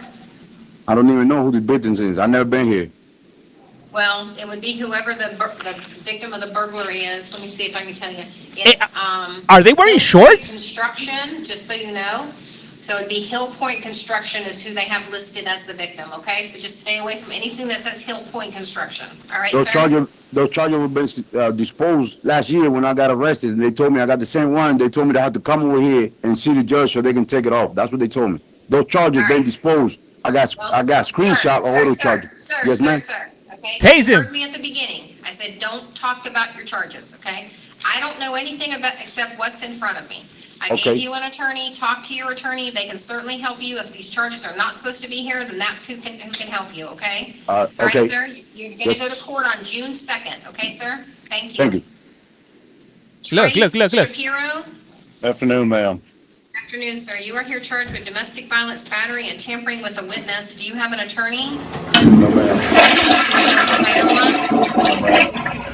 Sir, I will appoint the office of the public defender. I do find probable cause for your charges. Your bonds are set at $5,000 on each count, sir. If you do bonds, it will be on pretrial release. Don't start. Don't start. I'm telling you, it's been a long day, and I'll be happy to put you in jail for Tase him. 179 days. Do you understand me? Tase him, Your Honor. These are standard bonds. I can increase them if you want me to, but they're not No, going to thank get you, ma'am. I raised. apologize. Did I hear a toilet flush? You bond, you're going to be on pretrial release. Conditions will include you contacting pretrial services in person immediately upon your release, and then you will call in every Wednesday. You will not use, possess, or carry any firearms, guns, weapons, ammunition, or knives.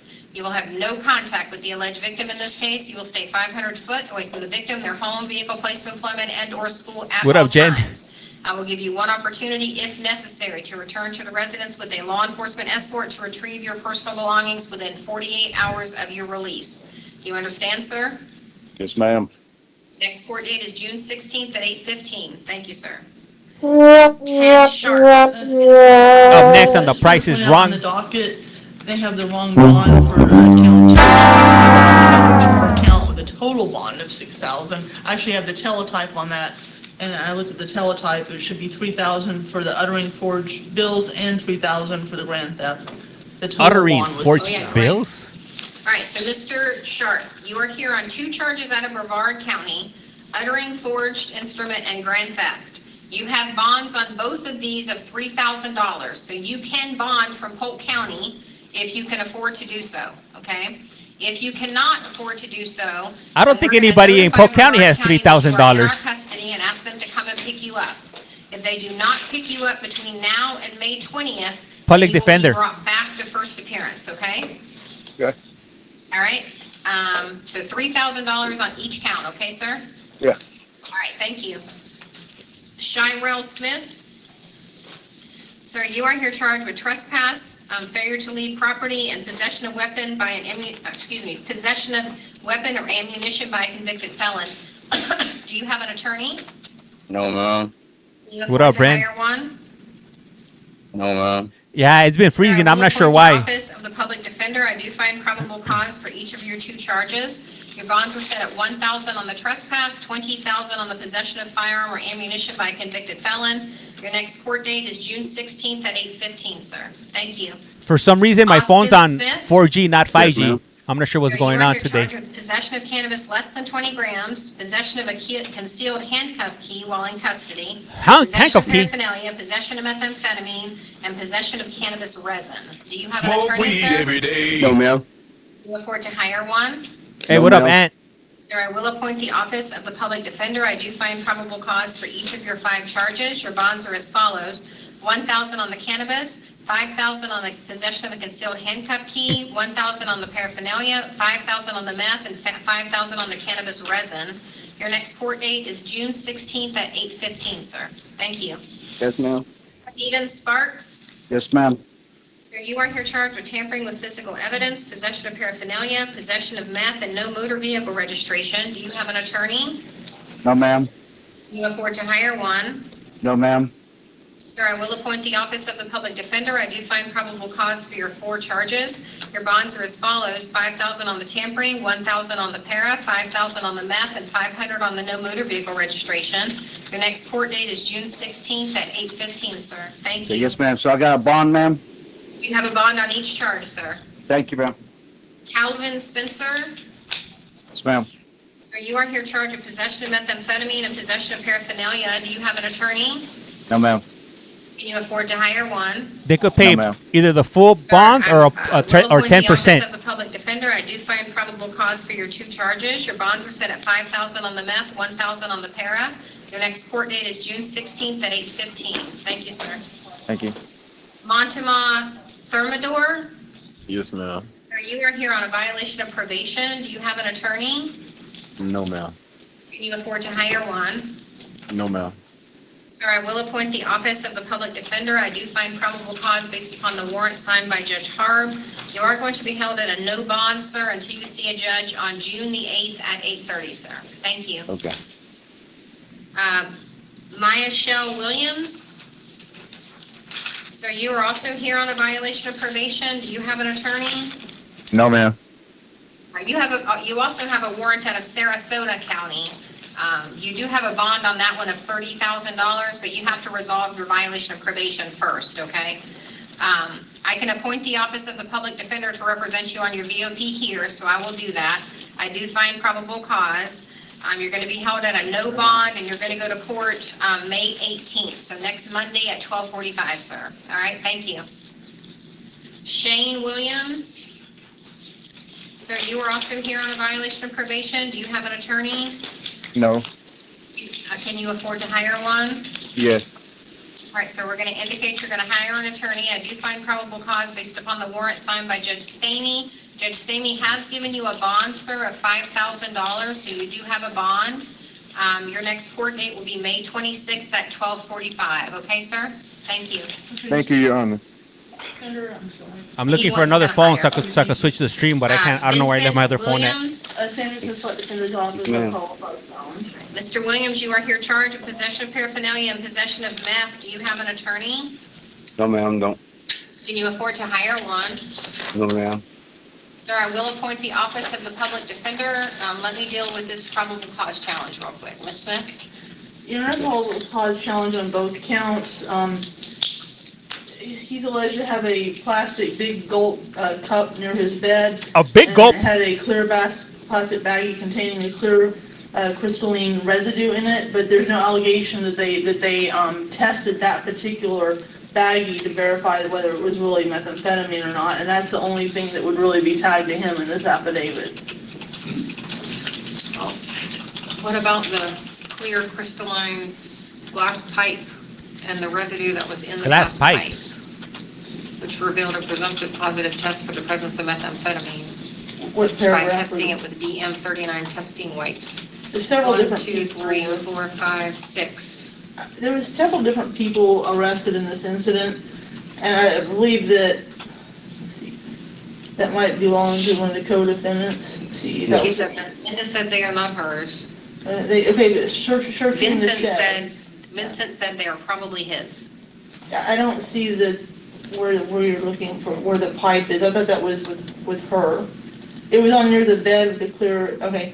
But when they walked into where he sleeps, his actual area, there was a big old cup. I just didn't see that the other one, it just says it was on the floor near the bed, but it doesn't say his bed. I thought that was Miss. Okay, let me read this.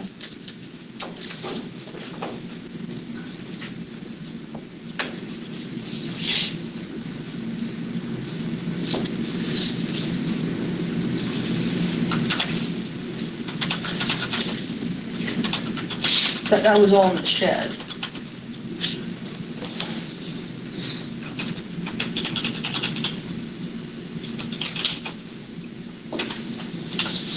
Okay, I got you now. Yeah, then they walked. Hang on, let me finish.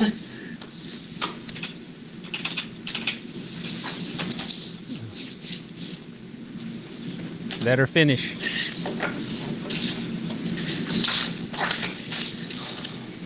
Yeah, I'm trying to find another phone right now so I could switch over the stream. Never tested it. All right, Mr. Matthews. Judge, I'll ask 24 hours to perfect. Looks like there was a lot of drugs found. There were 2 co-defendants. I have reason to believe that that information is available. All right, so Mr. Williams, what's going to happen is I'm going to give the state 24 hours to see if they can gather more information, okay?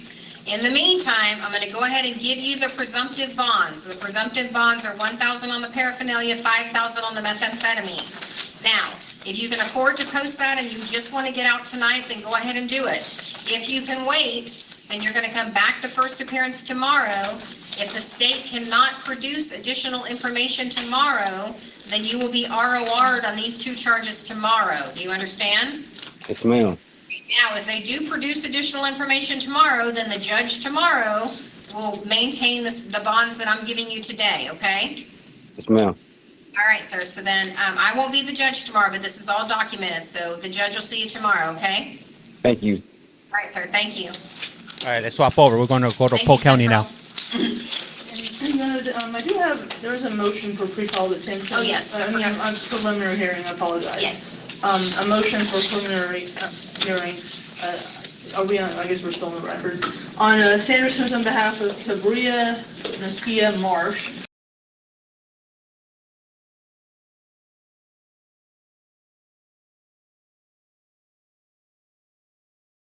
Manuel Martinez Hernandez. Thank you. We are here today on 4 different cases. The first is a Superior Court new case in which you were arrested on allegations of shoplifting, Class 4 felony, drug paraphernalia, Class 6 felony, shoplifting, Class 1 misdemeanor, and resisting arrest, Class 1 misdemeanor. I will find probable causes to those allegations, and I will appoint you an attorney. We're also here on a failure to appear bench warrant on narcotic drug possession and drug paraphernalia case, as well as failure to appear warrant on a case involving drug paraphernalia, and another failure to appear warrant on a case involving drug paraphernalia. I will appoint you an attorney on 2 of your failure to appears, and I will affirm the attorney that was already appointed to represent you on your other failure to appear. So you will be getting an attorney on all 4 cases if one has not already been provided to you. I am going to set a probation revocation arraignment hearing on May 20th at 8:30. I'm setting a status conference on May 19th at 8:30 and a preliminary hearing on May 21st at 8:30. All that's going to be in the downtown Superior Court. I am going to issue a secured bond in the amount of $250 on your new case. I'm setting a secured bond in the amount of $500 on your failure to appear matter, $250 on your second failure to appear matter, and then $250 on your third failure to appear matter. So you have a total bond of $1,250. If you do post bond, I am ordering that you not return to the scene of any alleged crime, no contact with any listed victim, complainant, or witness, no weapons, drugs, or alcohol, and you must contact probation within 72 hours of your release.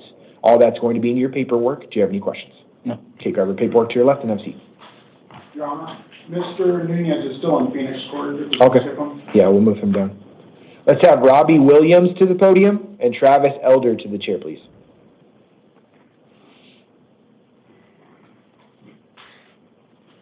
Good morning. May I have your name and date of birth? 09/10/1993, Williams. Is it Robbie Williams? Robbie Williams. Thank you. We are here today on a family court warrant for failure to pay child support. I am going to set a return hearing on May 21st at 10 a.m. I am going to affirm the request in the warrant. That's to set a cash purge in the amount of $1,000. That entire amount does need to be paid before you can be released on this warrant. Anything that you pay on that warrant will also go to any back arrears that have been generated on this case. If you have any questions, your next superior or your next judge in your family court case will answer those for you on the hearing on May 21st. All that's going to be in your paperwork. Did you have a question? I'm asking that I be OR'd so I can pay the $1,000 because I didn't know I owed it. I'm barely finding this out as a surprise. I have it. I can pay it. I get paid today. So the issue is because this is a child support arrest warrant, I cannot release you on your own recognizance. The cash purge was set in the warrant, and I have to affirm that. So talk to the judge in your ongoing case. The judge in your ongoing case can let you out on this warrant, but I am going to affirm the $1,000 cash purge. Okay. Okay? Grab your paperwork to your left and have a seat. And Your Honor, I do have Nunez in the courtroom. Okay, let's go ahead and do Manuel Nunez to the podium. And we'll have Travis Elder up next. Good morning, sir. May I have your name and date of birth? This is wearing tap dancing shoes. Thank you. We are here today on a Superior Court new case. You were arrested on allegations of burglary in the 3rd degree, which is a Class 4 felony. I will find probable cause and I will appoint you an attorney. I am setting a status conference on May 19th at 8:30 and a preliminary hearing on May 21st at 8:30, both in the downtown Superior Court. Okay. I am going to issue a secured bond today in the amount of $2,500. If you do post bond, you can be released, but I'm also ordering that you not return to the scene of any alleged crime, no contact with any listed victim, complainant, or witness, no weapons, and no drugs without a valid prescription. Okay. All that's going to be in your paperwork. Do you have any questions? What's a secured bond? So a secured bond means you can go through a bonding company. Okay. Typically, they require 10% plus collateral. All right, thank you, sir. Okay. Grab your paperwork to your left and have a seat. Adios, amigo. Travis Adios. Elder to the podium and Daniel Sanchez to the chair, please.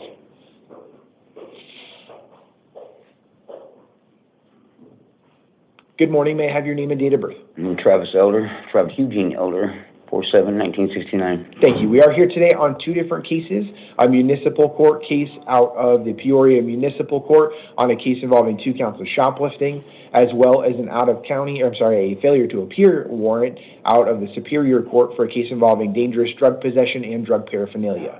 I am going to appoint you an attorney on both of these cases. I'm setting a status conference on May 19th. Capricorn, thank you for that. And a preliminary hearing on May 21st at 8:30. Those will be in the downtown Superior Court. And I am setting an arraignment hearing in the Peoria Municipal Court on May 19th at 9 a.m. I am going to affirm the bond in each of the warrants. It's a $500 bond on each case. If you do post bond, I am ordering that you not return to the scene of any alleged crime, no contact with any listed victim, complainant, or witness, no weapons, and no drugs without a valid prescription. All that's going to be in your paperwork. Do you have any questions? Okay, grab your paperwork to your left and have a seat. It is, Robert. It is. Daniel Sanchez to the podium and Angel Kaliri to the chair, please. Hey, where is everybody tuning in from if you guys don't mind sharing? May I have your name and date of Is that birth? Spider-Man? Daniel Sanchez, 04/15/88. Thank you. We are here today on a Justice Court warrant out of the El Centro Justice Court for a case involving driving with a suspended license. I am setting an arraignment hearing in the El Centro Justice Court on May 28th at 9:30 a.m. I am going to release you today on your own recognizance. Looks like this is the first failure to appear on the case after a citation was issued, so make sure you get to your next court date. As part of your release, I am ordering that you not possess or consume any drugs without a valid prescription and no driving without a valid driver's license.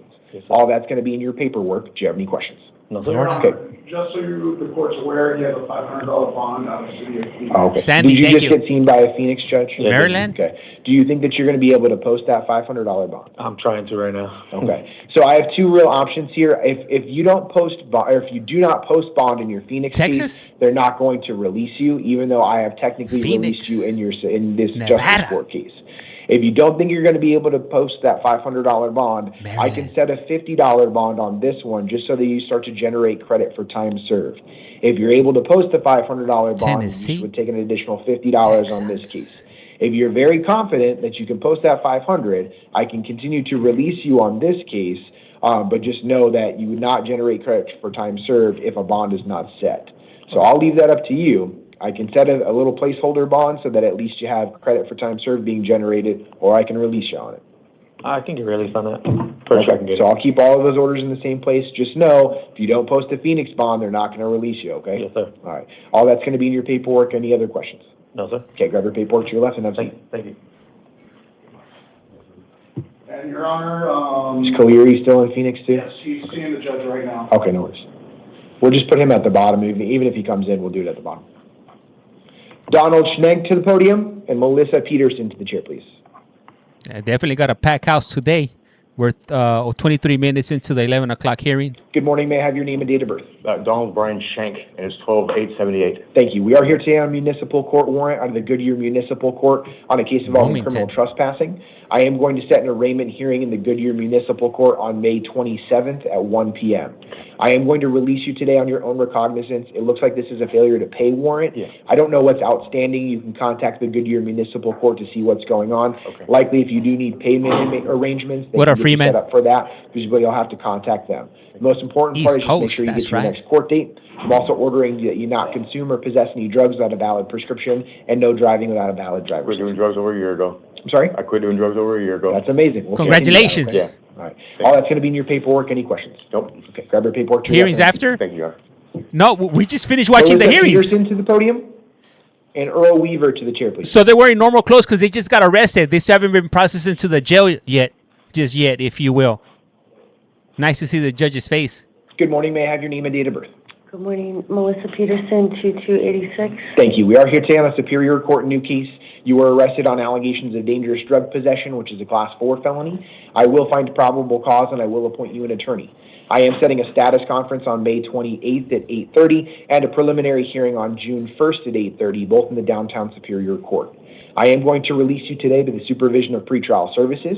They will give you an envelope that has details on pretrial release. Make sure that you read through that. I'm also going to order as a part of your release that you not possess or consume any drugs without a valid prescription and no contacting the arresting officers. All that's going to be in your paperwork. Do you have any questions? Oh, thank you. Not a problem. Grab your paperwork to your left and have a seat. Okay, thank you. Earl Weaver to the podium and Seth Collins to the chair, please. Hey, thank you for that daily heart, Heather. Highly appreciate you. What's up, Frank? Good morning. May I have your name and date of birth? Earl Weaver, 31489. Thank you. We are here today on a Superior Court new case. You were arrested on allegations of narcotic drug possession, Class 4 felony, possession or use of a weapon in a drug offense, Class 4 felony, and possession of drug paraphernalia, Class 6. What up, Carolyn? I'm not finding probable cause today. I was not provided with enough information in the statements from the arresting agency. Doesn't mean that these allegations necessarily go away. The state could still charge you with these down the line, but for today's purposes, I'm not going to hold you on these. I am still going to appoint you an attorney and set a hearing on May 28th at 8:30. The state can still charge you with those. If they do charge you with those, that hearing would still go forward. You can contact the court a day or two before that hearing to see if that hearing is still moving forward. If the state does not charge you, it's possible that that hearing goes away. But assume that that hearing is still going to take place. If you fail to appear at that hearing, a warrant still could be issued for your arrest. So since I'm not finding probable cause, there will be no release conditions and you will be released from this facility today. All that's going to be in your paperwork. Do you have any questions? Okay, grab your paperwork to your left and have a seat. Thank you. Seth Collins to the podium. And Jeraka Whitley to the chair, please. They suspended them, Erica. I'm on a timeout for being a bad, bad man, if you will. Good morning. May I have your name and date of birth? Good morning, Your Honor. Seth Neil Collins, Your date of birth? 033195. Thank you. We are here today on a municipal court warrant out of the Peoria Municipal Court for a case involving driving under the influence. Thank you, Marie. I am going to set an arraignment hearing in the Peoria Municipal Court on June 2nd at 9 a.m. It does look like this is a post-adjudication warrant for something that's still outstanding on the case that hasn't been completed. You'll have to contact the Peoria Municipal Court to see exactly what that is. I'm pretty sure it was my classes. Okay. So I'm going to release you today on your own recognizance. That's a promise to appear at that next court date. Just make sure you call Peoria to see exactly what you need to complete still. I'm also going to order as a part of your release that you not possess or consume any drugs without a valid prescription and no driving without a valid driver's license. All that's going to be in your paperwork. Do you have any questions? No, thank you, Your Honor. Grab your paperwork to your left and have a seat. You know, Erica, I don't trip off it because, to be honest with you, Whitley to the podium. And DeJuan Scott to the chair, please. I only make like a few pennies. Like on this stream, I made like $1.46. So Jerica Maxine Whitley, 102490. Thank you. We are here Not a today big on a deal. municipal court warrant out of the Goodyear Municipal Court for a case involving theft, control of property, which is a misdemeanor allegation. I am setting an arraignment hearing in the Goodyear Municipal Court on May 27th at 1 p.m. I am going to release you today on your own recognizance. It does appear that this is a failure to pay warrant. I don't know what's currently outstanding. You'll have to contact the Goodyear Municipal Court to see what still is outstanding that you need to pay. Most importantly, though, you do have to go to that next court hearing on on the 27th. I'll give you $1.46, Chad. Yes, and that'll be in your paperwork. I'm also going to order that you not possess or consume any drugs without a valid prescription and no driving without a valid driver's license.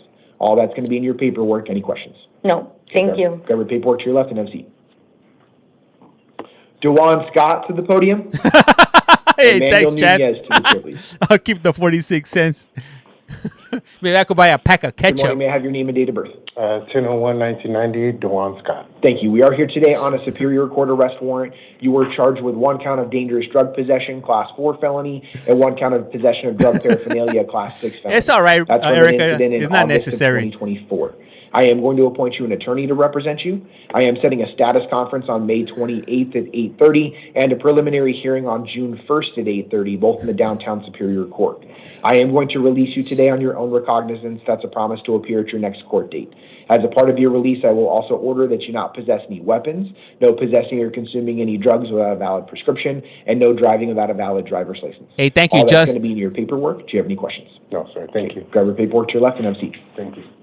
I got another stream, Alex, going at the same time. If you jump onto my other account, at We already Collect did Call use From, this, right? Yes, we did. Okay, it jumped. that down one on is the running perfectly. I'm not sure why this one's running crappy, but Okay. I have another Angel stream. Caleri to the podium. I got 2 accounts running. then Actually, Treasurer 3. Gomez I got 2 to the chair, TikToks and 1 YT if you want. Where it is a $400 If you want to bond. switch on over. Okay.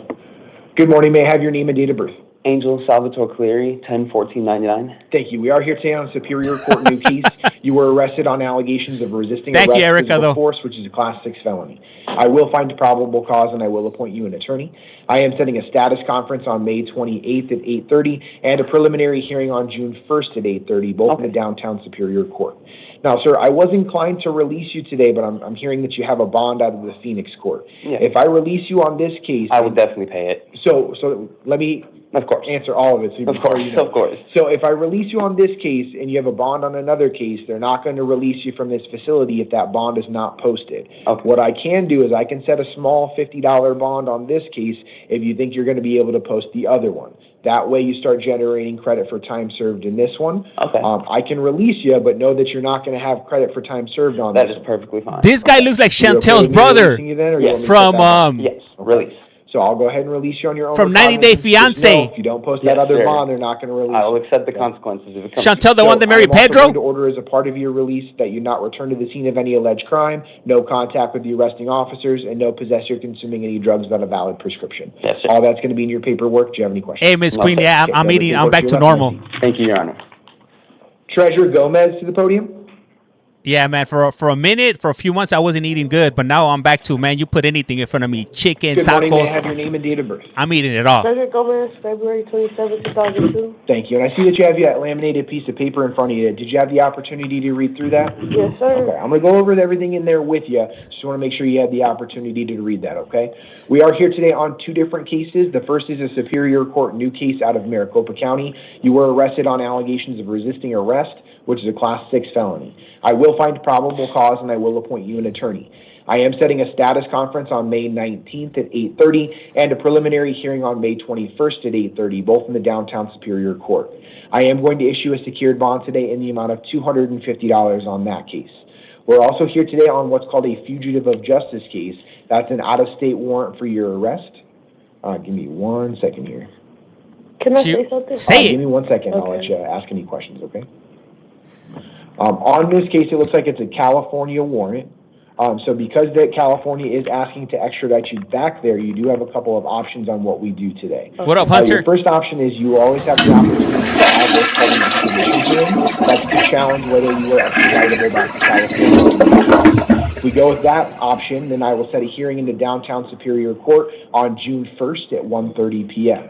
That process does require what's called a governor's warrant to be signed by the governors of both California and Arizona to be signed and submitted to the court prior to you being extradited back to California. That whole process could take up to 90 days, could be extended a little bit longer to get that governor's warrant generated. During that time, I would set a secured bond in the amount of $25,000. If you post that bond, you can be released back into the community, but you do have to continue to go to court on all of your extradition cases. It's my stream that's freezing, Kendra. You can waive your right to an extradition hearing and go back to California. During that process, that you would be held non-bondable for a period of up to 30 days to allow time for California to come and pick you up.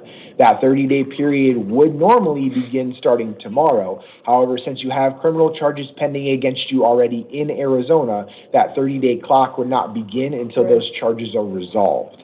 So you have those two different options, meaning you would be held non-bondable if you waived until the end of your Arizona case plus 30 days. So do you have any questions on what your options are? I just understand how my fugitive already did time for it. So what the California warrant says here, I don't have all the details on your case. It does say that it is an assault with a deadly weapon warrant that is currently active. It's requesting that I hold you non-bondable, but there's nothing in the warrant that indicates that it is post-conviction at this point in time. So I am setting a bond on that case because Arizona law requires me to set a bond unless that I know that it is post-conviction, which there's nothing to indicate that in the warrant. From what you're telling me, it might be post-conviction, but I can't verify that at this point.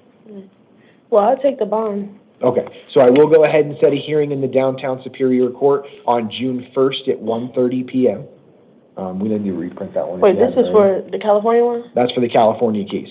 So you have a $25,000 secured bond in your California extradition matter, and your next hearing is going to be on June 1st at 1:30 p.m. And then I am setting a $250 bond on your Arizona case. Your next hearing on that case will be on May 19th at 8:30. Okay, so if I make the bond for the $2,500, I could get out? So you have to pay bond on both cases. Yeah, I know. So it's the $25,000 on your California warrant and then $250 on your Arizona case. Okay. If you post bond on both of them, you can be released. Okay. But you have to go to your hearings. Yeah. If you miss any of your hearings, another warrant would likely be issued for your arrest. I gotta go with it. Okay. Any other questions? How long do, She ain't gonna bail out. when is my last day to pay the bond? So you're going to stay here in this facility until that bond is posted. Okay. So it's not that there's a last date. That's what the current bond is. Look at her shirt. Look at the neck on her shirt. Okay. Go ahead and take a seat. They're going to print your paperwork. And Highly unlikely that she has 25 racks lying around. We do have two different individuals who are listed as house calls for number 4, 30, 31, and 32. I hate to be that person. Treviso. Vintage. He was listed in Vintage. isolation. And then number 29, Cecilia Ibanez. I don't have a reason. Did they give you reasons on that? It also says follow your dreams. Did they give you reasons on house calls? Let me ask you, okay, look, let me ask you guys a serious question. If you had $25,000, okay, right now, $25,000 just laying around, and somebody called you to bail them out of jail, are you going to bail them out? Okay, no worries. So, like and I'm not talking about like son, daughter, mom, or dad. I'm talking about like a friend or something. Based on those reports, I will find that they're a danger to themselves or others if they were brought into court, so I will conduct their initial appearances at their cell. For David Treviso, numbers 4, 30, 31, and 32, we are here today on a Superior Court new case, and then 3 probation violation warrants for violating Term 1. I will appoint him an attorney on all 4 cases. On the new case, arrested on allegations of 2 counts of criminal damage, 1 Class 5 and 1 Class 6 felony, assault Class 1 misdemeanor, and obstruction of government operations Class 1 misdemeanor. I will find probable cause. I am going to set a status conference on May 19th at 8:30, a preliminary hearing on May 21st at 8:30, and a probation revocation arraignment hearing on May 20th at 8:30. I am going to issue a secured bond in the amount of $10,000 on his new case.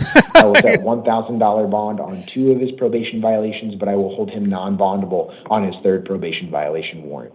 Number 29, Cecilia Ibanez. We're here on a Superior Court new case. Arrested on allegations of narcotic drug possession, Class 4 felony, dangerous drug possession, Class 4 felony, drug paraphernalia, Class 6 felony, and criminal trespassing, Class 3 misdemeanor. I will find probable cause except for the dangerous drug possession allegation. I will appoint an attorney, set a status conference on May 28th at 8:30, and a preliminary hearing on June 1st at 8:30, and I will release her on her own recognizance. I will conduct each of these initial appearances at their cell and provide them with a written copy. If I do need to make any modifications or changes, I will do so either on the record or in writing. That does conclude all of the matters on the 11 a.m. calendar. We will stand in recess until 2 p.m. What? Hey, you know what? I will say this, okay? I don't even have 25,000. You know what? To be quite honest with you, I don't even think I got $500 in my account right now, and I don't got a stretched out neck. You know, I got a dry fit thanks to my wife, but there's very little people that I would bail out for 1,000, maybe 2,000. If it's anything more than that, yeah, you're definitely grasping on straws right there. It's probably not gonna happen. You know, I don't even think I've ever had 25,000 in my bank account in like one period in my life. You know, just because I live by day. You know, bills are due. You know, rent, food, gas. You know, just my daily necessities. You know, I'm one paycheck. You know, from total collapse and whatnot. I'm not sure how many of you guys live like that, but you know, that's how I could say I'm living. You know, day to day. You know, if I miss one day of work, I might not be able to pay something. And that's just the reality. Imagine that. I was in the hospital for 3 weeks. I stayed out of work for 90 days. So I'm already, there's 2 paychecks per month. By the time I went back to work, I was already 6 paychecks behind. Just think about that. You know what I'm saying? And, you know, Erica, you know, thank you. And, you know, I appreciate you, you know, offering, you know, to shoot that monetary gain my way. But honestly, I can't. And that's one of the reasons I don't ask for anything, because I know it's rough out there. So I know what I'm going through. So I could only imagine what most of you guys are dealing with right now too, especially the way things are. You know, right now it's so bad right now that I drive to Costco in the morning, before 6 or 7 o'clock in the morning, just to be able to save 20 cents on my gas. That's how bad it is right now, that I'm not driving to the gasoline station right in the corner from where I live. I got to drive like a few miles down to Costco to try to save a little bit of money on my car and on my wife's car. Obviously my wife can't give up the Starbucks, so you know, that's definitely gonna put a dent in our pocket and whatnot. You gotta restart. Alex, yeah, I'm not sure what was wrong with this other stream today. This phone, for whatever reason, it was on 5G. I tried to reset it to check if that fixed it, but it didn't. So, you know, it happens sometimes. You know, with this phone line that I got that I use for the internet, I pay $10 a month on that one. Let me see. Dayton's, thank you. My son has bailed out a coworker. Damn, that's what's up. Let me see. I have so much respect for that. Kelly G, let me see. Same. You know what? When you guys offer to send me, you know, like money my way, I'd rather for you to guys spend it on your family members. You know, if you got kids, spend it on your kids. If you got a wife, you know, spend it on them. You know, there's no need for you guys to send me anything, and that's why I don't ask for anything. But you know, like I always say around here, I always ask for taps, follows, comments. That's how you guys can help me, by helping me grow this platform right here. Hopefully, you know, one day I'm able to generate some type of income, but not from you guys, but from like the ads that TikTok runs on these platforms. That's what I'm trying to accomplish. That you know, that's my vision. But my vision doesn't require for monetary gain from you guys, if you will. What I require from you guys is time, taps, comments, sharing. You guys, if you guys see one of my videos, repost it. That's all I ask for. If you guys really want to help me, if you want to help me, sub my YT account at Collect Call From. We're at 990. Like, I think we need like 80 more followers or subscribers to hit 10,000. That's what my goal is. You know, whenever I go out to an interview, like last week, I went to interview Silas. If you see my interview with Silas pop up, you know, drop a comment, ask a question. Follow Silas. You know, if you guys want, that's how you guys can help me out, you know, by spreading the word, you know, to help this channel grow. My son put in a new HVAC for me, and I'm gonna pay. Hell yeah, that's what's up. You know, it's okay. You know, my job, life in a lot, gotta keep. Hell yeah. Hey, oh, that's right, Erica. That's right. That's right. You know, I make those dollars count. You know what I'm saying? Let me see. But hey, I do appreciate every single one of you guys. Man, you know, just 3 months ago, man, I was bad. I'm not sure how many of you guys caught my first live that I did, you know, after I had my surgery done. And I think I stayed on maybe for like about 2 hours talking about my whole experience and what I went through. And it was very emotional, sharing with you parts of, you know, what happened to me. And for those of you that are here for the first time, or you guys haven't heard what happened to me, I've been having some issues with my health and whatnot. So I went into the doctor. I had a colonoscopy and an endoscopy, and they found the growth somewhere like near my stomach area. And when just to keep it, you know, at a level where everybody understands. And I went to have that growth removed, they did a biopsy when they did the original endoscopy, which is when they go through your mouth, and they did a biopsy, which means that they pulled out a piece of that growth to test it to find out if it's cancerous or not. So when I spoke to a doctor, the doctor told me that it wasn't cancerous, but that eventually it was gonna convert to cancer. All right, and yeah, no, I looked super frail when I came back. I was bad, and so I went in to have the procedure done, and it was an outpatient. I was supposed to go in. It was only supposed to be a few hours, and I was supposed to be good to go. Another day in the office. That didn't happen. I went in. Once the procedure got done, I woke up and I was in pain.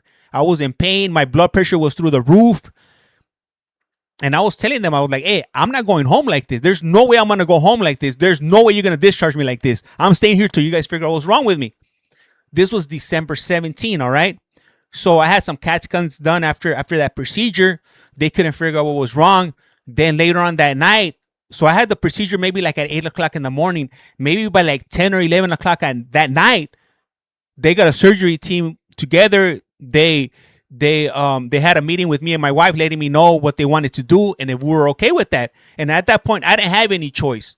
So I told them, okay, good, go ahead and do it. And this was my last words to the surgeon before they wheeled me into the OR. I told her, I was like, hey, I got a daughter. I got a 7-year-old daughter. Those were my last words to that surgeon. I wanted them to know, that I had a daughter. That's the thing that was on my mind, when I was going through that. And I woke up maybe like, I don't know if it was like 5 days. I woke up like 5 days later. And when I woke up, I had a tube in my mouth. I got intubated. After the surgery, I'm not sure what happened, but I couldn't breathe on my own anymore. So, I woke up with the tube in my mouth. I was ripping out the IVs out of my arms because I didn't know what was going on. And man, that was one of the most traumatic things I've ever been through in my life. Where they were telling me, hey, you gotta.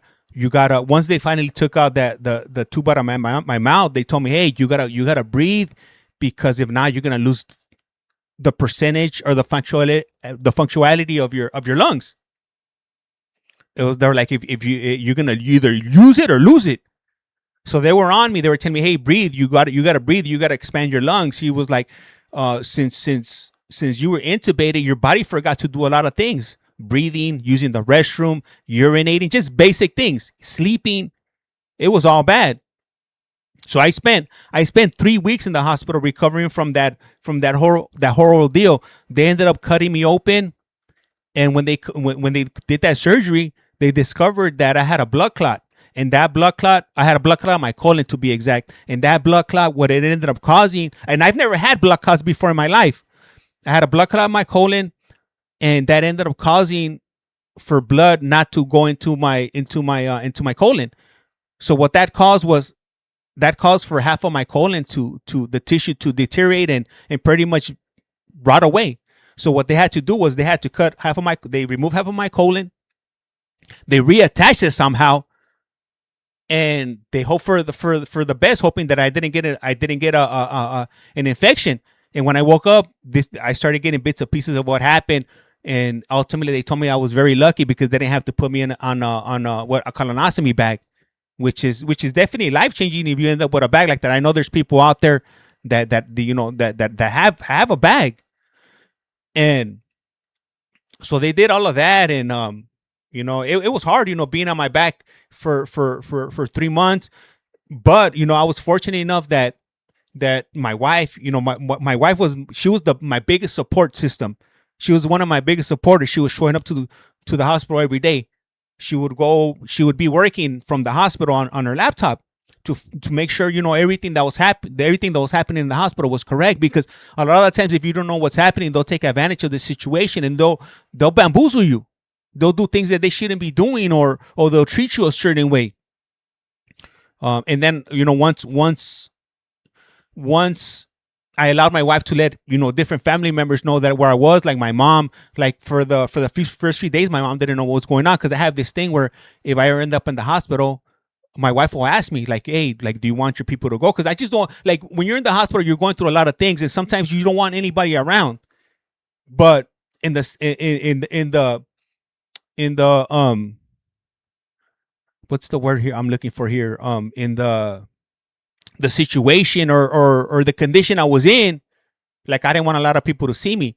But then I did realize that the way I was, I could have gone either way. I could have not made it, but fortunately for myself, I did. I had the will to fight and push forward, and I'm still here. Because I saw, when I was in the hospital, I saw a lot of people didn't make it. I saw I saw their bodies get wheeled out on a gurney covered with a black sheet or in a body bag. That's the reality when you're in a hospital. And yeah, no, Erica, yeah, I'm sorry for your loss. I'm sorry, for you going through something like that. And everybody a lot of people came to visit me when I was in the hospital. I had friends from California come visit me, my mom, my aunt, my cousin, my wife, my daughters, my wife's family, my mother-in-law, my father-in-law, and my wife's brothers. A lot of people came to visit me to show support, and they would come, they would rotate on who would come visit me. Being in the hospital, you realize and you see how other people are treated, people that don't have any family. I remember, when I finally got transferred out of the ICU, on the ICU I was by myself, but then when I ended up getting transferred out to another room, I had to share a room with another individual, and this individual didn't have anybody. He didn't have anybody visiting him, and I kind of feel awkward, having all this attention coming into my room, and he didn't have anybody, and I could hear, what was going on with him. And I was like, man, it sucks. It sucks not even having one person, pick up your phone calls or coming visit you in that time of need. It probably sucked. I could only imagine what he was thinking, having, hearing my conversations with my people, my family coming to see me, and we're laughing and whatnot. And he's over there just dealing with it on his own. It gives you a different perspective of, going through something like that and seeing what everybody else, how everybody goes through things differently. And, so I think I didn't do a live maybe for like 2 months almost. I think almost on the 2-month period is when I did my first live, because a lot of people were asking, these streams I do, if I'm not on TikTok, guaranteed there's a stream running on YT 24 hours a day for Maricopa County. That stream is always there. So there was a period of time that it was just running, because I got to refresh it every day. Maricopa, if I don't get on at 7:45 in the morning and refresh the stream will just get stuck and it won't pay. So a lot of people started asking like, hey, well, what's going on? And Chad was one of those people. I'm not sure if he's still on, but he reached out to me. I gave my phone number and we talked, and he heard how bad I was doing when we talked. And finally, 2 months later, when I did come on and share with you guys what happened to me, I was frail. Like, a gust of air could have blown me over. I was on a walker. I walked out of the hospital in a walker. I couldn't walk. I couldn't walk right. And to this day, this happened December 17th. We're in May already. And my walk is not, like, the way I walk is not the same way I used to walk before I had that surgery done. My walk it's totally, I have a limp now when I walk. And I didn't have a surgery on my legs. And, man, so if you ever been through surgery, I can relate to that. The mental state that or what you go through mentally, physically, and spiritually. There was for months that I couldn't sleep. I would be laying in bed looking at the sky or looking at my ceiling. So I'm getting a call from prison, I think, right now. Hold on, let me shit. I'll call them back.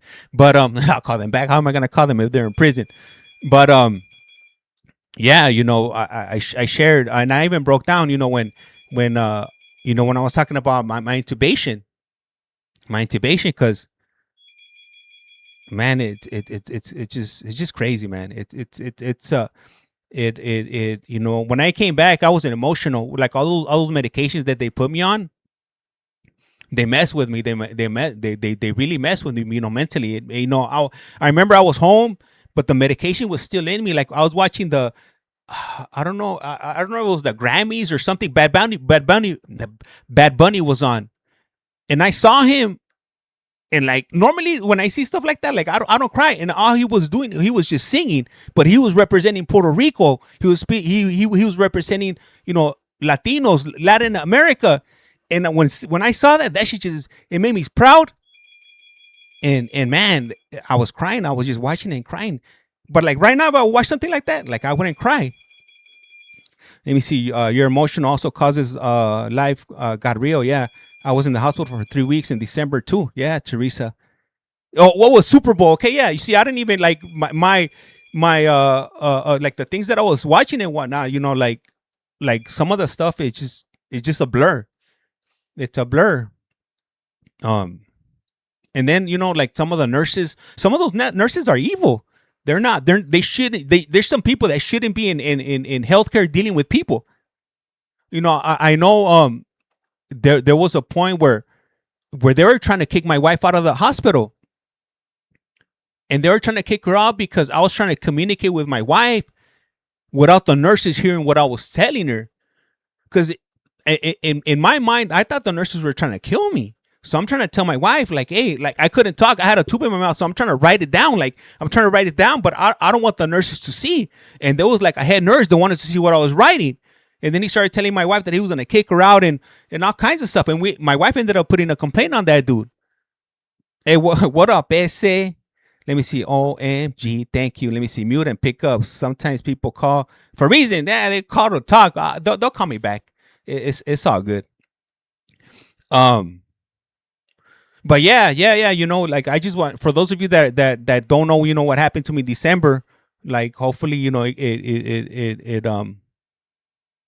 it clears us some things, you know, with me and another thing, you know, I've been out of work for such a long time that normally before this I would always be on, you know, I would be on, you know, all day long, you know, I'll be all day long. But now with me missing work, I gotta play catch up. So I've been at work, I've been picking up hours like crazy. Like, hey, somebody calls out, let me know, I'll pick up their shift. And I told that to my boss yesterday. I was like, hey, if somebody calls up, I picked up a shift tomorrow. I was supposed to be off tomorrow, but I'm picking it up. Because, you know, without money, you can't do anything. Let me see. Nurse Ratchet. Hey, what's up, Hector, man? Hell yeah. Yeah, we were live. We were live and direct, if you will. Let me see. I was in the hospital 10 days through Thanksgiving alone. No one is. Yeah, that's crazy. Yeah, it sucks. Imagine. I'm pretty sure. I mean, you know, like in the line of work you do, I'm assuming that you make enough money to support yourself, and you can probably even help others. So I'm pretty sure people are getting at you like, hey, I got this problem. I got my car. This is happening to my car. I can't pay the rent. And then you're laid up in the hospital and they can't even come see you for 10 minutes just to like, or bring you a bouquet of flowers or tell you like, damn, you know, like, here, hey, let me know if you need anything. Do you need, when you got discharged from the hospital, was there somebody to pick you up, or was there anybody that told you like, hey, you know, there's a prescription I could go pick up for you at Walgreens or CVS or whatever your local pharmacy is closest to you. Yeah, and it's like that. People take you for granted. They call you when they need you, but when you need them, MIA, missing in action. And that's not cool. No, Uber. You see, in my case, my wife was like, hey, let me know when you're gonna get out. And she was there. She went to pick me up. And I even had homies that were like, hey, you know, I'll you know, tell me what you need. When I came home, like, hey, do you need to go to therapy? I'll come pick you up or whatever. I never took them on my offer, on their offer, because I got my wife. My wife, you know, she wanted to be there for everything. So if I need to go on an appointment, she's gonna take off of work. If I needed to go see the doctor, I need to go see the surgeon. I need to go to therapy, because I went to therapy I think I ended up doing like 20 therapy sessions on, you know, and to be able to walk again, or somewhat, you know, get some strength back. Because somebody mentioned I was frail. I was super frail. And right now I still don't have the strength I had, you know, prior to this. And just think about it. 3 weeks of being in the hospital, all the damage that it caused my body. You know, being in that bed, I got neuropathy on my left leg. And my wife, when we're driving and my wife's driving, and I'm on the passenger side, she'll touch my leg. I'm like, hey, like I still have, like, if it's uncomfortable if you touch me on my left leg.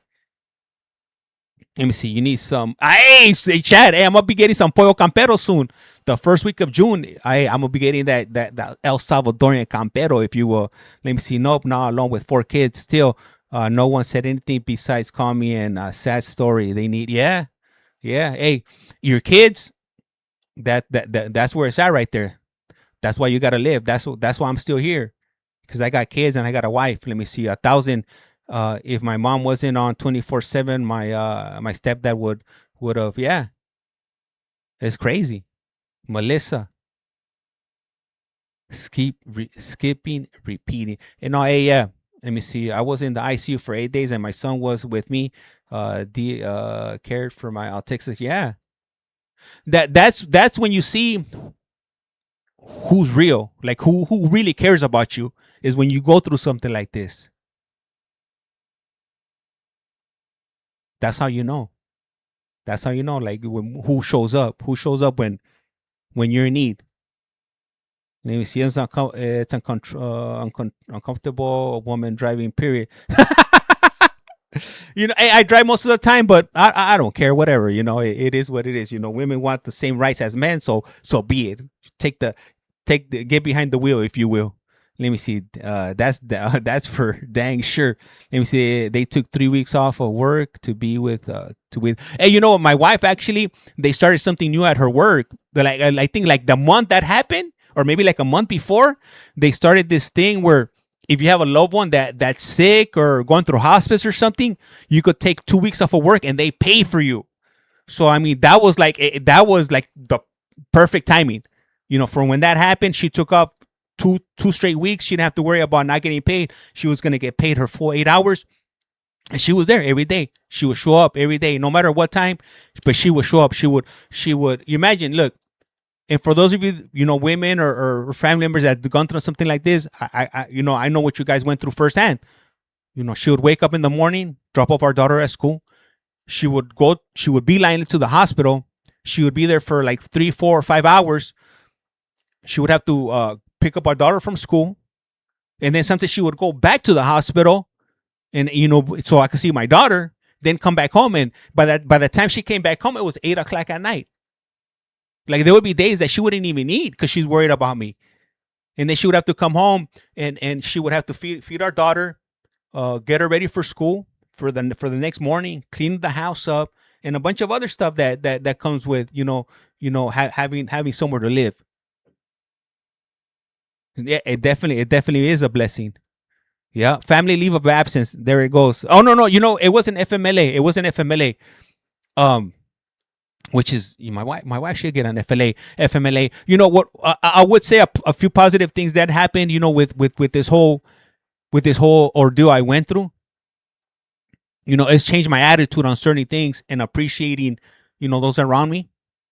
I got a handicap placard, so whenever there's a handicap place available, I could just pull on up and I'll be good. I won't get that $250 or $1,000 fine, if you will. FMLA doesn't pay. Yeah, FMLA doesn't pay you.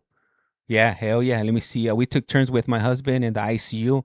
I stayed overnight. That's the only. I think my wife might have stayed once because I begged her to stay when I thought that the nurses were trying to take my life. I told her, hey, like, don't leave me. Don't leave me. Like, I was having some vivid dreams, or in the state of mind that I was in, man, I was going through some horrific stuff. Some of the worst stuff that I ever went through, that I've experienced in dreams before. And it wasn't even a dream. Like, it was real. I recently saw this headline of this girl. I don't know if she's from Australia or the UK, but I guess she was in coma. And in those days that she was in coma, she raised a family. She got married, and she lived a whole lifetime. And she woke up a few days. She woke up a few days later, and she was devastated to find out that it was all in her head. So now she needs therapy for that. Imagine that. Going through something while you're unconscious, and then needing therapy for it. That's how real these visions or these experiences are. They're so real. Let me see. Were you in hospital in LA? Nah, Jess, I was not. No, nah. Let me see. Why were you in the hospital? I was in the hospital because I had a procedure done, and the doctor punctured They were removing a growth, and they punctured where they were removing that growth, and that ended up causing a lot of other complications, raising my blood pressure, me having a blood clot, and then needing to have emergency surgery where they removed a part of my colon and rewiring my digestive system. Luckily, I still have one because they after the fact, when I went back to visit the doctor, and I told them, hey, if you guys would have not been able to reattach my colon, what would have happened to me? And they were like, oh, we would have put you on a colonoscopy bag for the rest of your life. And I was like, good thing that didn't happen.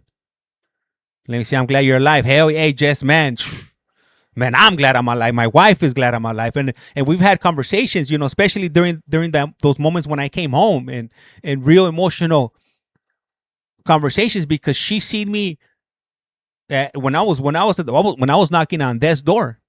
When I was there, imagine when she dropped me off at the hospital, I was good. I was fine. I was like this. And she came back and I had tubes all over the place. Imagine that. And then I could only imagine what she was thinking about. Like, damn, like if this fool doesn't make it, like do I have his email accounts? Can I get into his bank accounts? Like I could just imagine all of, like, am I gonna have to raise a daughter by myself? Like how the hell am I gonna explain this to his family? Because I didn't even tell my family that I was going in for a procedure because it was so routine. Let me see. Healthcare isn't the same. You're lucky to be here. Yeah, no, I am. I'm definitely 110%. I'm like I said, there was people that were going through there and they didn't make it out.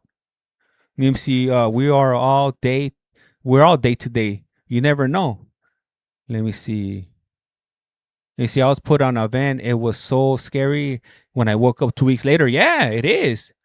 I remember on one of those times I woke up and I'm removing the ventilator. I'm tearing it out, and I could feel I'm pulling it out. And the nurse came to me. She was like, "Hey," she was like, "if you want to die, take it out." And I stopped. Like, oh, I stopped. I was like, oh, she's not playing. And that stopped me cold in my tracks. Like, I stopped pulling it out. But when I was doing that, I was under the influence of all the medications, the sedations that they put me under. Like, I've never experienced that type of trip that I had. The only thing I could, and I've never done it, and it would be like LSD.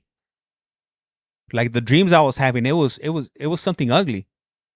Ugly. Life is like a candle. Once it's out, it's lights out. You said it, Chad. Let me see. We couldn't find you. No one knew what happened to you for quite a while. Yeah, that's right, Hector. Yeah, nobody knew. No, like, you know what? I think the day before I went on that I had the procedure, I let everybody know that whoever was on at that time, I let them know that I was having a procedure, and I couldn't turn off the stream. I'm in the hospital. I think I didn't turn the stream off maybe till like a week or two later after. And while I was in and I'm not sure how many of you remember this. I know Nicole for sure was on it, but when I was in the hospital, the one thing that I did do that I don't know how the hell I don't know how I had the mind to do it or the energy to do it, was I ran Silas's and bank hearing, which was, I think it was, oh man, I don't know, it was like the 27th of December or the 24th. I don't remember the exact date. But I ran the in bank hearing. Mind you, the screen's messed up, so I'm not sure how many of you guys were on there that saw his in bank hearing. That's why the bank hearing was all messed up. That's why the screen wasn't. That's why half of the picture was cut off, because I couldn't adjust it. I think the night before the hearing, I told my wife, I was like, "Hey, turn on the computer.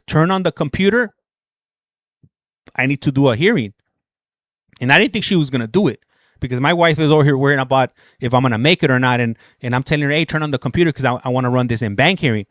So that morning before it started, I'm trying to, like, I'm on my mobile phone trying to remote into my computer to set up the hearing. And I'm not sure how many of you guys ever remoted in from your phone to your computer when you have multiple screens. It's not easy.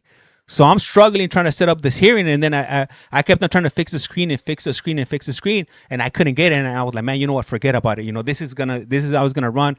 I can control it, and I guess there'll be a story behind that when if anybody ever asks me why do other bank hearings look good and this one is lopsided. Let me see. You should sue them for we're in the middle of that trying to see if I could get some action on that, because they definitely messed up on that. On everything that I went through. Everybody thought you were in the crowd. Let me see. Yeah, and I lost a lot of weight. I think I ended up losing, I don't know, like 30 or 40 pounds. I lost a lot of weight like during that time because I wasn't eating. They had me on this thing called TPNs. It's like this white bag that provides nourishment for your body. And I was on that for weeks. I wasn't eating. I couldn't eat anything. All I had was the TPNs. They had me on Dilaudid and the Oxy-10s. That's the only thing that I had to look forward to. I didn't have any food. And then when I could eat food, I wasn't even hungry. I didn't even want it. Like the antibiotic that had me on it just made everything taste really nasty, if you will. Man, anyhow, hey man, I appreciate you guys listening to me. For those of you that jump on from on daily on my streams, I appreciate you guys. Hearing me out on this experience that I went through. My commentary on these board hearings or the court hearings or whatnot. Whenever I haven't done them in a long time, but the phone calls from prison. I haven't done them in a long time. It's just because my time's so limited right now. Let me see. That's why I always come in and say, I hope you're still eating and glad to see you. Yeah. James, Google radical acceptance on white tea by Marshall. Okay. Let me take a picture of that, because if not, then I'll probably or you know what, let me Google it right now. Hold up. Let me get one of these screens over here too. Because if not, off my I'll be forgetting about it. Let me see. Radical. Acceptance, Marshall.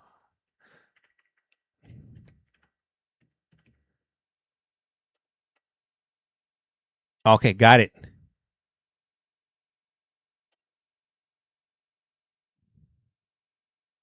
Thank you for that. I'll bookmark it. Here we go. Hey, that's right, Taylor. God is good. He's the best thing that helped me through my tough times. Thank you, Jenna. Thank you. Appreciate you sharing that with me. All right, guys. Well, I'm gonna go ahead and get it going about my day and take care of some stuff. But I do appreciate you guys, and for those of you guys that haven't done so, and we're following Silas's progress and his journey. He recently opened up a new TikTok account under the name From My Ashes 77. If you guys want to wish to continue following up with him and keeping up with his journey, go ahead and check him out there on TikTok and on YT, if you will. Hey, Taylor, you have a good day too. Appreciate you. Hey, for those of you that don't know who I am, I'm Collect Call James. You guys are watching You Have a Collect Call From. Hey, thank you, Chad. And like I say around here, life's like a candle. Once you blow it out, it's lights out. And with that, we're out. Hey, Raven, thank you. Hi, thank you guys. Highly appreciate you guys. You guys have a good one, all right? A rato.